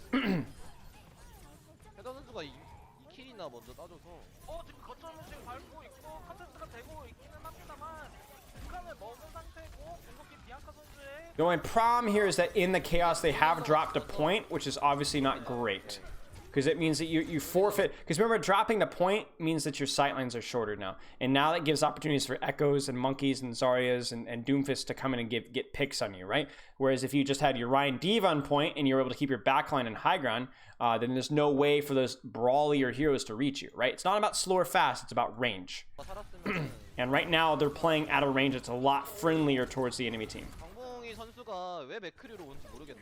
Surprised he stayed Kree, honestly. I probably would have gone Tracer. Oof. The Zen swap is cool. The Zen swap is, I know that we're going to have people that can stall point, So instead, I'm going to go a hero that is going to contribute a lot of value because no one's going to be looking at Zen, right? They're all going to be looking at whoever's contesting point, the Monkey and the Zarya and the Doom. So then Zen gets a lot of value. Whereas like a Lucio, it's like, hey, yeah, I can touch, but I'm not going to get a lot done while I'm touching. So they knew that somebody else could touch, so Mandu went Zen. Pretty heads up play.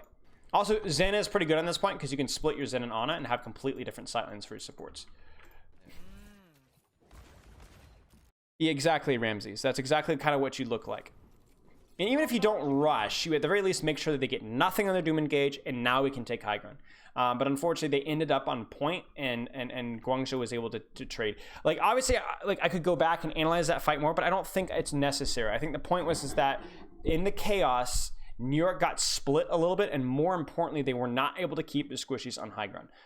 Again, you wouldn't necessarily need your whole squishy backline on high ground. Maybe you'd want your creep on like closer to point, but you wouldn't want your creep on point. You'd want them slightly off a point. And we saw a little too much of New York directly on the point, which caused the chaos, or which they lost to in the chaos. Again, I would like to see a fake engage here. Do you see the patience here? Check the flank. Back.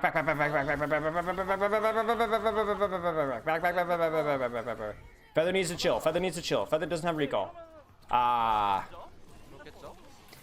So I think the Tracer pick here is okay. The Tracer pick is basically saying that, like, okay, we're losing a little brawl power. We're losing the power to maybe to wall off the enemy team and kite out. But what we are doing is we're using the Tracer to take some heat off of the choke. The Tracer will put some pressure on Zen and Ana, meaning that maybe there's not a nade up here. Maybe there's not a Discord up here. Maybe the Zarya has to bubble her backline instead of bubble her Monkey in. So the Tracer is like a good mobile threat. And again, on most maps, Tracer would absolutely crap all over this composition. It's just tough considering how like in tight this map is. I mean, he's getting his trans charge because he's gonna sit. He's gonna farm it. Like, look, he's just gonna keep his Harmony Orb on. So again here, I would really love for a little more discipline here, like running away. Does he get booped in? I think he might have gotten booped in, but they need to run. Oh no, chat. Oh no, when you see it. Do you see what happened in the top left of your screen? Look at the ult charge. Look at the ult charge, chat.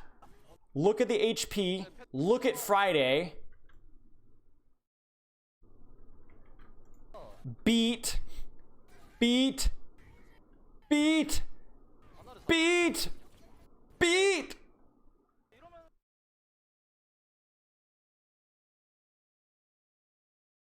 Oh, no. With his entire team on critical, he Ajax. He gets juggled by Rio. You can tell because look at his HP, the way it bounces.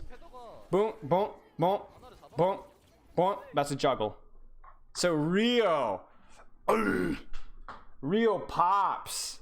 Huge juggle. Obviously, it's hard for us to see exactly what happened there, but that is a Ajax, and that is going to cost them.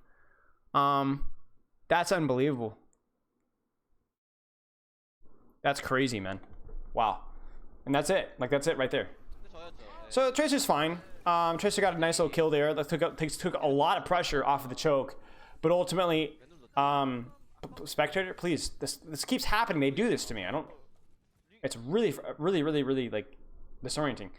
I mean, you kind of saw it there. How like they peeked out, they insta hard engage, and they just get rolled. I think that's again a situation where New York really needed to bait that better. Like put some pressure with Tracer, peek out, maybe look for like get a couple Kree shots, and then maybe even preemptively back out.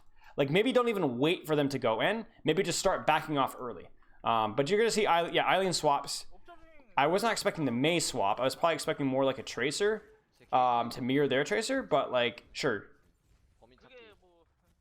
Mei is weird. Again, it's just like you're playing to control high ground here, I guess, with the Mei.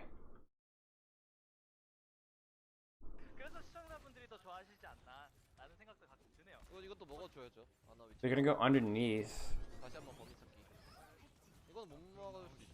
And High Noon out. So here's the thing with this fight plan, chat. The problem with this fight, like, I just hate going underneath, chat. I think it's good to mix things up every now and then, but I don't like going underneath. Because the problem is that you don't clear the high ground at all. You don't clear the high ground at all. The only advantage is that you can maybe position your backline underneath high ground where it's hard for them to shoot you. But then these guys don't even care. They'll just drop on you. They'll just drop on you. Winston will just drop on you. He'll just drop on you. They'll go in, they'll grab in here, and you're screwed. Or they'll just go in and copy, like they said, like copy Ryan here, or they'll just trance in here. They'll just concave you. Like, I just don't think you have an option to not go high ground. I just don't think that there's an option here. I don't know. Well, no. I'm saying they made a control high ground, right? Which I think is fine. I honestly don't see New York winning this fight. This is just really crappy. I don't know. I just think high ground in this map is too important. I just don't think you can realistically expect this to work. Like, just look at this Kree position, man. Like, this is just garbage.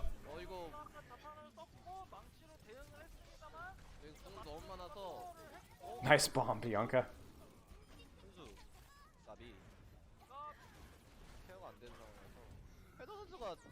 So, like, you might trade. Or is Feather just gonna carry it? Oh, the Ryan is 1 HP.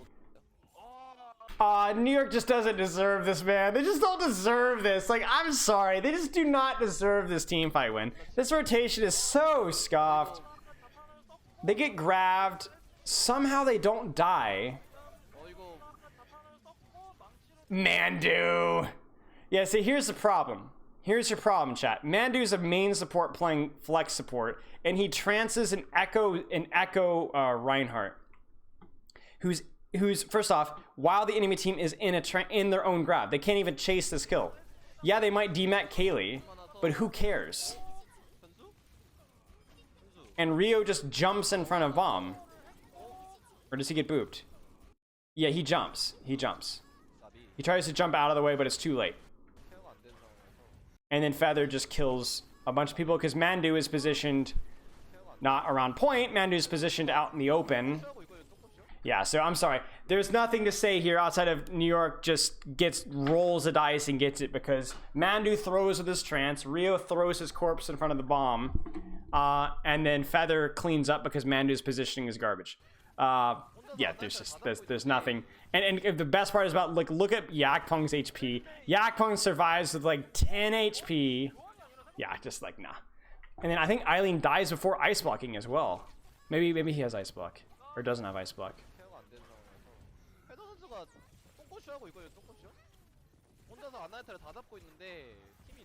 Yeah, so Yakpong doesn't even stall properly.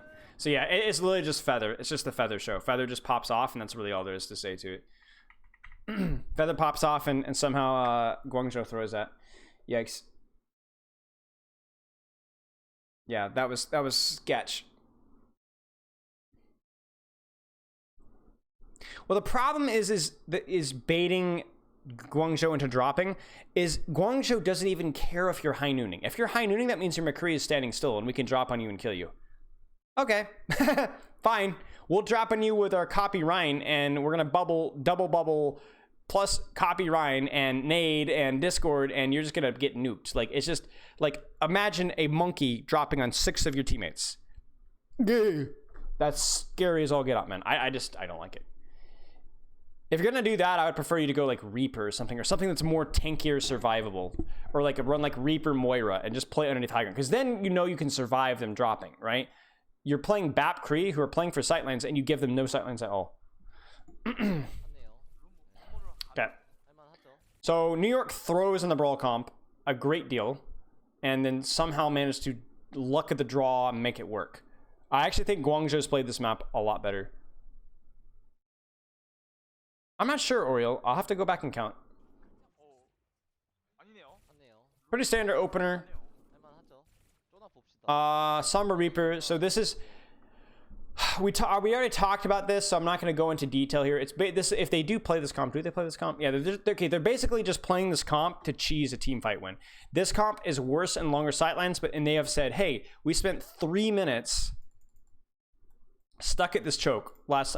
And the only reason we broke it is because New York overextended once and then overextended twice. So I don't want to get sucked into that again. So let's just play a cheesy brawl comp where we can like, hey, maybe we can farm up an EMP in 2 minutes. Hey, we can definitely farm up a Cole really fast. Probably what we're going to see is a really fast rotation. So the nice thing about this comp is because there's speed, because there's no Brig, because there's no Ashe, and because you have a D.Va, which offers Matrix, which is stronger than Bubble and rotates, is you can just go zoom right through here. And if you catch Bianca off guard, Bianca dies. And then if you don't, you can rotate all the way to point, right? So like the same way the Symmetra was kind of a cheese because you could just skip steps and go straight to point, this kind of a cheese in the fact that you can skip steps and like slowly forcing cooldowns, clear the angle. You could just go, hey, we're going to group up and run them down. But yeah. Eventually, if they do dive, we would love to see Kaylee on a flank or an angle. Same with Eileen if possible. But it's not, when you're early rotating, yeah, they're just going to go. Exactly. So they're just rotating, exactly as we said. And they have to rotate away. Oh, they found Sombra TP.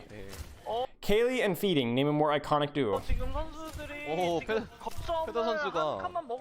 So really what Kaylee needs to do is leave a more conservative translocator in spawn or closer to spawn so it doesn't get scouted, and then he doesn't even need to rotate with his team. He can just play and spawn and off angle here. As his team rotates this way, he can just farm this, but he needs to not, he had it just like right here, like it was just no good, or right on the other side of choke. Kaylee is not playing well this block.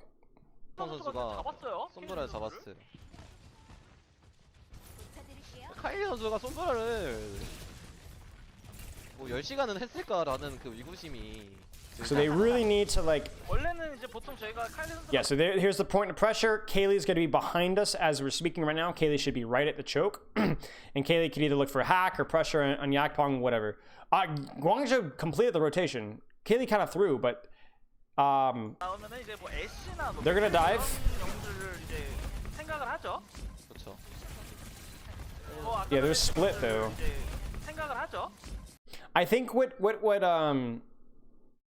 so they dive on Zarya, who kites the dive and runs away.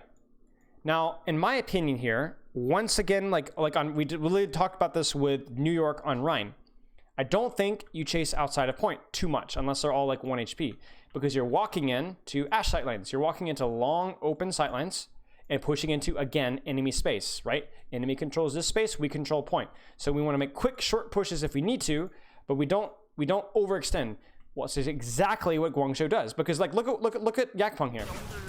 If you jump, force Bianca to run away, force this guy to run away, this guy to run away a little bit, and maybe this guy to run away, then you can focus on point, clear point, stabilize, and get ready to dive again if necessary.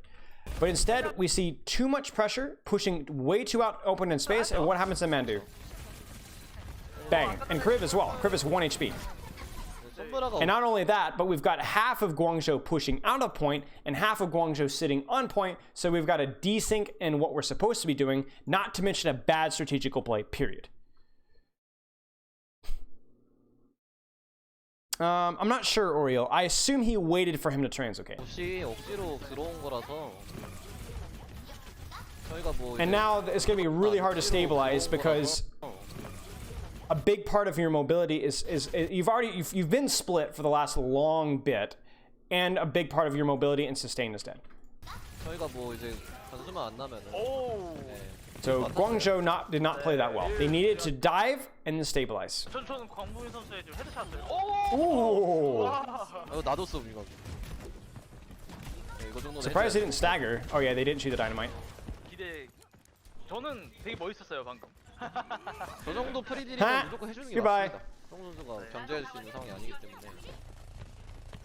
And now once again, because the Brawl team throws the first fight, they have a much better chance of holding in the second fight because we're going to have Nano, Rally, Primal, Pulse, and Bob. And really all we farmed up here is close to a Cole. That's it. If you're going to cheese, you cannot lose first fight.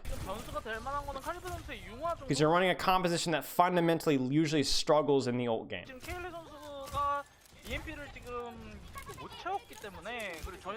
And these guys, do you see how they're not even playing safe? They're saying, oh, we want to play longer sightlines?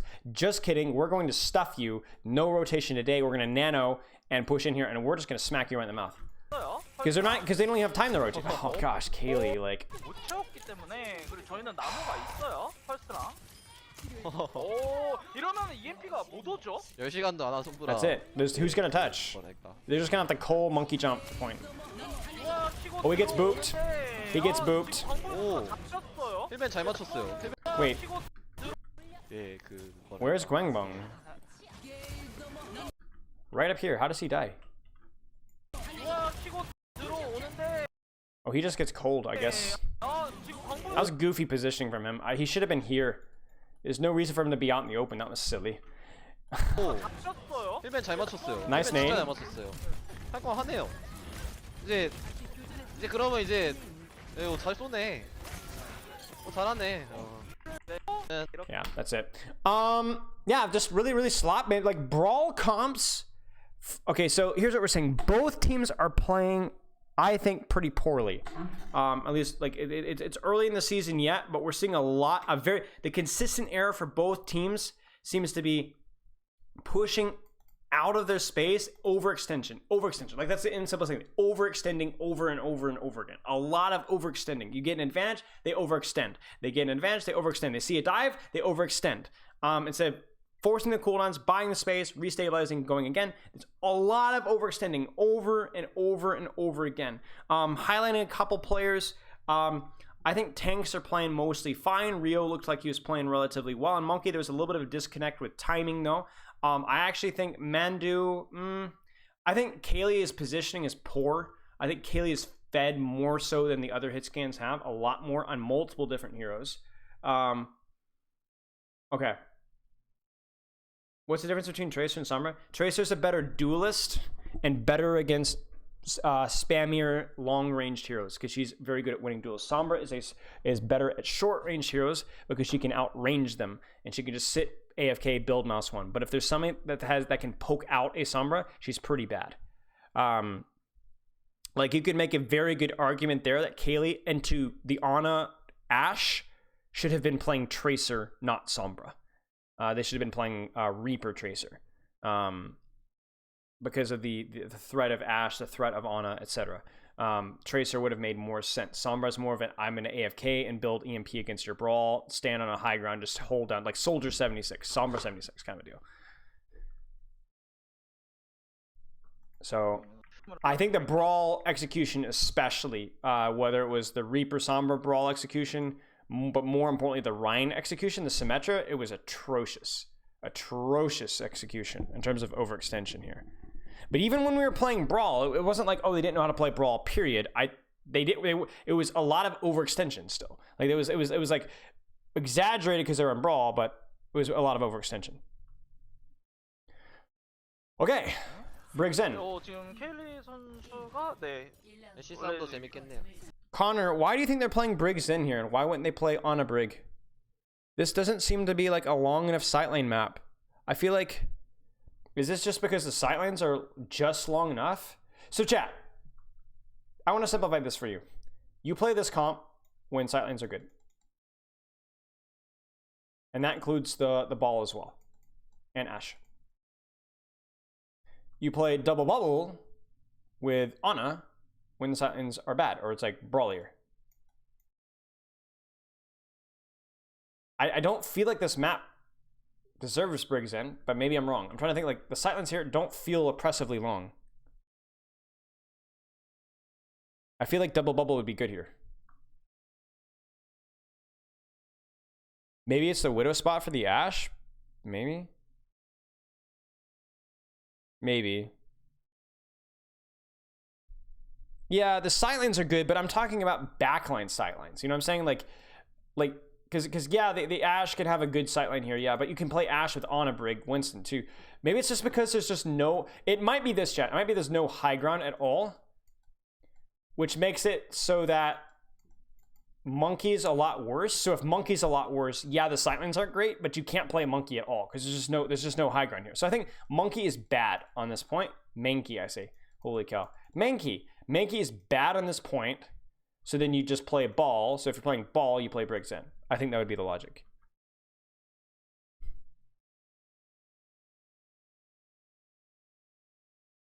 I think it's just Monkey is really bad here. And maybe Ana isn't that much better than Xin. I don't know. Okay. 네, 그럴 것 같아요. 애쉬 싸움이 재밌. And but this is where I am very happy to admit ignorance because you know, like I just haven't been in the scrim scene for long enough. 위도우를 갖고 왔어요. 아 이건 못 참지. 상대 거지가 못다. The Widow is high risk, high reward because obviously Ashe versus Ball, you're fine. It's tough, but you're fine. Widow versus Ball, different story. So really, it's just going to be about like which team is able to control angles more, and then obviously is Kaylee going to be able to survive? KR is a double bubble map? Yeah, probably. For KR and KR region is probably a double bubble map because there's more high ground and not long sightlines. LN deal? Honestly, I don't know. It was hard for me to say. It's hard for me to say. I really the only individual thing I'm gonna say is that Kaylee looks like he kind of feeds on positioning. That's the only, because everything else has felt like it's really hard without replays to tell player skill. And even with replays, you don't know like the context behind the decisions being made, so it's really easy to make bad reads. So I generally avoid commenting on player skill, especially without a replay. Especially without a replay. Kaylee is the only thing that's really stood out to me. 3초 후에 한 5초 후에 볼한테 Jihan is nuts at ball. And this is probably a red flag, not a red flag, but a warning that we're going to see nothing but ball for the rest of this map because he's a ball one trick. But Jihan is a nuts ball. I mean, he was a year ago anyway. Like he was he could have made an argument he was the best ball in the world a year ago. But I don't know what he's like anymore. But I know he was insane at the time. So the way to play this is you're going to see teams that are going to try and control this area of the map because again, this area of the map allows you to shoot people on point, which allows you to control point. Because you could put people on point here if you control this point of the map. If you go to point here without controlling this part of the map here, the enemies here will shoot you and kill you on point and you will lose. So if you control here, you, as a result, control here. Because the enemy team doesn't really have a good spam angle from this position here. Do you see how the enemy is here? They can't really shoot Yakpong on point from here. The only way to shoot Yakpong, because of like the little lips and stuff, is from here, right? And so this is why it's really important that Feather gets support on this side because you need to control this. So like the fight is won, not here. It's won by Feather getting support and out-dueling the enemy Tracer on this angle. That's how you win. The Widow dynamic is, to me, the Widow dynamic isn't just the pick threat. It's the fact, to me, when you see a Widow on the field, this area of the map becomes a lot more attractive because it's already attractive as it is, but it's even more attractive. Either this area of the map or this area of the map over here, because both areas of the map have short sightlines. The problem with Briggs Zen being here, which is it looks like where they are, is they can't support Feather on this angle of the map. So that's a little concerning. I actually think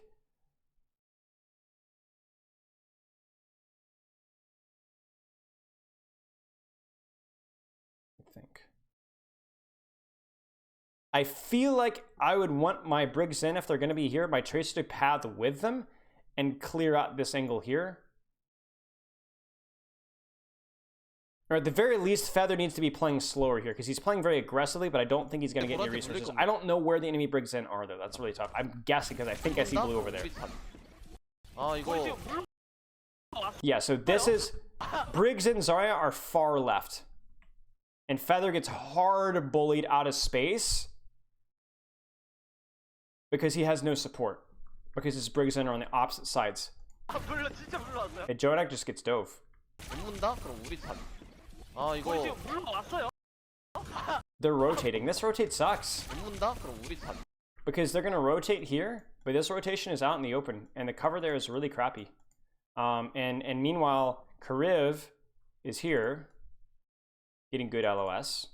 Feather is not able to trade backlines because Feather has been bullied out because Eileen's getting resources, but I think this is actually pretty bad dive execution from Nixel. Check, what do you guys think?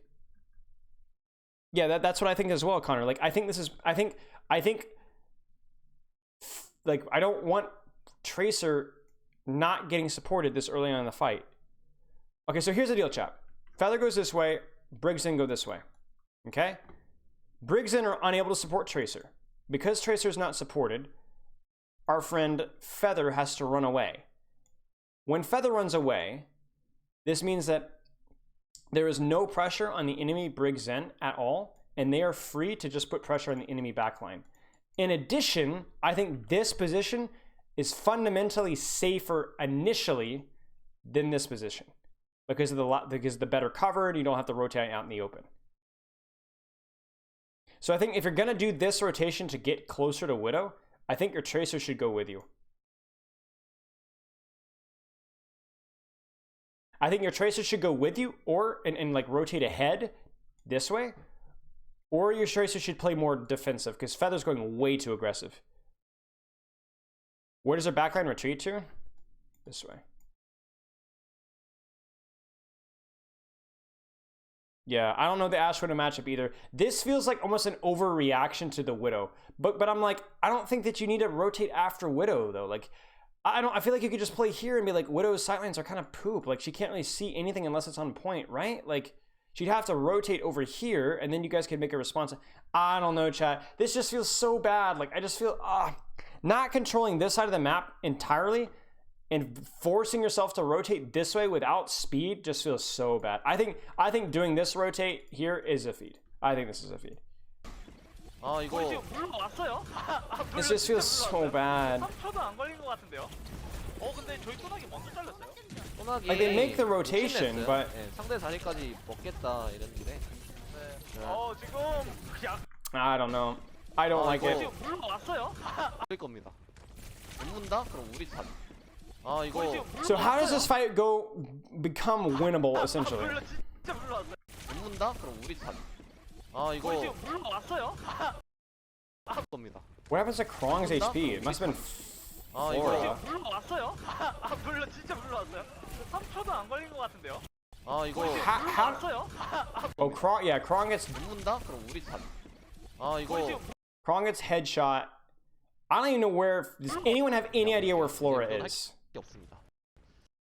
He's with team. 이제 3초 후에 한 5초 후에 볼한테 물릴 겁니다. 못 문다? 그럼 우리 탑. 이거. 왔어요? 물론 진짜 물러왔어요. 3초도 안 걸린 것 같은데요? 근데 저희 소나기 먼저 잘렸어요? 소나기 욕심냈어요. 네, 상대 자리까지 먹겠다 이랬는데. 지금. Meanwhile, Yakon does a really good job bullying Widow out of 볼 space. 필요도 없어요. 그냥 죽어요. 그냥 죽어야 돼요. 저거는 위도가. 저는 위도가 좋다는 사람들 이해가 안 가요. 저런 세게 캐릭이 It's 없어요. just chaos. 상향을 해줘야 돼요. 한번 말씀해 보시죠. 네? Really wish we had a replay code for this. 면담 한번 하셔야 될 것 같아요. 강공이는 잘 쏘는 위도잖아요. But then New York gets baited to point, trying to cap point, and they lose. Or they, oh, well, maybe not. 저는 이해합니다. 네, 지금 여러모로 지우 선수가 근접으로 2명을 잡았어요. 제나타. Okay, so let's try and TLDR all this chaos and simplify this as much as we can. To me, it looks like New York sees Widow and they say, okay, we go short rotation. I think Feather goes a little too aggressive on the enemy Tracer for just keeping him off of his backline. I would prefer him to play it slower. They also need to make this rotation properly, and Jonak doesn't get bubble. So something scuffs up here, and Jonak doesn't get bubble, and Jonak doesn't get the peel he needs, and he dies to Discord Ball Slam. It shouldn't happen. If you're gonna make that rotate, if you want to make this rotate, you cannot die to that crap. That can't happen. That's like just garbage execution on New York's side. It can't happen. Now, what does happen though is somehow Flora, from his being dove position, again, maybe he lagged behind, I have no idea, is able to hit a headshot on Krong, who ends up dying and plays too aggressive stuffing and gets punished. In the chaos, we have Ball on Widow, which obviously forces the kill because Ball against Widow, it's a one-sided matchup. And then eventually Kaylee's gonna go Ashe. New York gets a little bit of advantage, they go to point, they get punished, and basically being down your Zen over the course of a longer fight is a big loss. Zen does a lot over a long fight with Harmony, Discord, and just raw spam. So without really looking at a whole lot, Kariv survived a lot longer. Zenyatta is one of the biggest impactful heroes in this matchup, and so maybe that was a factor. Maybe it was New York going to point too fast. This is the first team fight we've analyzed in an hour and 46 minutes where I honestly don't know what to say. Because I honestly don't know what happened. 개복치거든요 지금. No. 시간이 없네. 봅시다. 예. 왜 저렇게 죽는지. Yeah, Bianca's rotating deeper, yeah, and Feather's just stopping the push into Mega, right. But I think Feather played that too aggressively. For getting no packs, no resources, I think that was too aggressive. 모르겠어요. 진짜 모르. I think like Eileen could have pushed, and probably should have pushed and killed Feather there. 왜 저기로 갔는지. 지금 네, 어떻게 죽었는지는 모르겠지만 어쨌든 네, 어떻게 죽었는지는 아는데 왜 했는지 모르겠어요. 예. 왜 그런 Again, 판단을 this rotation. 이것도 아닌 것 같은데. I just find this. 이거 했는지 모르겠어요. 예. 왜 그런 Again, the polite laugh. I love it. 이것도 아닌 것 같은데. So do you see again? Like, I don't. Okay, I'm gonna be honest with you, chat. We need to sit here and okay, chat. I'm sorry. I'm doing this for my own benefit. Why are teams playing on bridge? Why are teams playing on bridge? Why are they not playing Mega?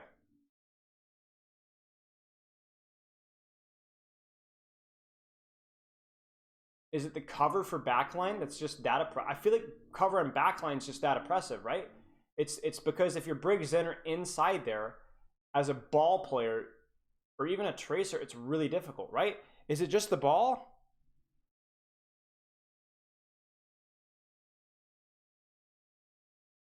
Okay. So that makes sense. So how do you support your Ashe and how do you support your tracer? Your Ashe can't play there.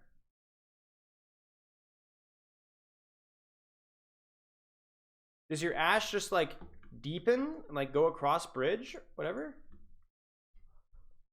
Because that's my problem. Like I understand like why Brig Zen want to be there, but like what, you can't pack your tracer, can you? Does your tracer like?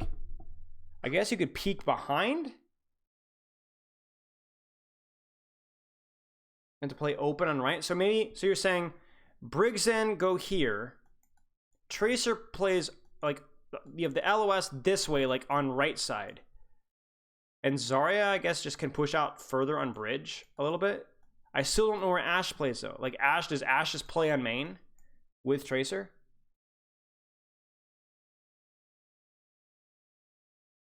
So Ashe, Tracer, Zarya. Am I getting this right?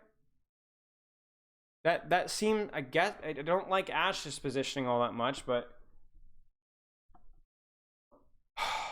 okay, sure, fair enough. And maybe you can like time it, or like you zone ball, and then you can you zone ball, you get ball out, and then you can coach gun up here after you get rid of ball. You know, maybe. I mean, Widow makes more sense until you're in here, and you can't ever peel for your Widow from here either. So. 왜 그런 판단을 한 건지. 이것도 아닌 This mirror is brutal, man. 것 같은데.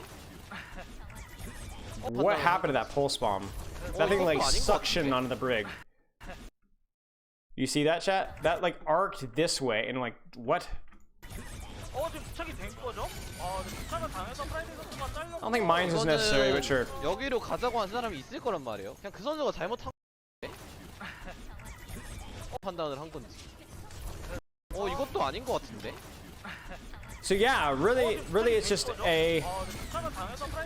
It's really just okay. So both teams understand the importance of this side of the map, though, and now we do too. So they push aggressively from angles, chat. You remember, you control the angle here. You do not have to play slow. You can play aggressively. They go in aggressively with mines plus pulse in a small room. Those ults are oppressive. GG's. And they have no ult stance, right? And ultimately, if he gets stuck, it's not like, you know, that's just a raw, you know, skill play or luck play. You know, like not a lot of analyze there. But they do need to try and clear Tracer before they rotate if they can inside. So they're gonna try right side. Maybe?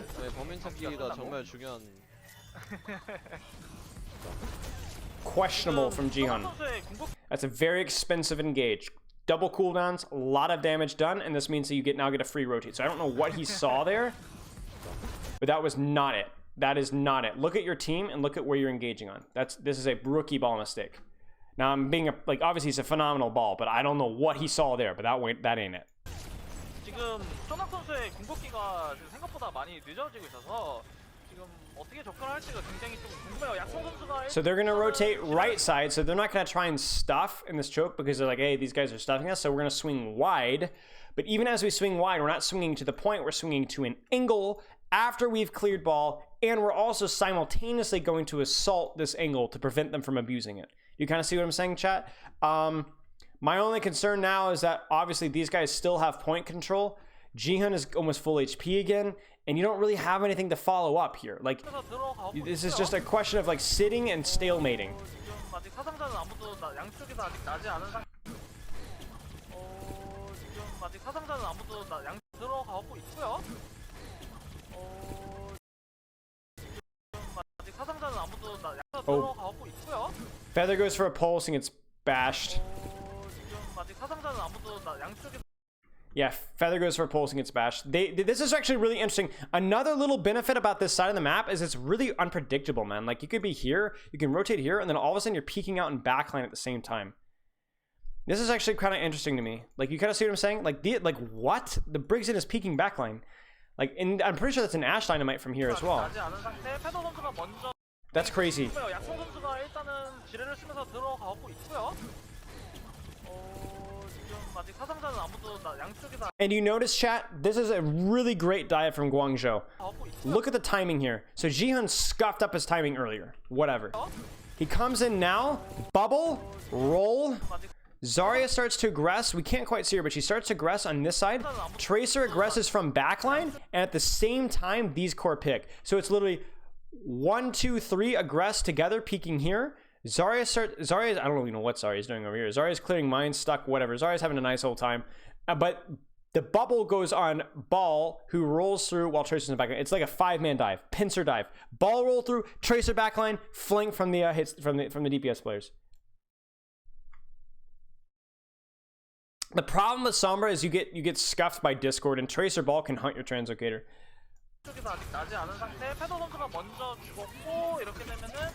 Like, they're just getting pincered now. Very questionable rally by Friday there. I mean, kind of unlucky. Flora just died instantly. 참 보이거든. 한다. 이거 상대 팀 숨어 있죠? 여기 디시아 보. 일단 나와서 사탄 잘. 여기 디시아 보. 일단 나와서 사탄 잘 걸었죠? 우리도 어쩔 수 없이 걸었죠? 네, 어림없고. It's last fight. 한타가 다. And because it's last fight, they're not able to like clear out the angles here. They're not able to clear out Eileen from that high ground position, so they just walked on main. They get grabbed. 일단 나와서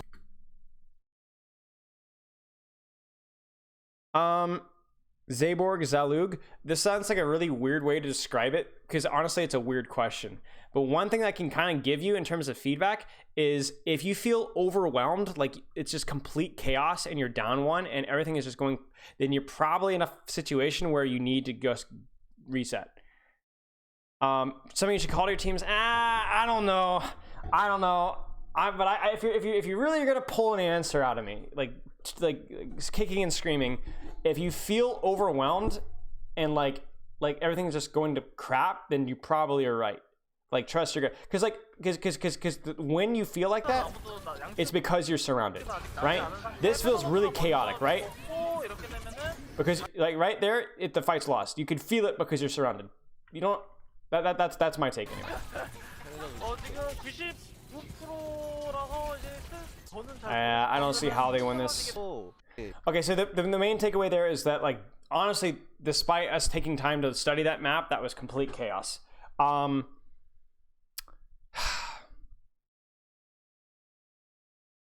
New York struggled to, I mean, the first rotate and Jonak dying was just bad. That's a mechanical misplay. And then on a retake, they lose to a pulse bomb. But then after that, like, Guangzhou just really nice timing. Like, we're seeing these dive from multiple angles, balls in high ground, Tracer in high ground, the Briggs in peeking on these flanks at the same time as the ball's going in. The synchronization seems to be there just a lot better on that map. That was well done. I'm sorry, chat, that was not great analysis, but it's just very hard to see what's going on. On this point, what we expect is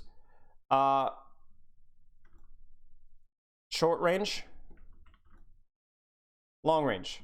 So I'm curious to see, I mean, they know Jihoon is ball one trick, so they've got to anticipate Briggs in. If you're playing ball, there's no reason to play Ana because ball doesn't need much healing, so you'd prefer the support that has a little more utility, right? Yeah, the retake is really hard. The retake, you have to clear high grounds first. That was one thing I think New York could have done better, is clear the high grounds, put your own ball with Harmony, and like just get him up there and get rid of that Tracer, get rid of that ball. I think that we saw a little bit too much haste. So yeah, I'm curious to see where New York. So they know this. They've got to know they're running Briggs in, right? So they're gonna think, what rotation are they gonna take? Are they gonna rotate short through left or short through right?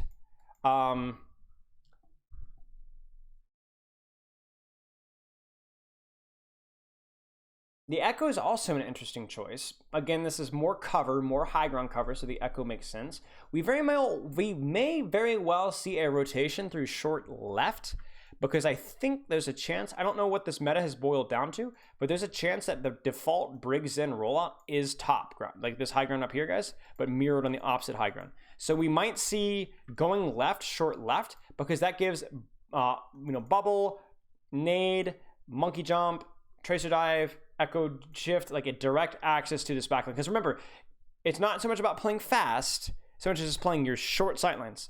That's what this comp is better at. Long, short. You want to close the distance, then you can just take your time. But you need to close the distance first. And I think going right, yeah, I think they go left. I think they go left. We will see though. Feather's gonna pincer opposite side. They do go left. This is the only problem about the Echo, obviously, is that you're very scared of ball and tracer if you can't get pocketed. They're gonna keep rotating. 조합도 좀 차이가 있고요. 전반적으로 조합 차이가 좀 있습니다.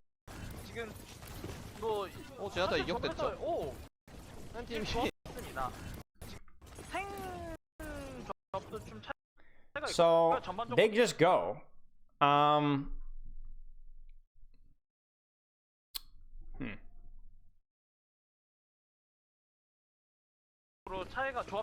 So they just go. Monkey splits, and they split the enemy team, and they pincer the Zen quickly. Maybe so apparently Briggsons aren't rolling out high ground, they're just rolling out main.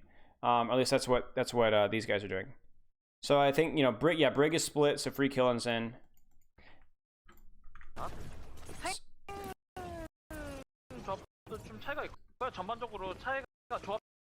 Interesting. I honestly feel like if they didn't see Zen there, then maybe they keep rotating, and maybe they leave like Flora behind and catch, pincer the Briggs in that way. I'm just curious to see, because this feels like a little bit of a rotational misplay from Guangzhou, and New York just punishes it.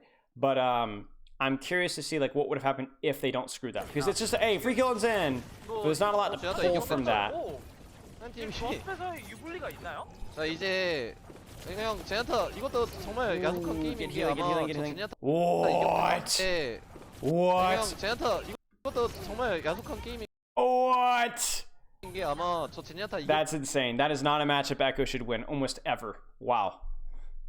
Brilliant. Eileen reads his recall, tries to get that last clip in before recalling, and the bombs detonate, and that's it.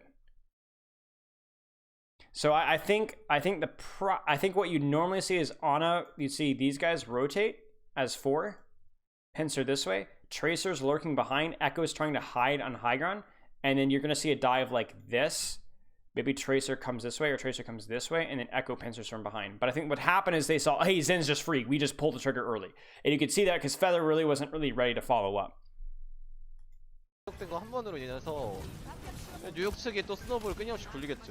And now the retake's going to be difficult because you have an Echo with cover. I still don't love the Echo, but I don't know what else I'd recommend playing here. But the Echo's fine. But you're going to retake with cover. Obviously, your Zen's going to have a hard time rotating, etc., etc. That's really nice. Yeah. Again, you see how they're playing inside? Short sidelines. 이제 안 뻔할 뻔짜 하나예요. 케일린 선수가 에코를 따는 경우. 이제 그런 걸 이제 변수라고 이제 보통 하죠. 그래서 위도우를 성향해야 한다. 이런 취지의 말씀을. So this to me tells me that they're about to dive high ground. Otherwise, I don't think you see Feather rotate. So yeah, they retake on high ground, so that's not a surprise. But Feather comes this way, which seems crazy to me. This is a very easy way to get shot. So this to me means that they must be looking to go in. I mean, this is just the problem with Echo when you compare her against, like, when you play her up against a ball tracer. She's not self-sufficient enough. So she can't even like pincer here because she's gonna get poked out. She runs the risk of running into a ball or tracer and getting like poked out. There's a rotation. They rotate off of high ground. Feather's looking to go back across, but Feather gets scouted. Yeah. I think for Feather,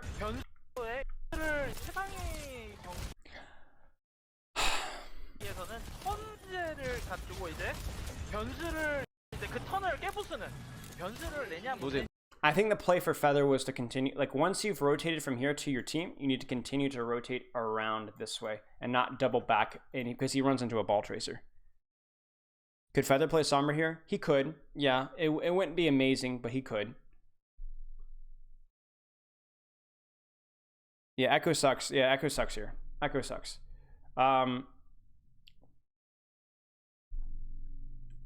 Yeah, he can't be this far split.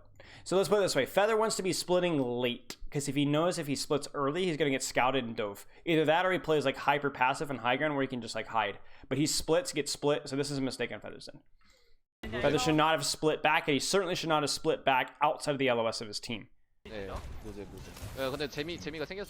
There's a nade, here comes a nano.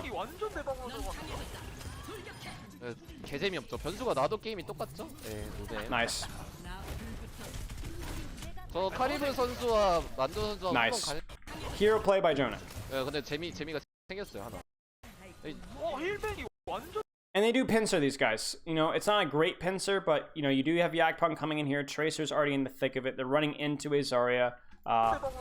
You know, like, and obviously the nade obviously is massive there. Like, that's the real big thing there. But you know, like, the big thing is they pincer, but they also, this is a very, very, very, very short sightline. A very short sightline, and if you look at the enemy tanks, they're all healthy. So like, maybe if these guys were half, like if they'd been poked down from a long sightline before they closed the distance, maybe a different story here. But they don't get the chance to do that. This is where I just don't think, like, I think the Briggs in is just not quite as good here. There's more high ground for Winston to play around. So I think that the Briggs in is a little worse here.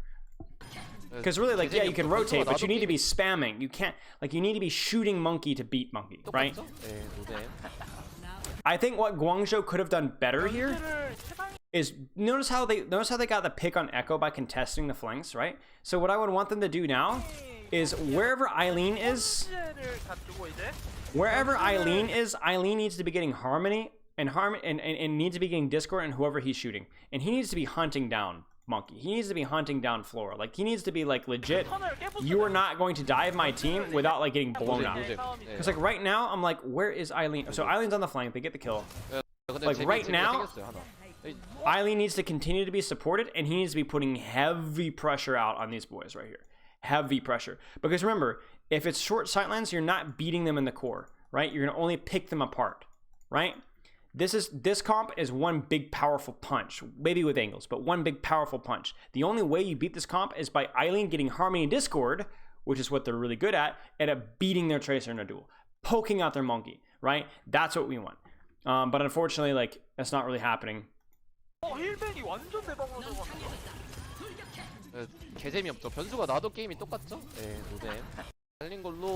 Great sleep. Again, did we just spawn camp Feather? Spawn camp Feather. Kaylee goes Sombra. I think that's a good play here. Sombra is better into this comp because there's not a lot of range poke damage, right? There's not a lot of range poke damage, so Sombra's great. And obviously, Kaylee is not going to get dove over and over again. I actually think the Sombra swap here is really good. I think Feather should probably swap as well. But he's going to have a harder time because Ball is going to be hunting his Translocators and Monkey's not hunting his. I don't know what Feather plays, chat. Honestly, like, no cap, Kree. Kree wouldn't be terrible here. Have either teams ever run Brawl? Reaper maybe. Reaper would really struggle to do anything on the dive though. Yeah, we saw a little brawl on Eichenwald and a little brawl on Hanamura. Torb? I mean, I can think of worse picks than Torb. Hey, Sherman. Poggers. Thanks for the 28 months, man. Appreciate it. I mean, Torb wouldn't be awful. Because you wouldn't be able to dive, but you'd be able to like give Sombra Tracer headaches. The only problem with Torb is like you don't really need another hero to dive in, right? Or excuse me, you don't really need a hero. Like your backline's pretty safe. Like yeah, these guys might trade your backline, but that's not really their win condition. I don't know. Sombra would work. Sombra wouldn't be great, but it would work. 이제 문제는 다음 턴인데 비앙카 선수가 자탄을 Yeah, they go 생각보다 Sombra. 많이 씌우진 못해서 손바닥으로 바꾸는. But he's gonna have to play like so disciplined, because he's gonna get nuked by Discord if he's not careful. His ball's gonna be all over him. Yeah. 지금 말씀하셨듯이 감독님이 말씀하셨듯이 이제 에코가 힘든 조합이라서 그런지 페더 선수가 So I'm really curious to see how this goes. 솜브라로 바꿔왔습니다. 그리고 솜브라가 사실은 볼 상대할 때 용이하죠. There's the dive. 바꿔왔습니다. But we can see the issue here.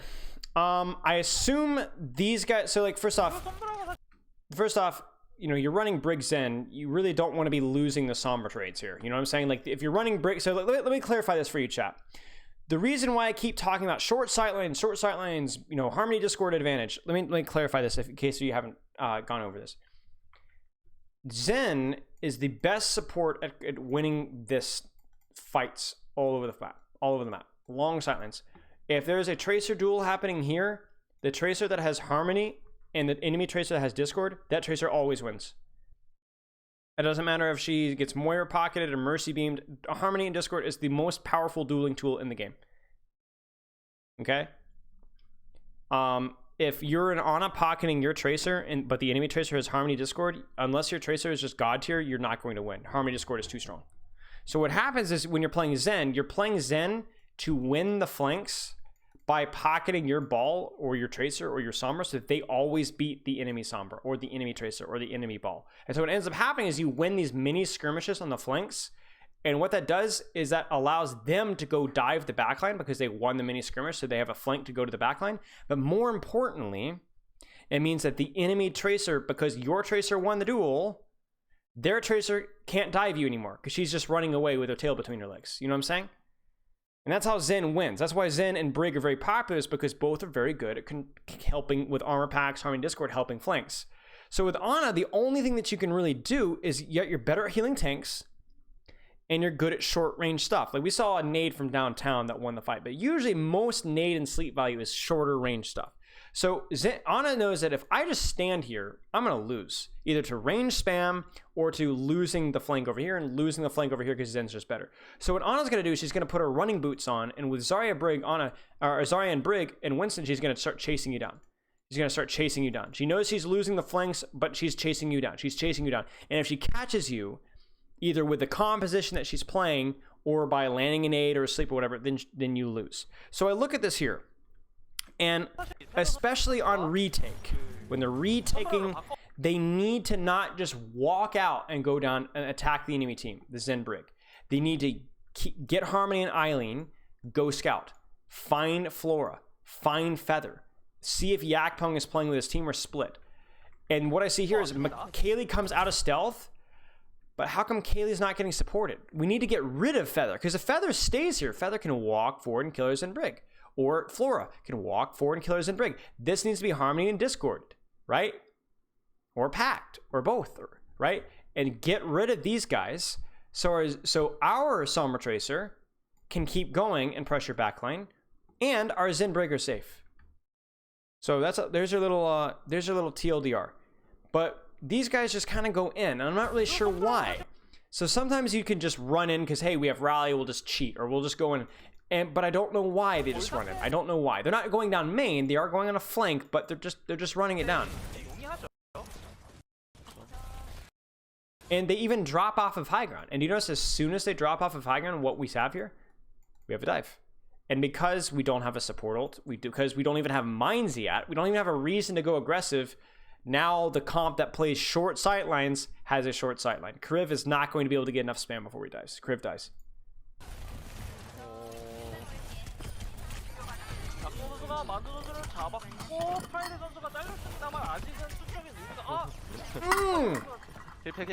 Crazy. 근데 저거는 전 이해가 갑니다. 예. 상대팀 트레이서가 그 뒷무빙을 쳐가지고.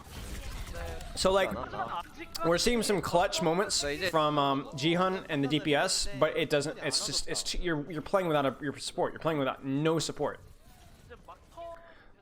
Okay, so chaotic fight. Let me look at what's happening here. Let me turn this up again. 판단을 했는데 팀원이 안 와줬다 이런 식으로 정치를 할 수 있는 패더 선수. Now this is a really dangerous part for Guangzhou because they don't have ults yet. They're still, the entire round has come and gone and they still have not built a support ultimate. This is really scary. Really scary because these guys could just go bang bang. Probably these two ultimates before they get theirs, and they could just be it could be 100-0. What is our dive looking like here? And by the way, that's another reason why Ball destroying Sombra translocators is great, because again, it's not just Harmony and Discord. You also have a Ball who can run around in the flank. Ball is way better than Monkey on a flank because he's got a gun, because he's hypermobile, right? If you've got a Ball Sombra running around searching for Sombra translocator, like that would take so much heat. Put so much heat on Feather, but so far we're not seeing that. We're seeing a lot of like forced dives at this comp, which just feels bad. But hey, pincer dive. Yeah, there's just. I honestly think the Zen Brig is not very good there, and it was not played very well either.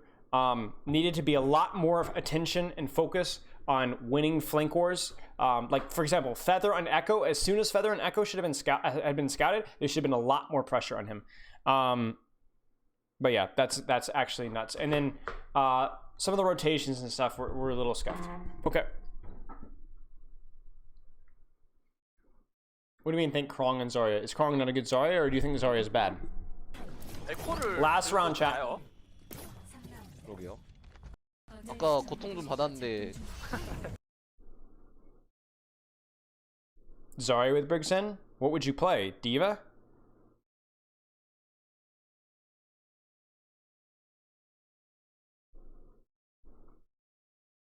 Yeah, that makes sense. I don't like D.Va in the mirror, Briggs in mirror, but into Monkey, sure. Because,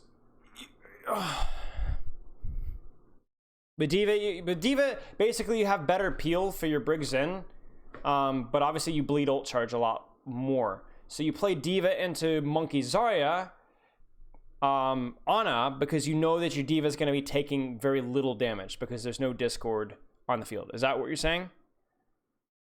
Posture check, thank you. So D.Va provides better peel and doesn't deal with, oh, I'm bleeding ult charge because they're playing Ana, right?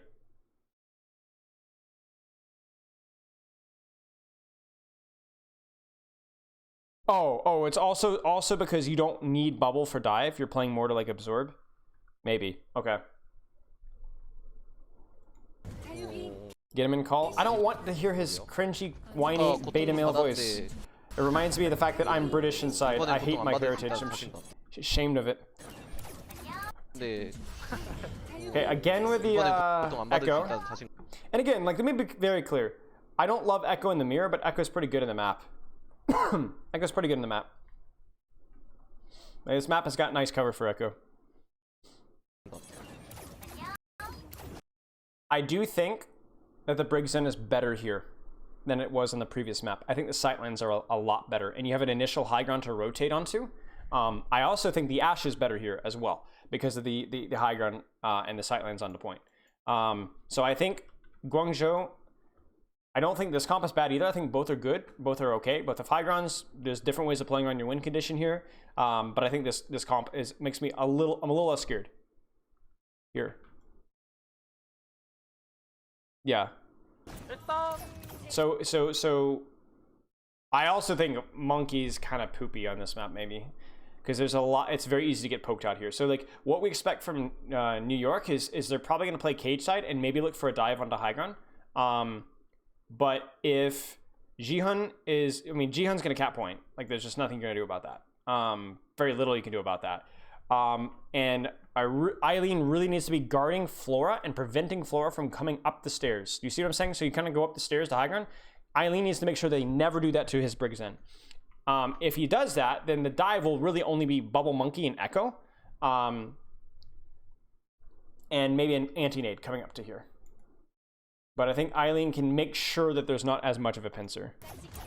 조합은 아까 전에 2라운드랑 똑같은 거 같아요. 지금 카리브 선수는 여전히 Yeah, so they just go in. Questionable from Yakbong.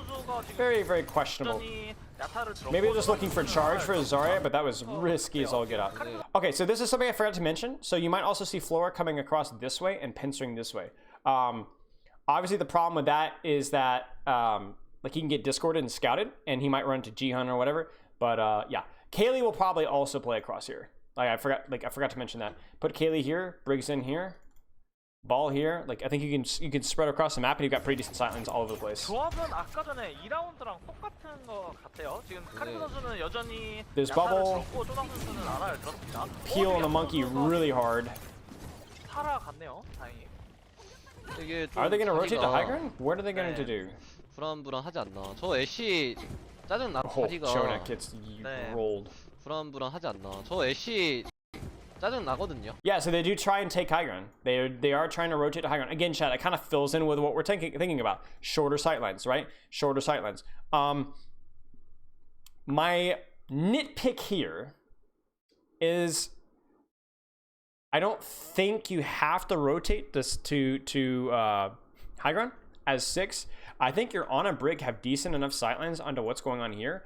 I think you could just do the same thing that Yakpong did, but this time do it with Feather as well. Do it with Feather and with point pressure, right? You see what I'm saying? Because part of the problem with this last dive was because they all peeled back. They can't all peel back like this if you have point pressure, because Jihan's going to want to be capping point. He's not going to want to be peeling up, or he'll be fighting your Tracer on point.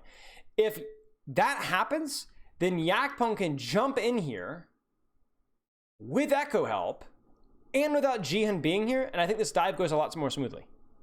I think the reason this feels so bad is because Jihan is free to go back without having to worry about point because it hasn't unlocked, and Feather's not here yet.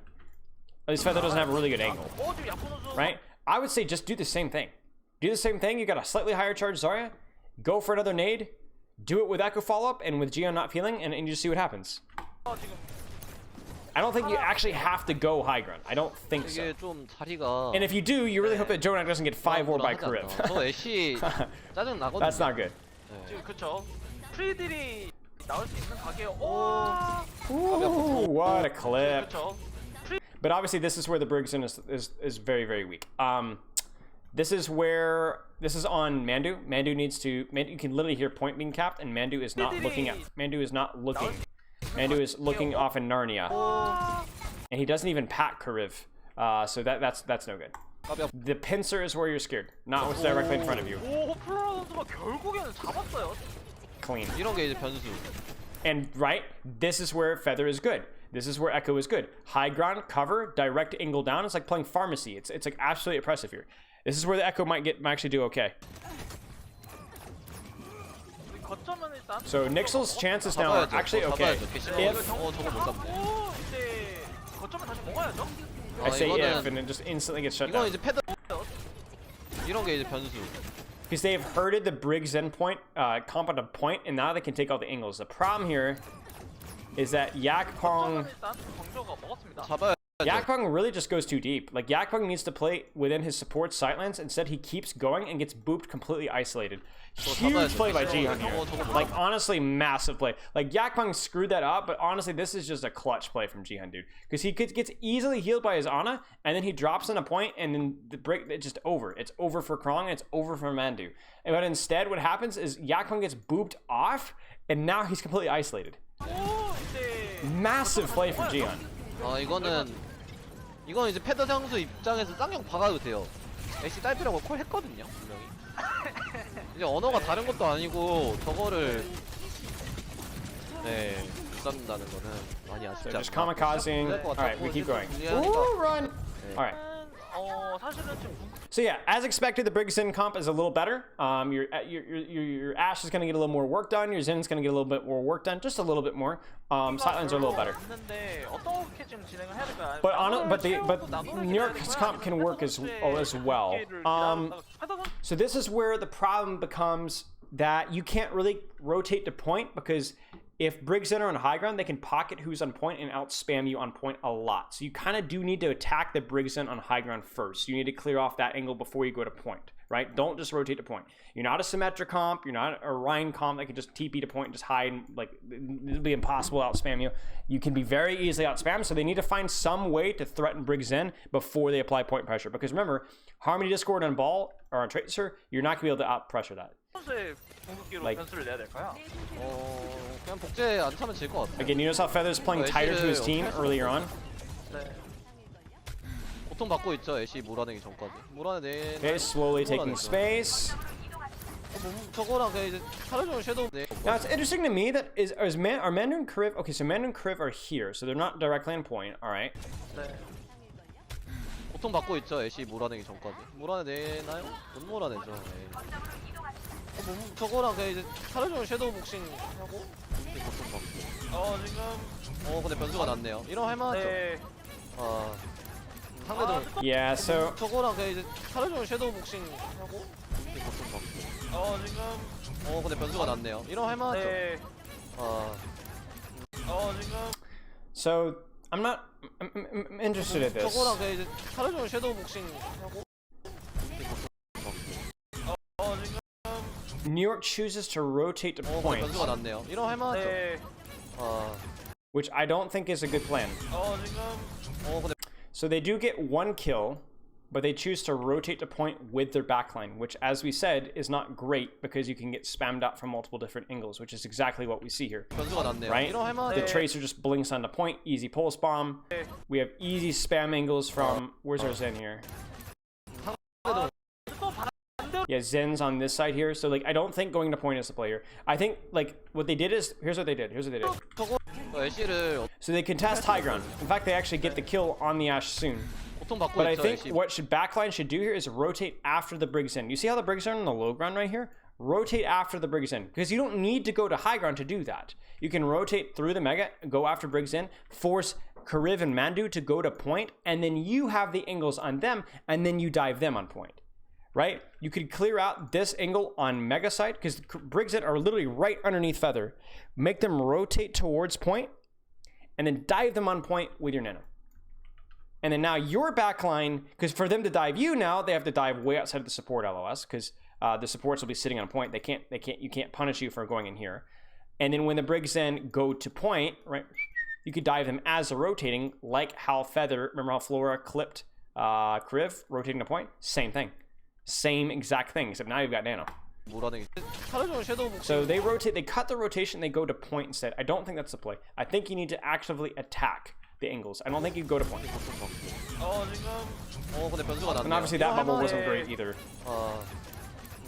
또 반대로 변수가 나왔어요. 이건 변수가 아니에요. 상대가 자리가 좋기 때문에 당연한 수준이고. But you see, like this is how you lose. Do you see this? This is your strategy when you're playing a composition can never ever be this unless you're playing like a Ryan Diva Symmetra where you just sit and turtle on point. Very, very rarely in Overwatch is this ever what you want to be doing. Very rarely, regardless of composition. Because yes, you cap point, but you're going to lose the fight, and ultimately 9-10% ult point capture. It's not worth it. You lost the fight for that. 13% capture percentage is not worth losing a fight over. 펄스 잘했다, 다이브 잘했다 이렇게 볼 수도 있지만. We might see feather swap. 팁은 당연한 수준입니다 이게. 저 불리한 자리를 극복할 방법이 없어요. 지금 또 복제가 있는 게 아니라 그래서 강원도 입장에서는 주요 궁극기가 또 아직 있기 때문에 조금 어려운 싸움이 될 것 같습니다. So are they gonna actually rotate after Briggs in here? Because I'm trying to see where Briggs in rotating. 변수가 나는 게 아니면 힘들지 않나. 지금 어느덧. Man, they're playing very aggressively here. Holy cow, are they in the low ground? Yeah, so it looks like Briggs in are just sitting on. Yeah, so Briggs in are playing very aggressive, and we anticipate, and we can. Okay, the question is why. So I think, I mean, the obvious answer here is that, like, okay, they've used Nano, they've used Pulse, they definitely aren't going to have EMP. We have double support ult and grab, so we're just in this last fight, so let's just go in, get a kill, see what happens. So Briggs in, they don't really care about the aggressive positioning. They're going to aggressively attack the flanks here.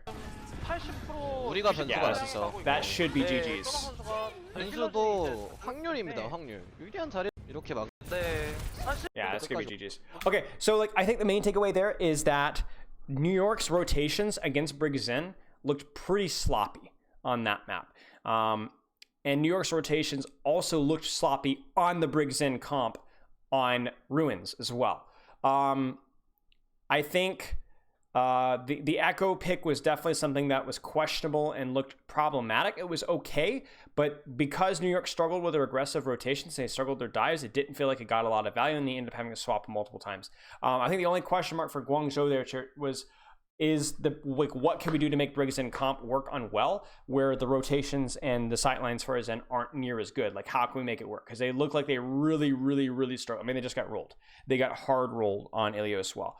So finding a way to make that work on that map needs to be done. Whether that's, I think the first thing that stood out to me is I don't think they were properly pocketing Eileen. I think like Kaylee, sightlines are kind of crap on Ashe on that map. Maybe you could have Kaylee, like what they could have done maybe is have Kaylee be more aggressive with the splits and just pocket them more. So like you could have had Kaylee, let me get a good vision here. Like have Kaylee come up here on the high ground and Briggs in play here, right? Right, and just pocket him over here and like be more aggressive with poking these guys out. Like honestly, like even up here, like I know it's feeding, but like the first time in my life I ever want Kaylee to feed, because I don't think playing stack with your team into Ana Winston is going to work, because nothing was softening Nixel up before they jumped. Nothing was softening New York before they jumped. It wasn't Eileen. It wasn't Kaylee. There was no Zen spam because they were rotating really tight. Like I just think they did a really bad job into that. So I think pocket Eileen, pocket your DPS a lot more so that your Briggs in don't have to get dove by full HP enemy targets. Kind of how they herded the enemy Echo, that was good, but that needs to happen more. Win the flanks, and then when you win the flanks, put heavy pressure on those flanks. I think that's the play. AFK noob, no, I'm not commenting on coaches, man. Like I think like it's way too early in the season to know, because here's the thing, a coach's value generally compounds as the season goes along too.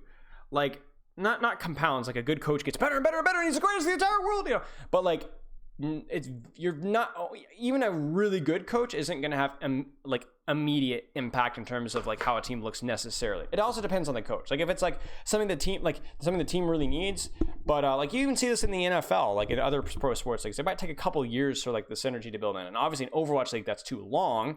But I would be shocked if like teams looked at this sloppy later in the season. I think like especially with the amount of compositions that we're seeing Brawl dive, we're seeing double bowl dive, we're seeing Briggs in dive, we're seeing Brawl with a Symmetra, we're seeing Brawl with a Kree. Like we're seeing a lot of different comps, so I assume it will clean up as the fight goes along. Yeah. So I think like right now, I know there's like Nixel coaches suck now. No. I think New York looked okay. I'm very disappointed. I think both teams played very poorly with Brawl. I'm trying to think what else did I not love. I think both teams struggled with the understanding of map control. I think that the more I watch professional Overwatch, the more I realize that most players don't understand map control very well. More like everybody understands corner positioning and old economy and combos and maybe how to play the meta, but map control is a concept that we as coaches have failed in explaining, and really I even myself haven't really fully understood until several months ago. But it felt sloppy. But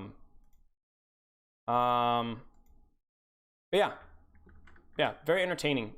Briggs in is an extremely hard composition to like spectate. It's fun to spectate, but if you try and figure out what's going on, it's rough.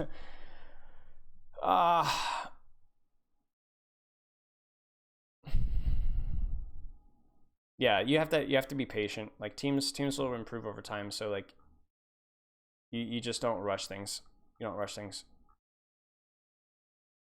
But at the same time, we can make like get a general idea of like who's playing well and who's not, and like what like who's executing the composition well, etc. Okay, chat, do you have any questions? Any questions about what we went over today? Because especially on the last map, I felt like my explanations were not as good because it was a lot hard for me to see what was going on. So I was focusing more on trying to understand what was going on and less so on explaining it well. So I don't think I communicated as well as I could have. So let me know if you guys need explaining more.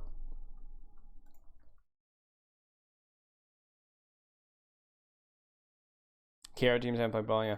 Like, I just think in general, like, the Brawl execution just wasn't as good. It wasn't even, like... It just felt like it was an exaggeration of, like... Of their, like, bad fundamentals of, like, overextending. Because they were, just, like, pushing out of the choke, pushing out of the choke, pushing out of the choke, pushing out of the choke. I was like, ugh. Oh, it's just... It was painful to watch.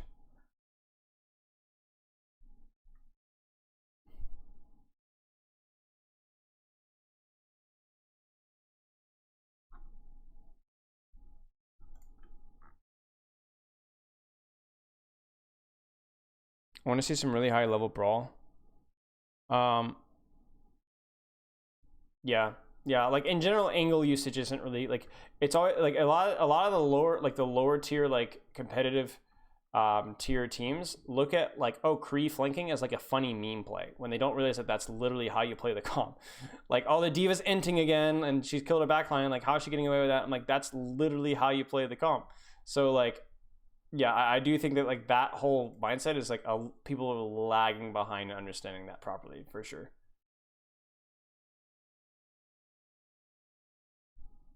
What do you think experimental tourney meta is? To be perfectly honest, this is a cop-out, but I honestly have no flipping idea. I have no idea. So there's so many changes and I haven't even kept track. I don't even know which ones actually went through and which ones didn't, because I was like, this is a joke. I'm not really going to take it's obviously just, it's literally a joke. So I'm not going to like take it too seriously. But it was like, I have no idea. I honestly have no idea.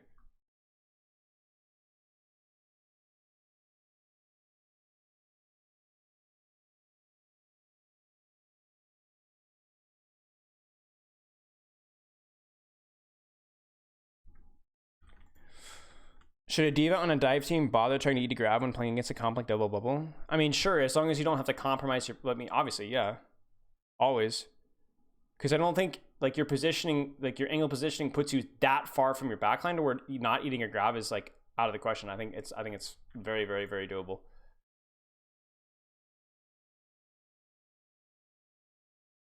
Yeah. Yeah, we'll see. Okay, we're gonna toss a host over to a Masters Baptiste player who I believe is collegiate, and we'll always support the collegiate scene. So, chat, I will be back day after tomorrow. I might stream tomorrow, but obviously Thursday is my maybe not day. Depends on how much other work I have to do. Tomorrow, likely, like I have a really, really cool set of videos coming up soon. A lot of stream VOD reviews that I've edited down that are gonna be really good. As well, that sounds so egotistical. In other words, a lot of stream VOD reviews which I really enjoyed, which I've edited down, which I think you guys will enjoy. And then the player-led video, which I finally finished editing. I think you're gonna enjoy that as well. But yeah, cheers, mates. Let me know if you guys have any questions. Join the ! Discord if you have any questions. We have a whole channel dedicated to Ask Spilo where I answer every question in detail. Yeah, I don't have a whole lot more to add. If you guys are interested in coaching as well, ! Coaching. We do those on stream as well. Okay, chat, we'll be back either tomorrow, probably not, or the day after that, most likely. Cheers, mates.